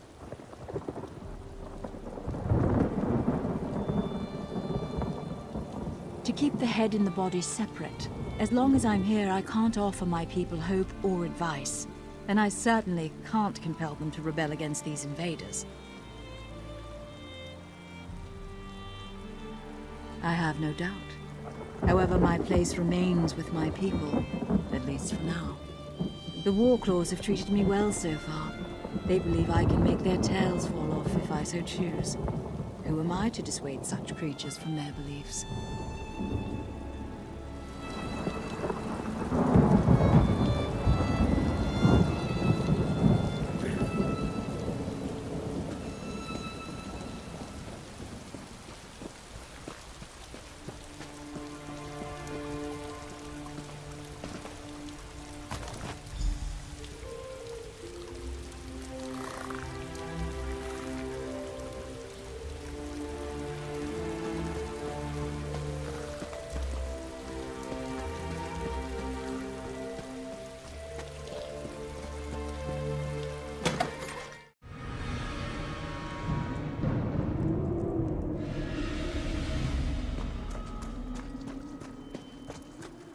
We're just going to burn them? Even the Reverend? The captain called them traitors and savages. Said the good roasting was more than they deserved.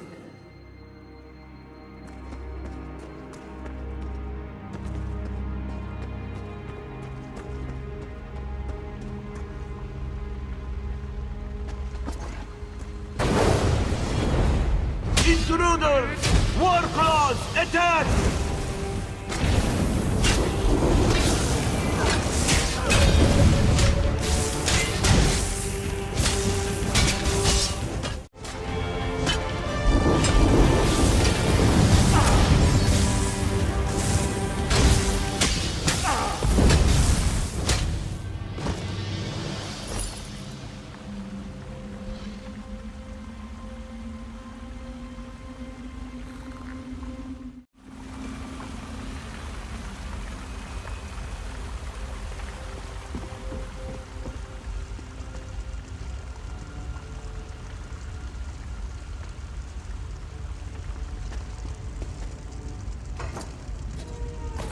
Down here! Come on! Wait. What's that smell? Veya, stay back. You don't need to see this. What happened here? Oh gods! They murdered these poor Ashlanders! Oh no! Oran! Oran! Wake up, please! You can't be dead! You just can't!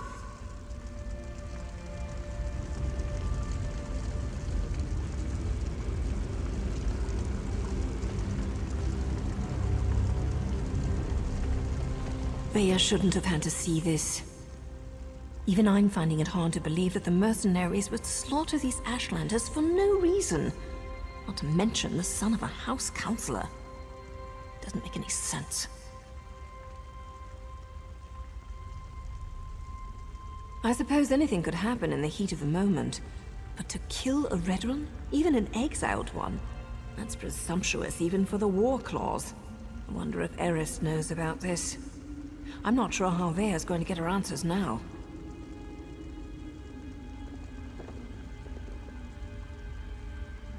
I've seen these before. They use them in Eastmarch to record and send important messages. They're expensive and as rare as a sober Nord, but Auron was always attracted to the contrivances of other cultures. Shall we see what it has to say?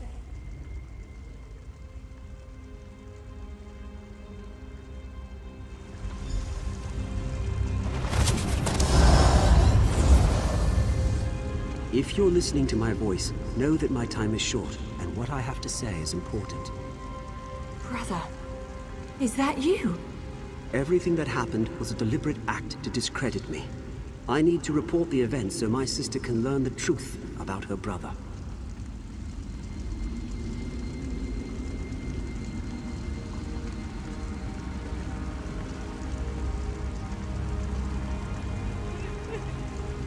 You have to understand, I don't share my house's hatred and distrust of Ashlanders. So, during my normal patrol, when I heard that Ashlanders had come to Balmora and were causing trouble, I was dubious to say the least. I arrived to find one of my soldiers arguing with the Ashlanders. He spat at them, called them savages. When one of the Ashlanders objected, my soldier drew his sword. Before I could intervene, my soldier's blade struck him down.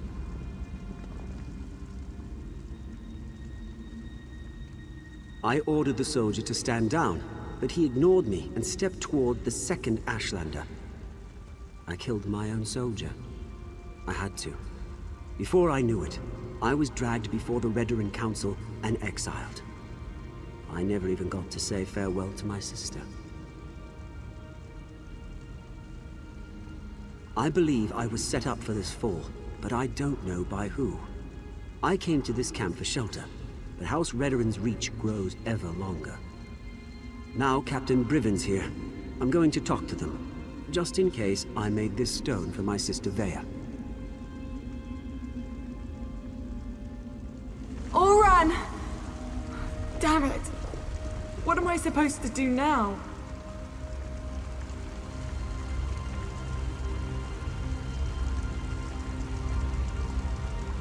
Auron's not supposed to be dead. That wasn't the way this was supposed to end. What am I gonna do now? Damn Auron for leaving me that damn message! And damn him for dying on me! Gods, I miss my brother. I still don't understand. Auron said someone set him up to fall. Who would do such a thing? And why would they do it? Auron never wanted to hurt anyone. So that's why they exiled him? That's why they killed him? He was too damn good? That's the problem? We've got to find out who did all this. They won't get away with this. I won't allow it.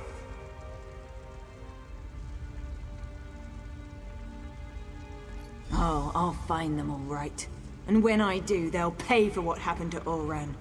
I swear by Mafala's sacred web and the first blood my blade ever tasted, I'm going to avenge my brother.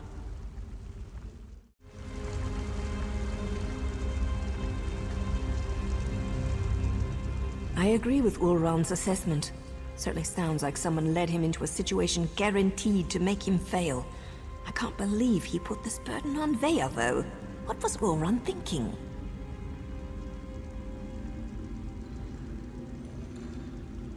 I didn't say that.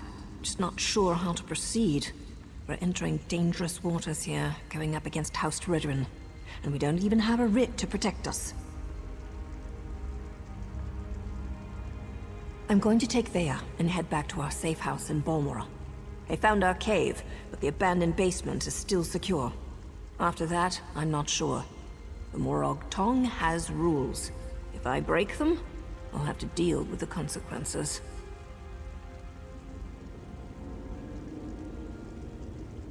We can't just kill with wild abandon. We follow a code. We only execute those whose names appear on sanctioned writs. If we kill respectable citizens without a writ, that's just murder. So, without proof and a proper writ, my hands are tied.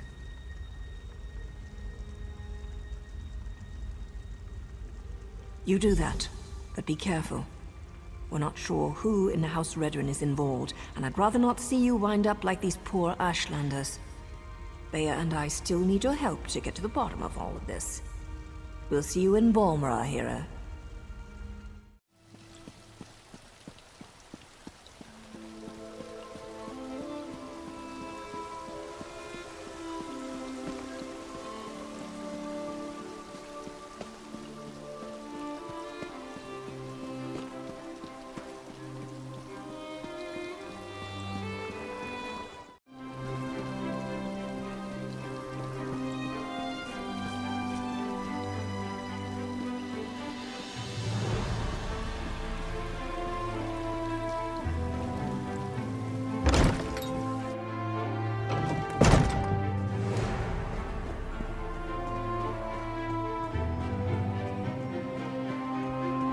Customers are always welcome.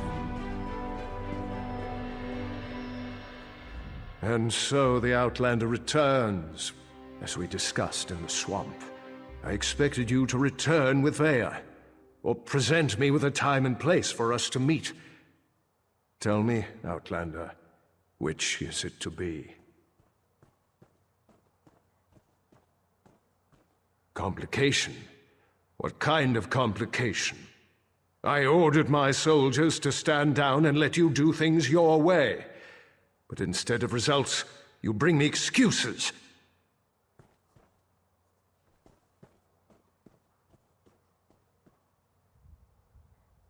No, that's not possible. My son was banished, ordered to leave Vardenfell and never return. Why would he disobey me and go to those savages?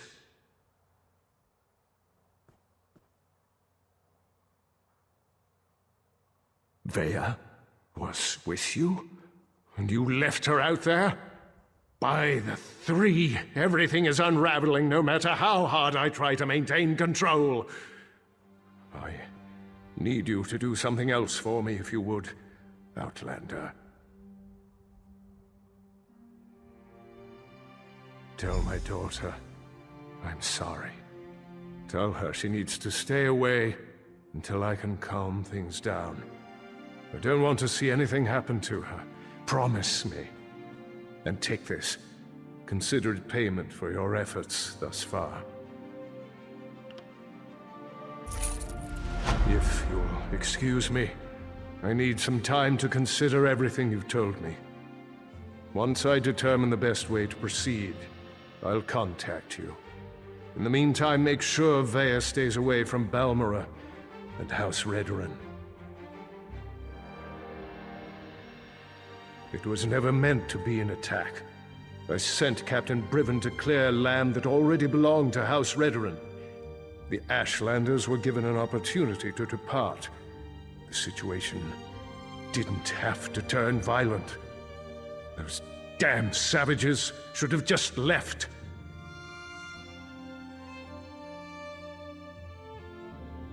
House Redrin has been slowly expanding in that direction for years.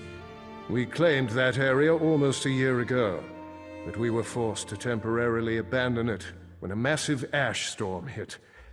Before we could return, the Ashlanders moved in.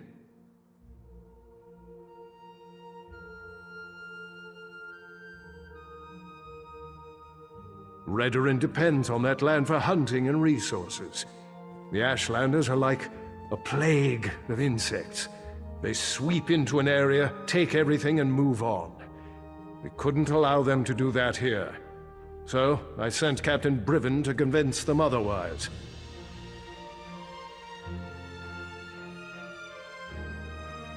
The captain serves House Redrin with honor and dedication. He's out doing his job. If Briven had anything to do with my son's death, he would have reported it to me. He'd have no reason to keep such news from me and the other counselors.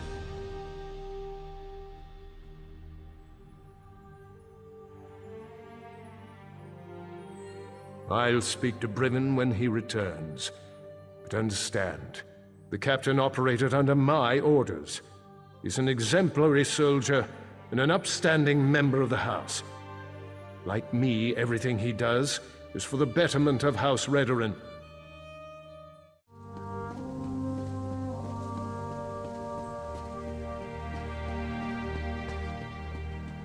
Outlander, over here! Now you told me what you found in the Ashlander mine. I can't imagine what Veya must be going through right now, but she shouldn't be alone. That's why I came looking for you. Nayu has responsibilities to tend to. Morag Tong responsibilities. Understand? She left me to keep Veya company, but I'm not very good at spouting words of comfort and solace. Unless I can kill something, I'm very good at that. You do understand. And now you implied you're as dense as the ash storms coming off Red Mountain. Good to know even the Mother of Blades can be wrong. Veya's upset, and not just about her brother. She wanted to go with Nayu. One other thing. Nayu's job concerns House Redoran. That's why she didn't want Veya to accompany her on this one. Veya's grief-stricken, angry, and ready to lash out at anyone and anything, so keep your head low and try not to upset her.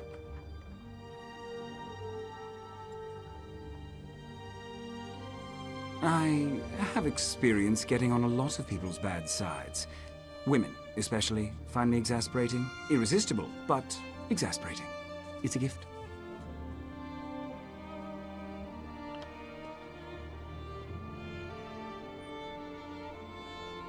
Carefully, and with your hands empty and clearly visible.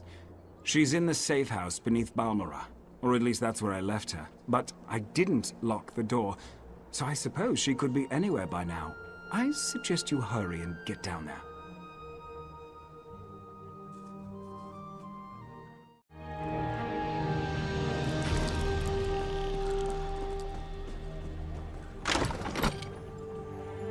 Get out of here, Ashur. I don't need a nursemaid, no matter what Naru might think.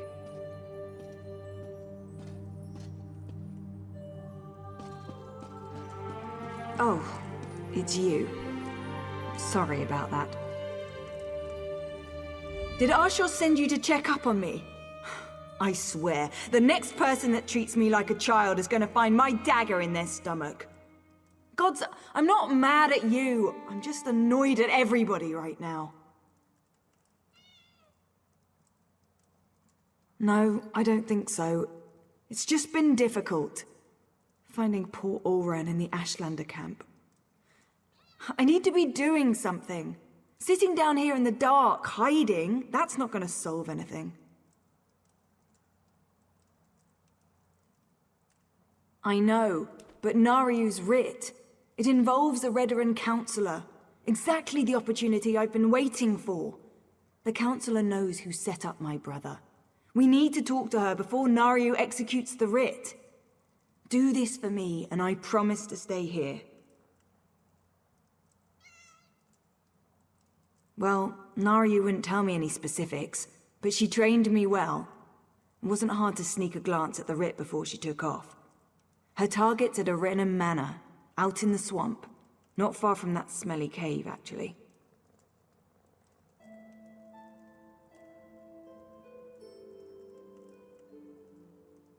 I appreciate you agreeing to see what you can learn at Arenum Manor.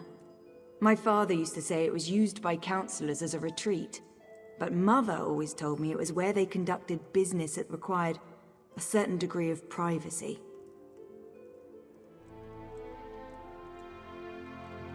That's all I've been doing, thinking. And I think Ulran was right. I think someone wanted him out of the way, and they orchestrated the event with the Ashlanders to do it. Someone played my brother for a fool, and it cost him his life.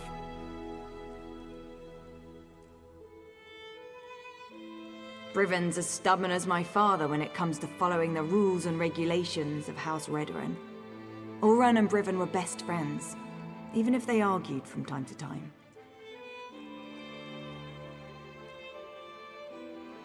Politics, foreign relations, the Ashlanders. You name an issue, and Olran and Briven were probably on opposite sides of the argument. It got to the point where I had to ignore both of them or they'd drive me insane. You did? How did he take it? I mean, he didn't know that my brother was dead.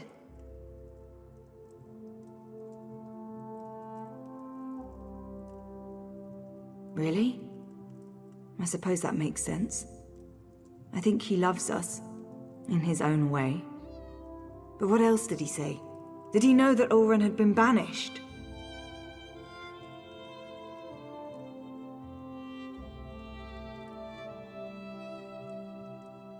He didn't expect... My father doesn't know his children as well as he thinks. Either of them. That's why I had to get away. Join the Morag Tongue. At least Naryu understands me. Mostly.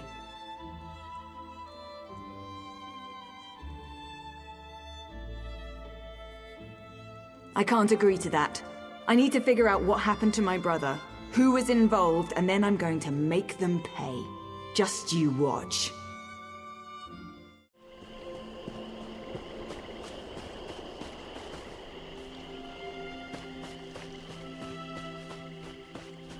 I expected you hours ago, hero. It's not polite to keep an assassin waiting.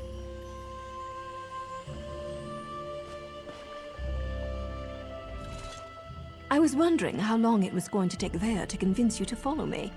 But she thought I didn't notice when she glanced at my writ, didn't she? Where is my overly curious apprentice, by the way?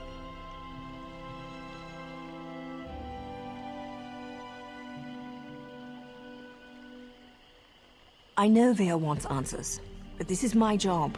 There are rules, especially where the lords of the great houses are concerned. There might be a way to deal with this, though, provided you're willing to help. First, don't kill any Redrons. That's a violation of my writ and could have serious consequences for both of us. Second, you sneak around and search for anything that pertains to Olran's exile, while I figure out how to deal with the Counselor. We need to be invisible. These things work best when no one but the target knows we're there. If you get spotted, you're on your own. I even cough on anyone without a writ, and the Morag Tongue will have my head.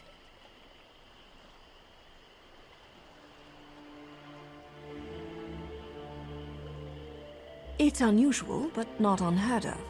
True, most writs taken out against the houses target low to mid-ranking officials. The Grand Master is cautious when it comes to accepting such a high-profile writ. Apparently, though, this target has been very bad. Councillor Dovera has been conspiring with House Drez to promote the slave trade and avoid scrutiny by Redrin and Pact officials. She played a dangerous but profitable game, and her coffers were overflowing, until someone noticed. I'm not privy to the laborious investigations that took place. In cases like these, though, the target usually becomes complacent and lets her guard down. She made a mess. Now I get to clean it up, for the good of Dunmer society.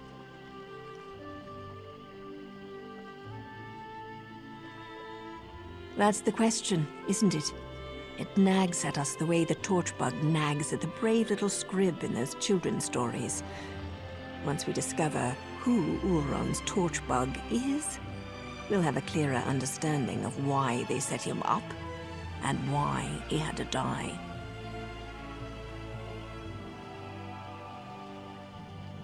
I'm not saying that. Accidents happen. But they certainly made sure Ulron was in the wrong place at the wrong time, both in Bolmora and again in the Ashlander camp. In addition to whatever you can find here, you should also talk to Captain Briven.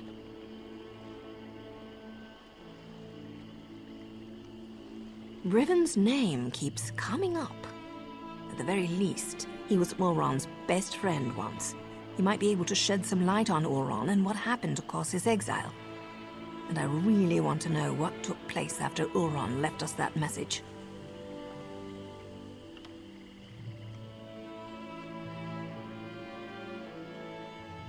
Bea's my apprentice, and I'll decide when she's ready to take on a mission. She's been through a lot, and her actions reflect on me and my status in the Morag Tong. She may not appreciate it right now, but I'm trying to keep the both of us on track.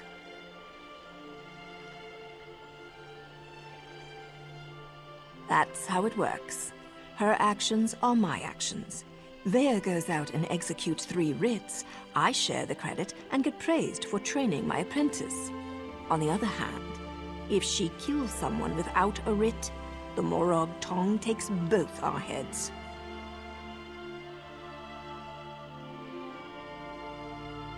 There have to be. My order came this close to being eliminated. It's only recently that we've started to make a comeback, and only in Dunmer territory. If we can't control the actions of our members, we'll be hunted down and destroyed for sure.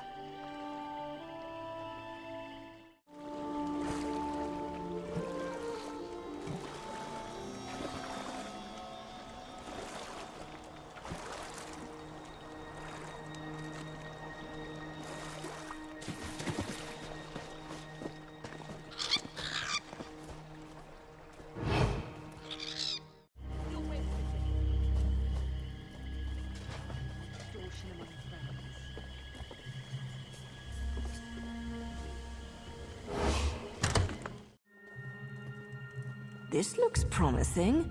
Might even lead to the wine cellars. I could use a good bottle of wine.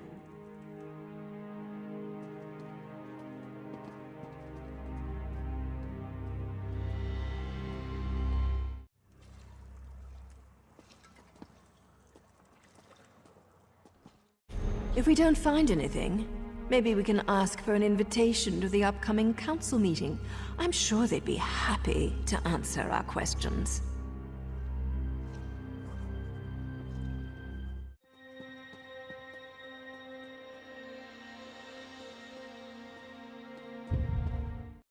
So House Redoran issued an advisory against the Morag Tong?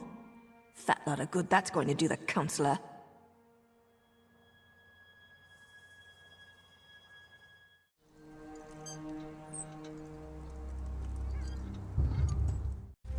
Damn the luck. I was hoping for a quick stab and go, but it seems the councillor might actually know something about Ulron.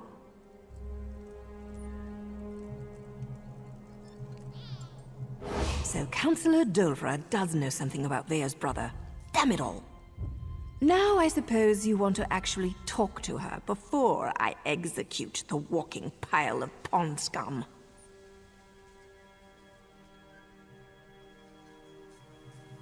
Of course we do.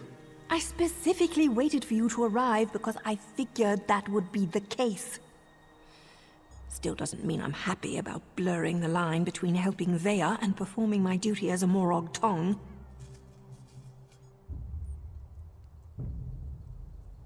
We discovered that the next meeting of the High Council will take place at the consulate outside Balmra.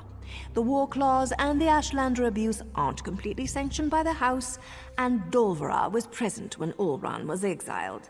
Not a bad haul. That means we have to get Dolvra to spill her guts before I spill her guts. Just keep your wits about you, hero. Dolvra wields her feminine charms the way I wield my daggers. Don't let her seduce you into doing something stupid before I end her.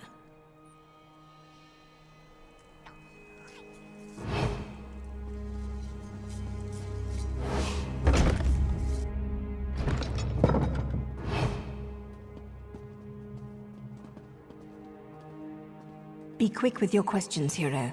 When I slip in, so do my daggers.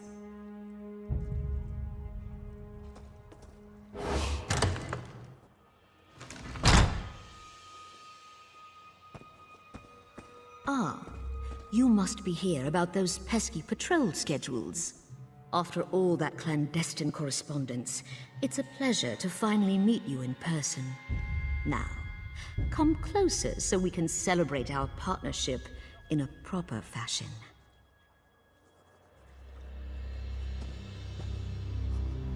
Well, look at you. I'm impressed. The last person House Drez sent over was so much more scruffy. I have a meeting with House Halalu shortly, but I think I can spare a few more moments for you to seal our partnership, you understand.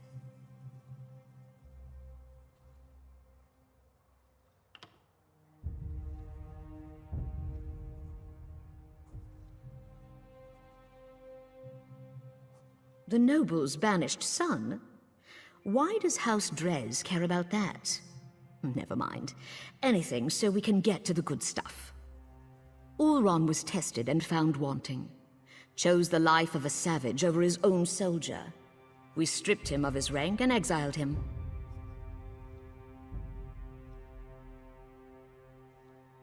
Ulron's dead? I hadn't heard. As to who was behind the test of Ulron's loyalty, what does that matter? He failed and paid the price for his poor choices. What does all this have to do with our arrangement?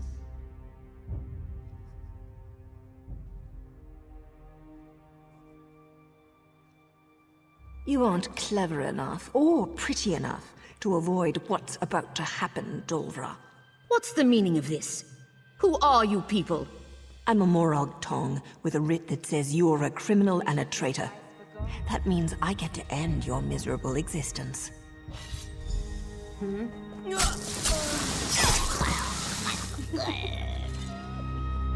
Take another look around, hero, and see if you can find anything else related to Ulron.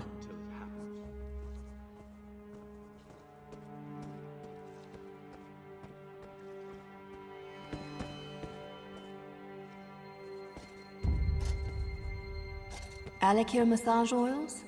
Fancy. But that has nothing to do with Ulron.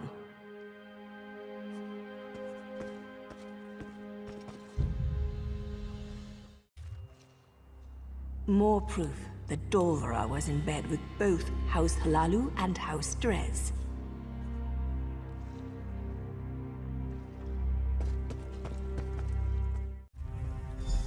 That's Captain Briven's seal.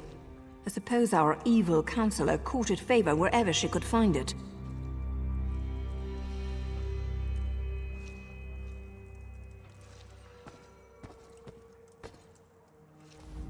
The good Captain Briven appears to be more involved in Ulron's fate than I had imagined.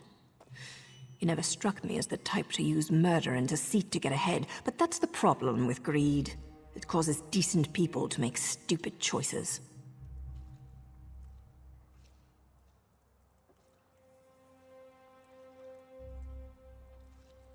Or he's trying to hide something. The letter mentioned an intact squad sent to scout the old fort. You need to get out there and see what those soldiers know before Briven gives them new orders and they disappear.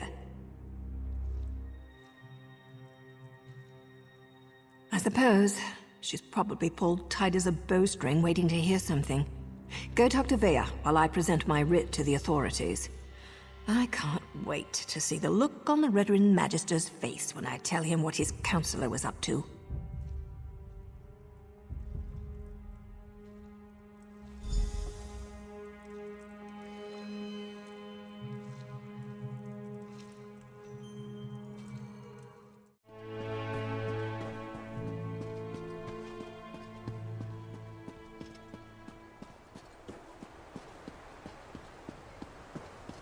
Even if you hadn't destroyed those shipments, I'm sure the Tribunal would have stopped the plague before it reached Mournhold.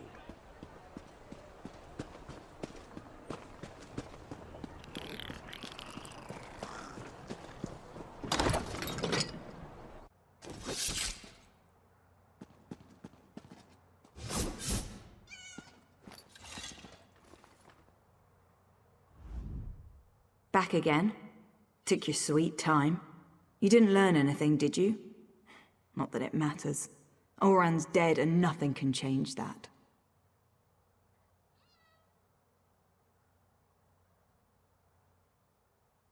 What good is that going to do? They won't speak to us. House before family and all that. Believe me, I'm more than familiar with Redoran honor. Still, I suppose I know a few ways to get people to talk.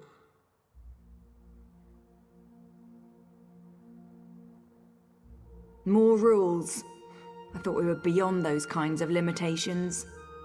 Look, I need to figure out who's responsible for Oren's death. House councillors, Redoran soldiers, Ashlanders, whoever it is, they need to pay.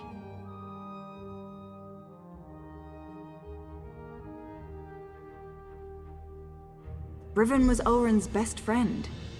Would he really betray my brother? Regardless, I want you to have this. You could have handed me to my father and you didn't.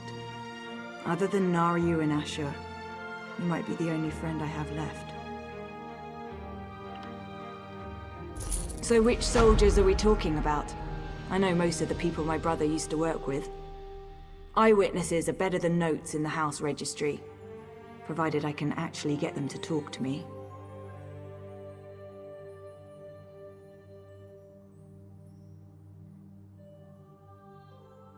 There's no time to waste.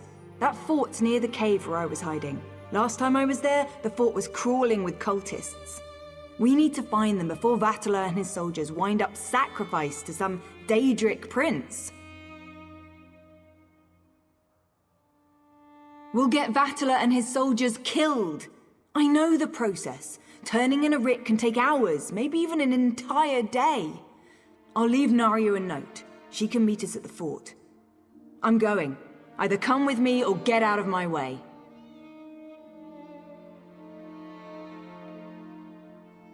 Let me gather my gear and write a note for Naryu. I'll meet you near the Hlormaran stronghold.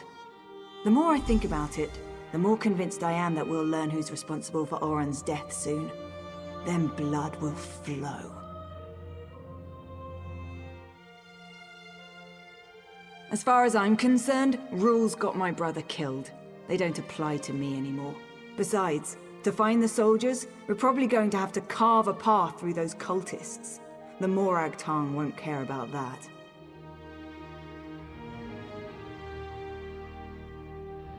That's what the handbook says. Look, I know what Naryu's done for me. To keep me safe, I appreciate that. But this is about what they did to my brother. Nothing else matters. Not Naryu, not you. And certainly not me.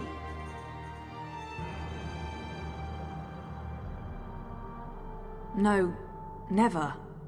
You and Naryu aren't my enemies. I just need to get justice for Ulran. Otherwise his death will be the first of many. We have to be able to resist laws that make no sense or get people hurt, without being afraid of getting exiled.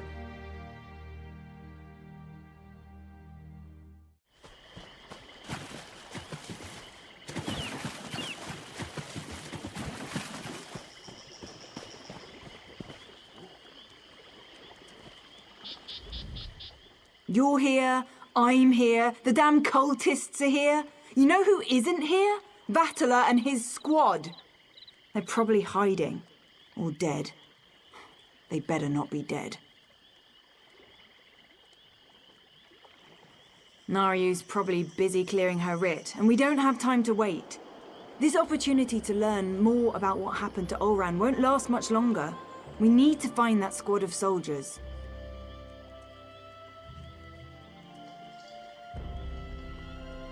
Fine. You wait for Naryu. I'm going to go and find those soldiers.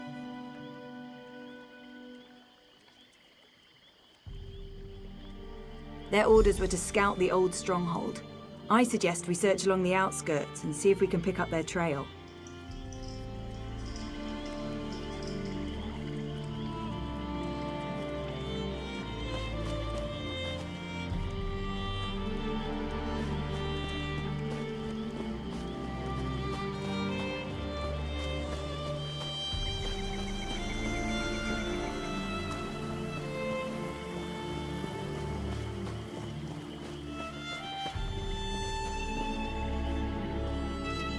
A bedroll, still wrapped and ready to use. Standard issue for a Redoran soldier.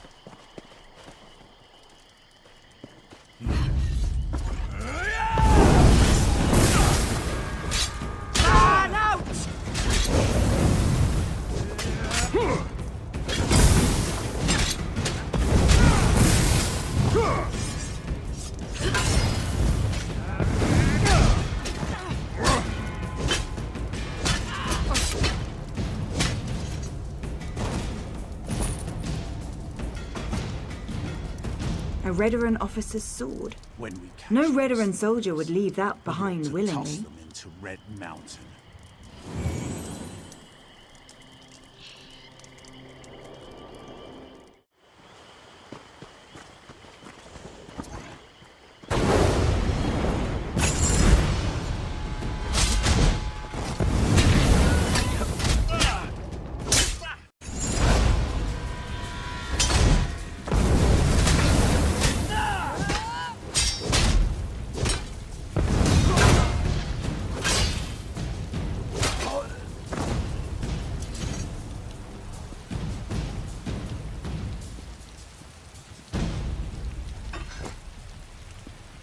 Corporal Darvel.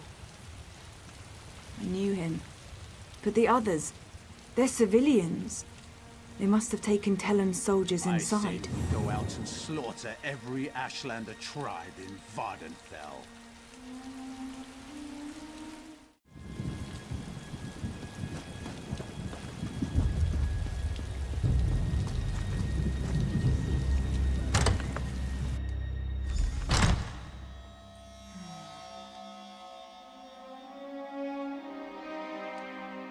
Let's find the soldiers and get out of here before these stupid cultists realize what's happening.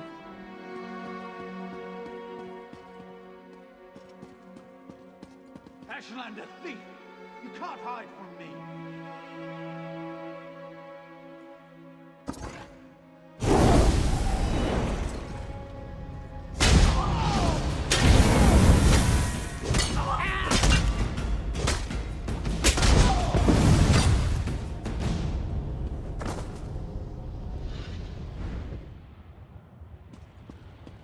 Who's that?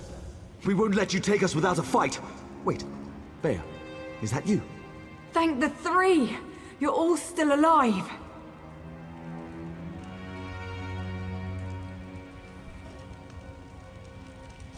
I'm not sure what you and Vea are doing here, but let us out. Then we can return Vea to her father. Councillor Eris has been terribly worried since she disappeared.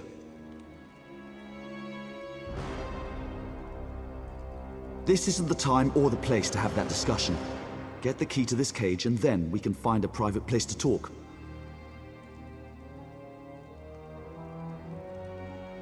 One of the cultists carries the key. I don't think he's too far away. We hear him patrolling around every so often. Free us, and I'll tell you whatever you want to know. You have my word as a Redoran and as an officer. You find the key. Me and Vatala. We're going to have a little chat while we're waiting. Vea, I'm just trying to protect you. From what? The truth? Oh, please. I want to know who did this to my brother.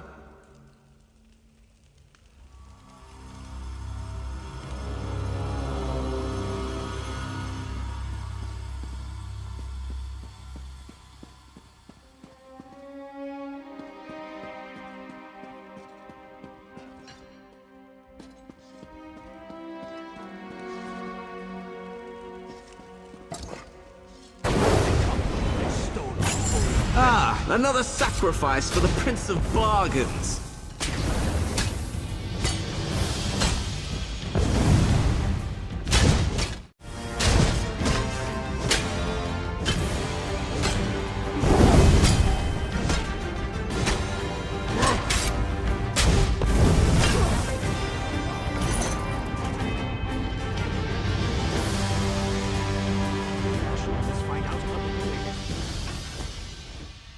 Vea, wait! You can't leave us like this!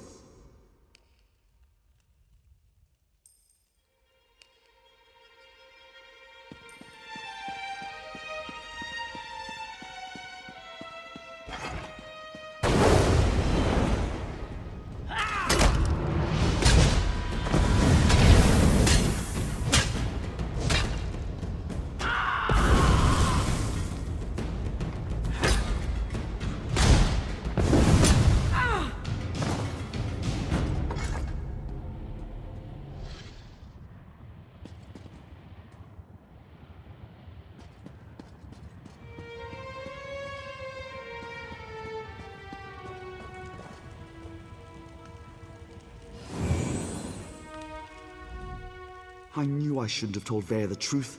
I just made everything worse. Please let us out of here. We have to stop Vea before she does something she'll regret. I told her what she wanted to hear. I was with Captain Ulran the day everything happened. I was commanded to lure the Ashlanders to town and set up a situation for Ulran to deal with. My orders were to invite the Ashlanders to Balmora to trade, send some local toughs to instigate a commotion, and then get Ulran to investigate. It was just supposed to be a loyalty test. Who expected Ulran to kill his own soldier to save a savage?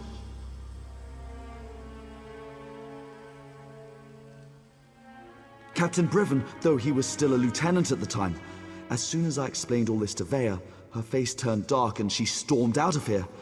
I think she's going to Balmora to kill him. You need to let me out so I can warn the captain.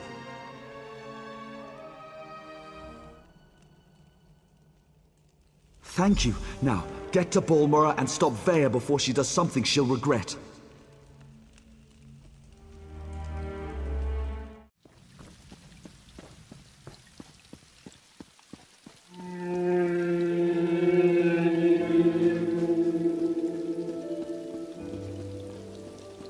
Get your ass over here, hero. We've got a situation and it's not good. I leave you and Vea alone for a couple of hours and everything goes to oblivion in an ore cart. Why did Vea leave the safe house? And why is House Redren tearing the city apart to find her?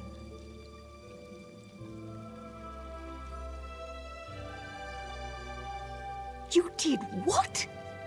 I suppose you thought that was a good idea? Well, the damage is done. At least tell me you found something to make this debacle a little more palatable.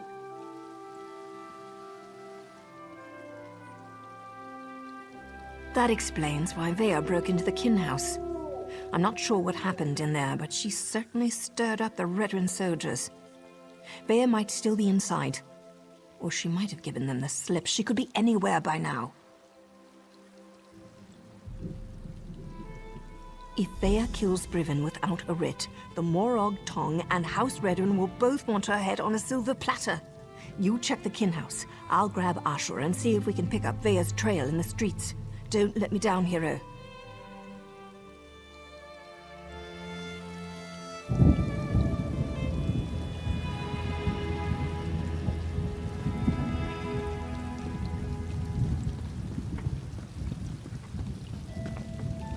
Scour the streets, search the buildings. Vea Releth does not leave this city.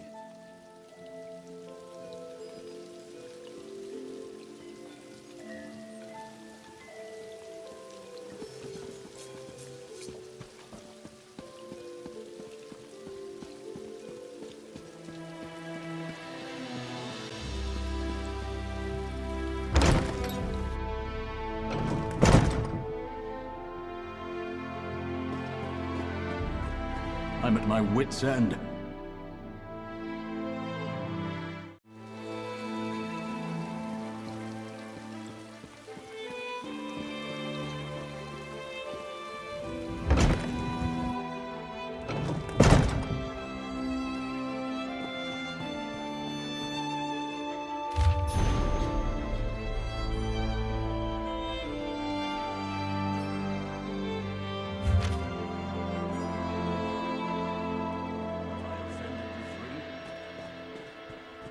What's the meaning of this? Where are the soldiers?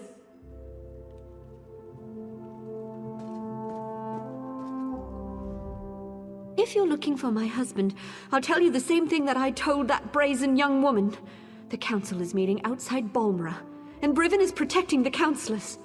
Now, if you don't mind, I've had more than enough excitement for one day.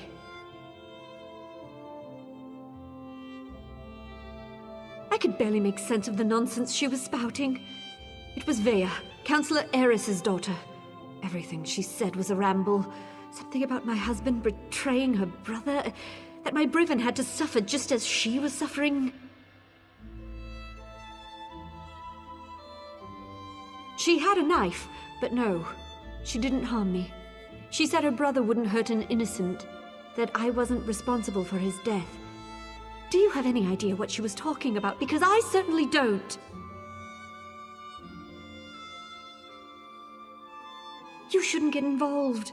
That young woman will hasten her own death if she thinks she can get past my husband and his soldiers. But if you insist, the meeting is taking place at the garrison north of Balmora.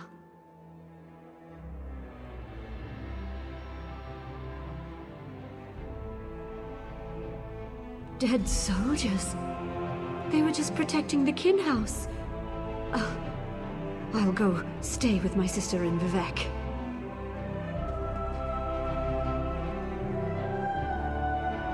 Brivin is the finest soldier I know. He'll set Vea straight. I'm sure of it.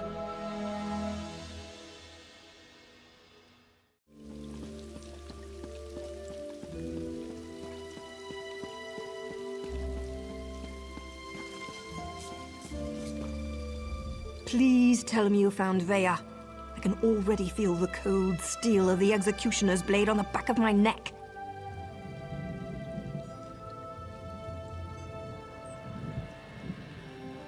Is Vea trying to get herself killed? You can't just barge into a Redrun garrison and ask the soldiers to stand aside while you murder their captain. We have to get to her before she gets to Brivin.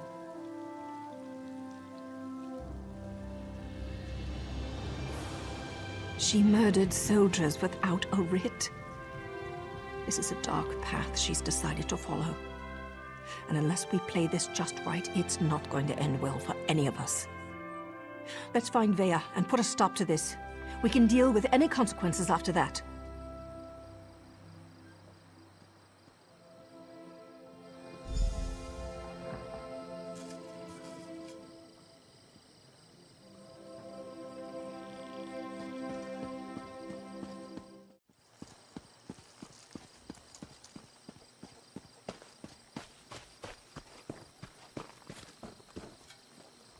I don't like the looks of this. Brivin is using war claws to patrol the garrison instead of Redrun soldiers. Either House forces are stretched thinner than I thought, or Brivin wants to justify the use of mercenaries to the Council.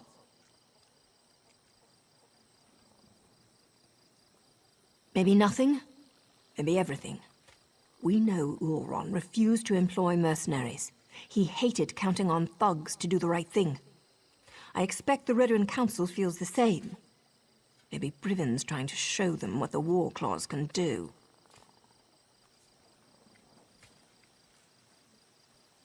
The war claws may be a blessing in disguise. I can explain killing these bastards a lot easier than trying to wipe Redrun blood off my hands. Let's go stop Vea. I'm ready when you are, hero. There's no stealthy way to approach this. The front door's our only option. Then we track down Brivin, find Vea, bonk her on the head, and get her out of here before she does something I can't fix. Easy as gore apple pie.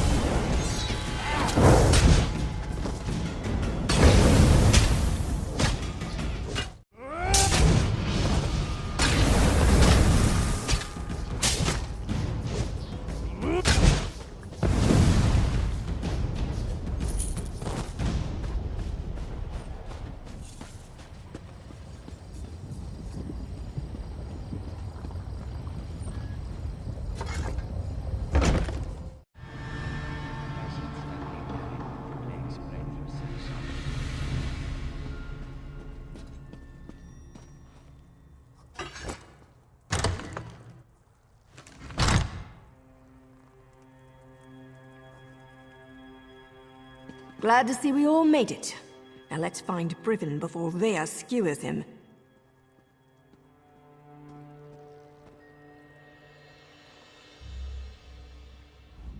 Like many Redrun structures, this place is huge and designed to serve a multitude of purposes. We're going to need to split up to cover it all. We must find Brivin and keep him alive until I can talk some sense into my damn apprentice.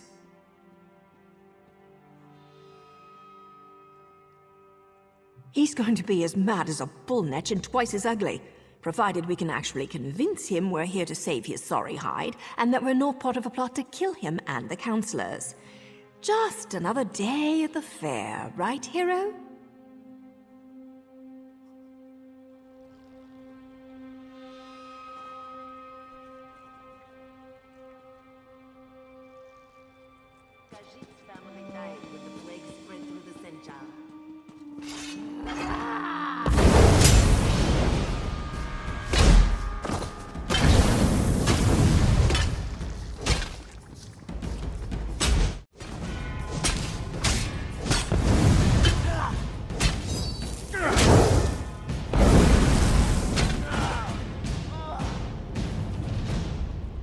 Nothing yet, eh?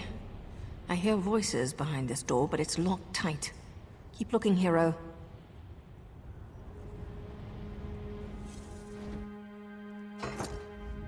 I haven't so much as heard or seen even a whisper of Brivin yet. Just lots of snarling war claws. If we can't get through this door, there's only one other way to go. It's always important to figure out where a target keeps its wine. In this case, down in the cellars. There's a staircase back where we first came in. And if we still don't find Brivin or Vea, well, at least there'll be plenty to drink. And I'll figure out how to get this door open, just in case. You know, attending a House Redoran Council meeting was always a secret goal of mine. Right after getting a lusty Argonian maiden to scrape my flesh raw with her abrasive tongue.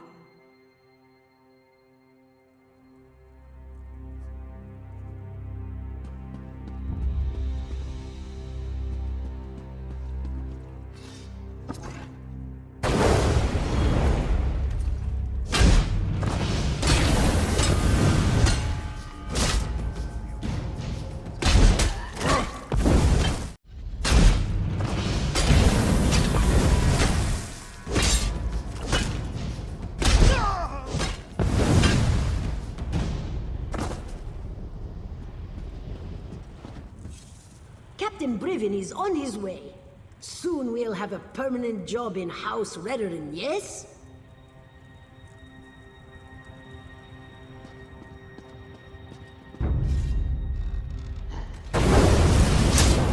Split up!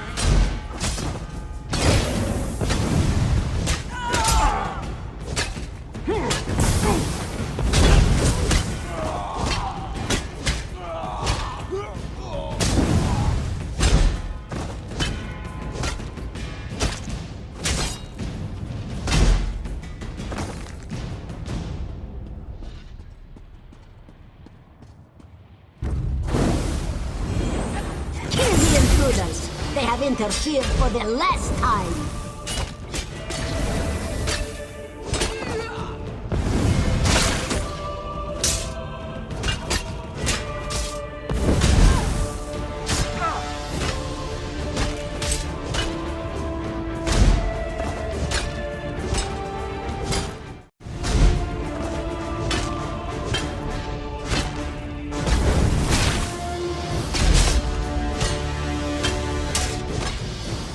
What's going on down here? It sounds like a... You!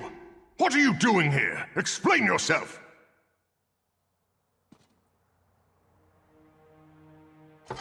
What in the name of the three are you up to?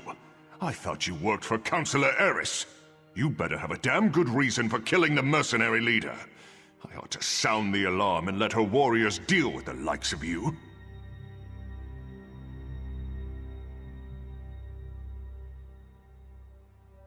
Vea?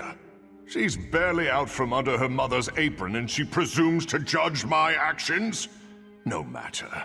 Whatever your motives, nothing justifies the blatant killing of Ferhara and her mercenaries. Councillor Eris can't protect you this time, Outlander.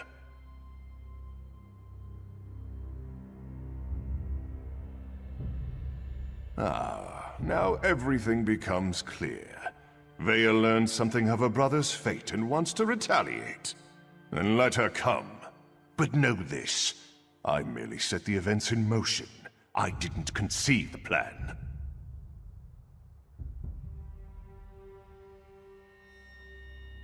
You're looking for the responsible party. Then look no further than Councillor Eris. He wanted to prove his son's loyalty to the House, to show that Oren's fascination with the savage Ashlanders hadn't corrupted him. Well, look how that turned out.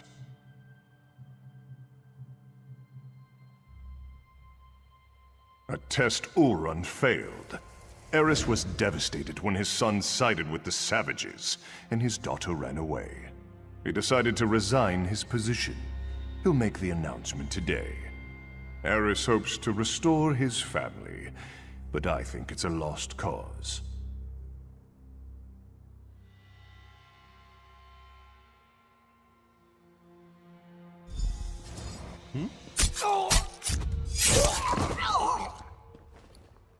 That's for Oren. Choke on your own blood, you bastard. My father, the entire council, they're all guilty. They all have to die. I have to do this, so stay out of my way. Vea actually did it. She killed Brivin in cold blood.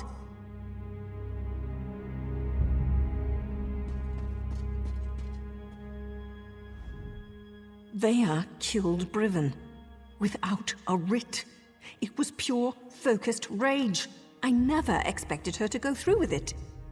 If Vea doesn't get herself killed up there, the Morag Tong will hunt her down and execute her, like a rabid gua. Her and me both.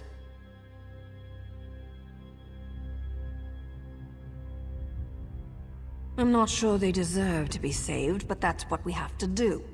Vea can't be allowed to kill the councillors. We have to stop her. It's more than me and Vea's lives on the line. Something like this could destroy the Morag Tong. The Morag Tong only recently began to find acceptance again. Vea's actions don't just reflect badly on me. They could be used to force us back into the shadows, maybe even disband us all together. We're both going to have to answer for this. We have to get ahead of her. Cut her off. There's a door on the main floor, near the kitchens, that should allow us to come at the council meeting from another direction. I was able to get it open when I was scouting around up there. Let's go.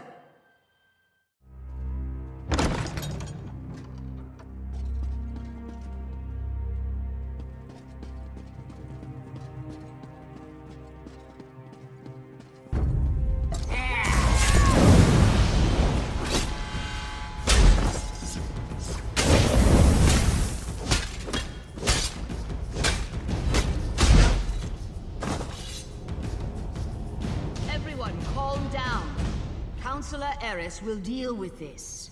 We're safe in here. There's no need to panic. No need to panic? She's cut down every mercenary in her way. Her father won't be able to stop her. Vea's getting close. We're running out of time.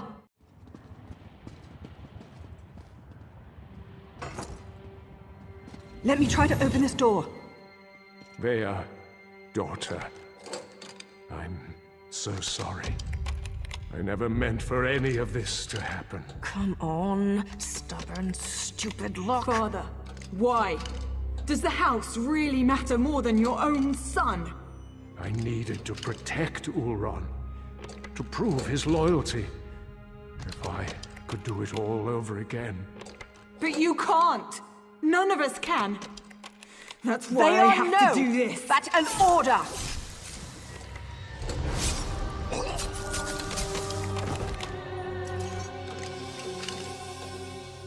I'm not your apprentice anymore. The house has grown corrupt, evil. That's why all the councillors have to die.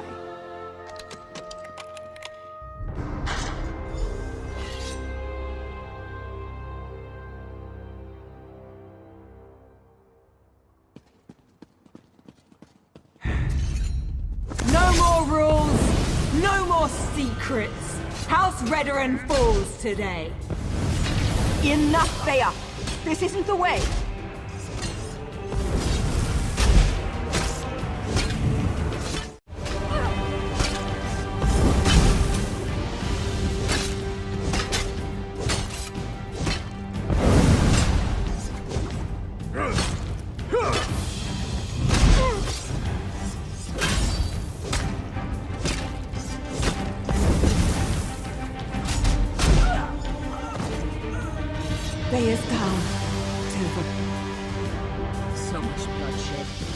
much needless death. If only Eris would have listened. Outlander, we should speak. I think we can help one another.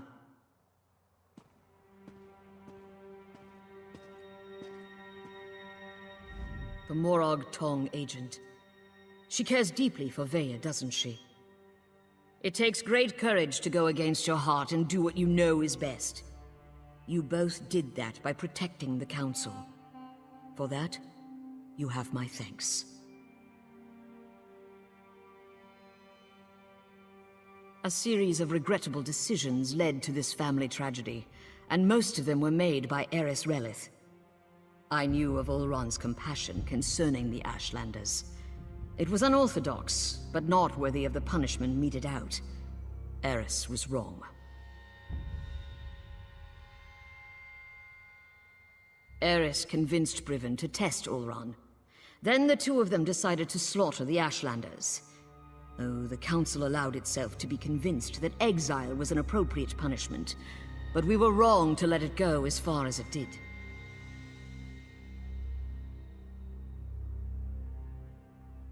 I didn't say that, but we're not butchers. We do not hire mercenary thugs to wipe out an entire people. This gathering was to deal with that.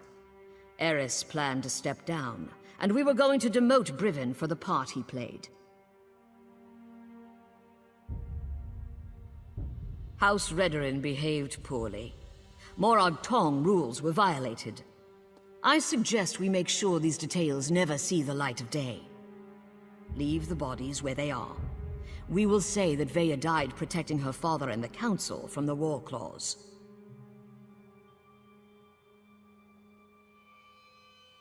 Cooperate with House Redorin and hold your tongues.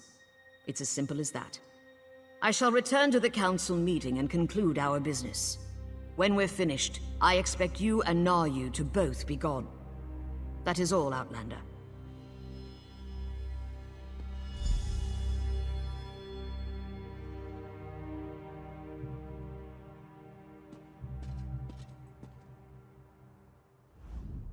I'm not sure about this.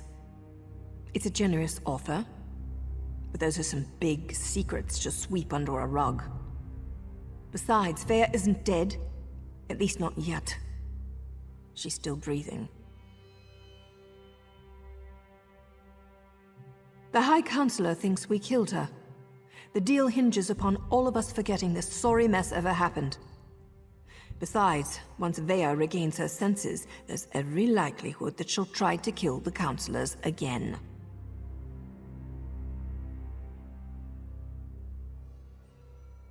When have I ever been able to convince Veya to do anything she didn't want to do?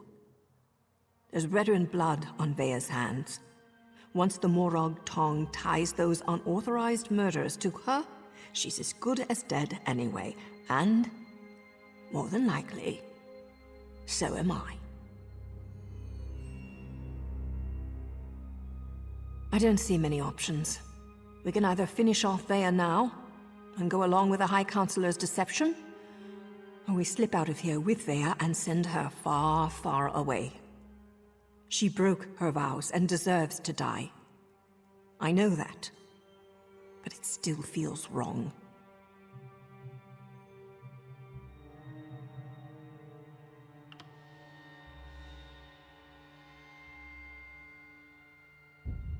Yes, you're right, damn it all. Veya spilled Redorin blood, and now she has to pay. I'll take care of it. She's my responsibility. You don't have to watch this. Go, I'll meet you back in Balmora after it's done. I need to do this alone. Now go.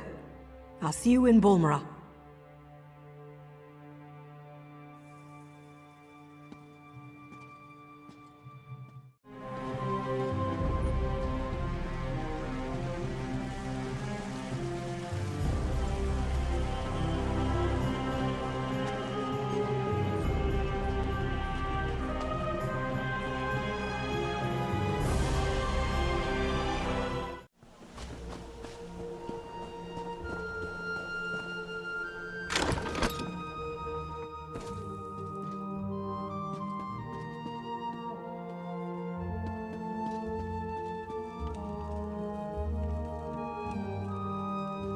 More deaths. More blood on my hands. Just another day in the Morrowind Tong, eh, hero?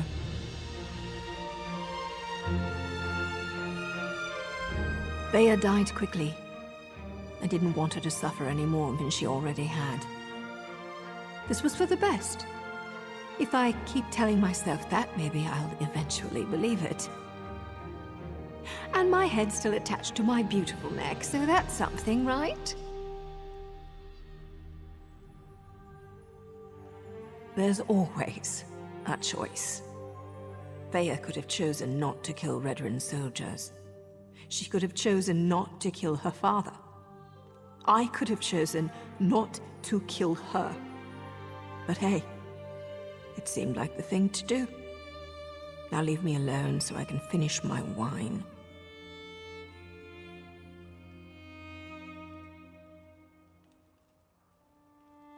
What do you want, hero?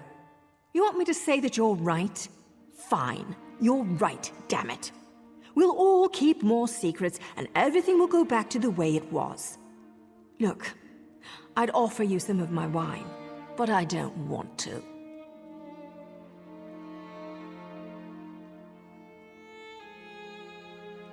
Really? Is this what justice feels like? My apprentice killed her own father, and I killed her. We've got a lot of death, but not much else. Just another typical day in the Morrowind Tong. Look, it may not sound like it, but I am grateful for your help.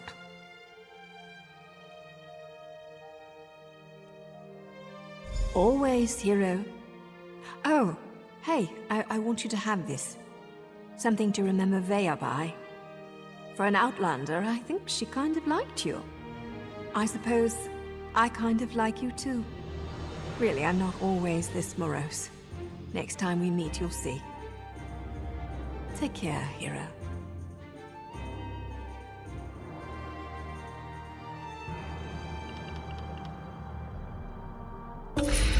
I need a nice warm bath. I hear the ones in Vivek are spectacular. I'd ask you to join me, but there's barely going to be enough room for me and my hair.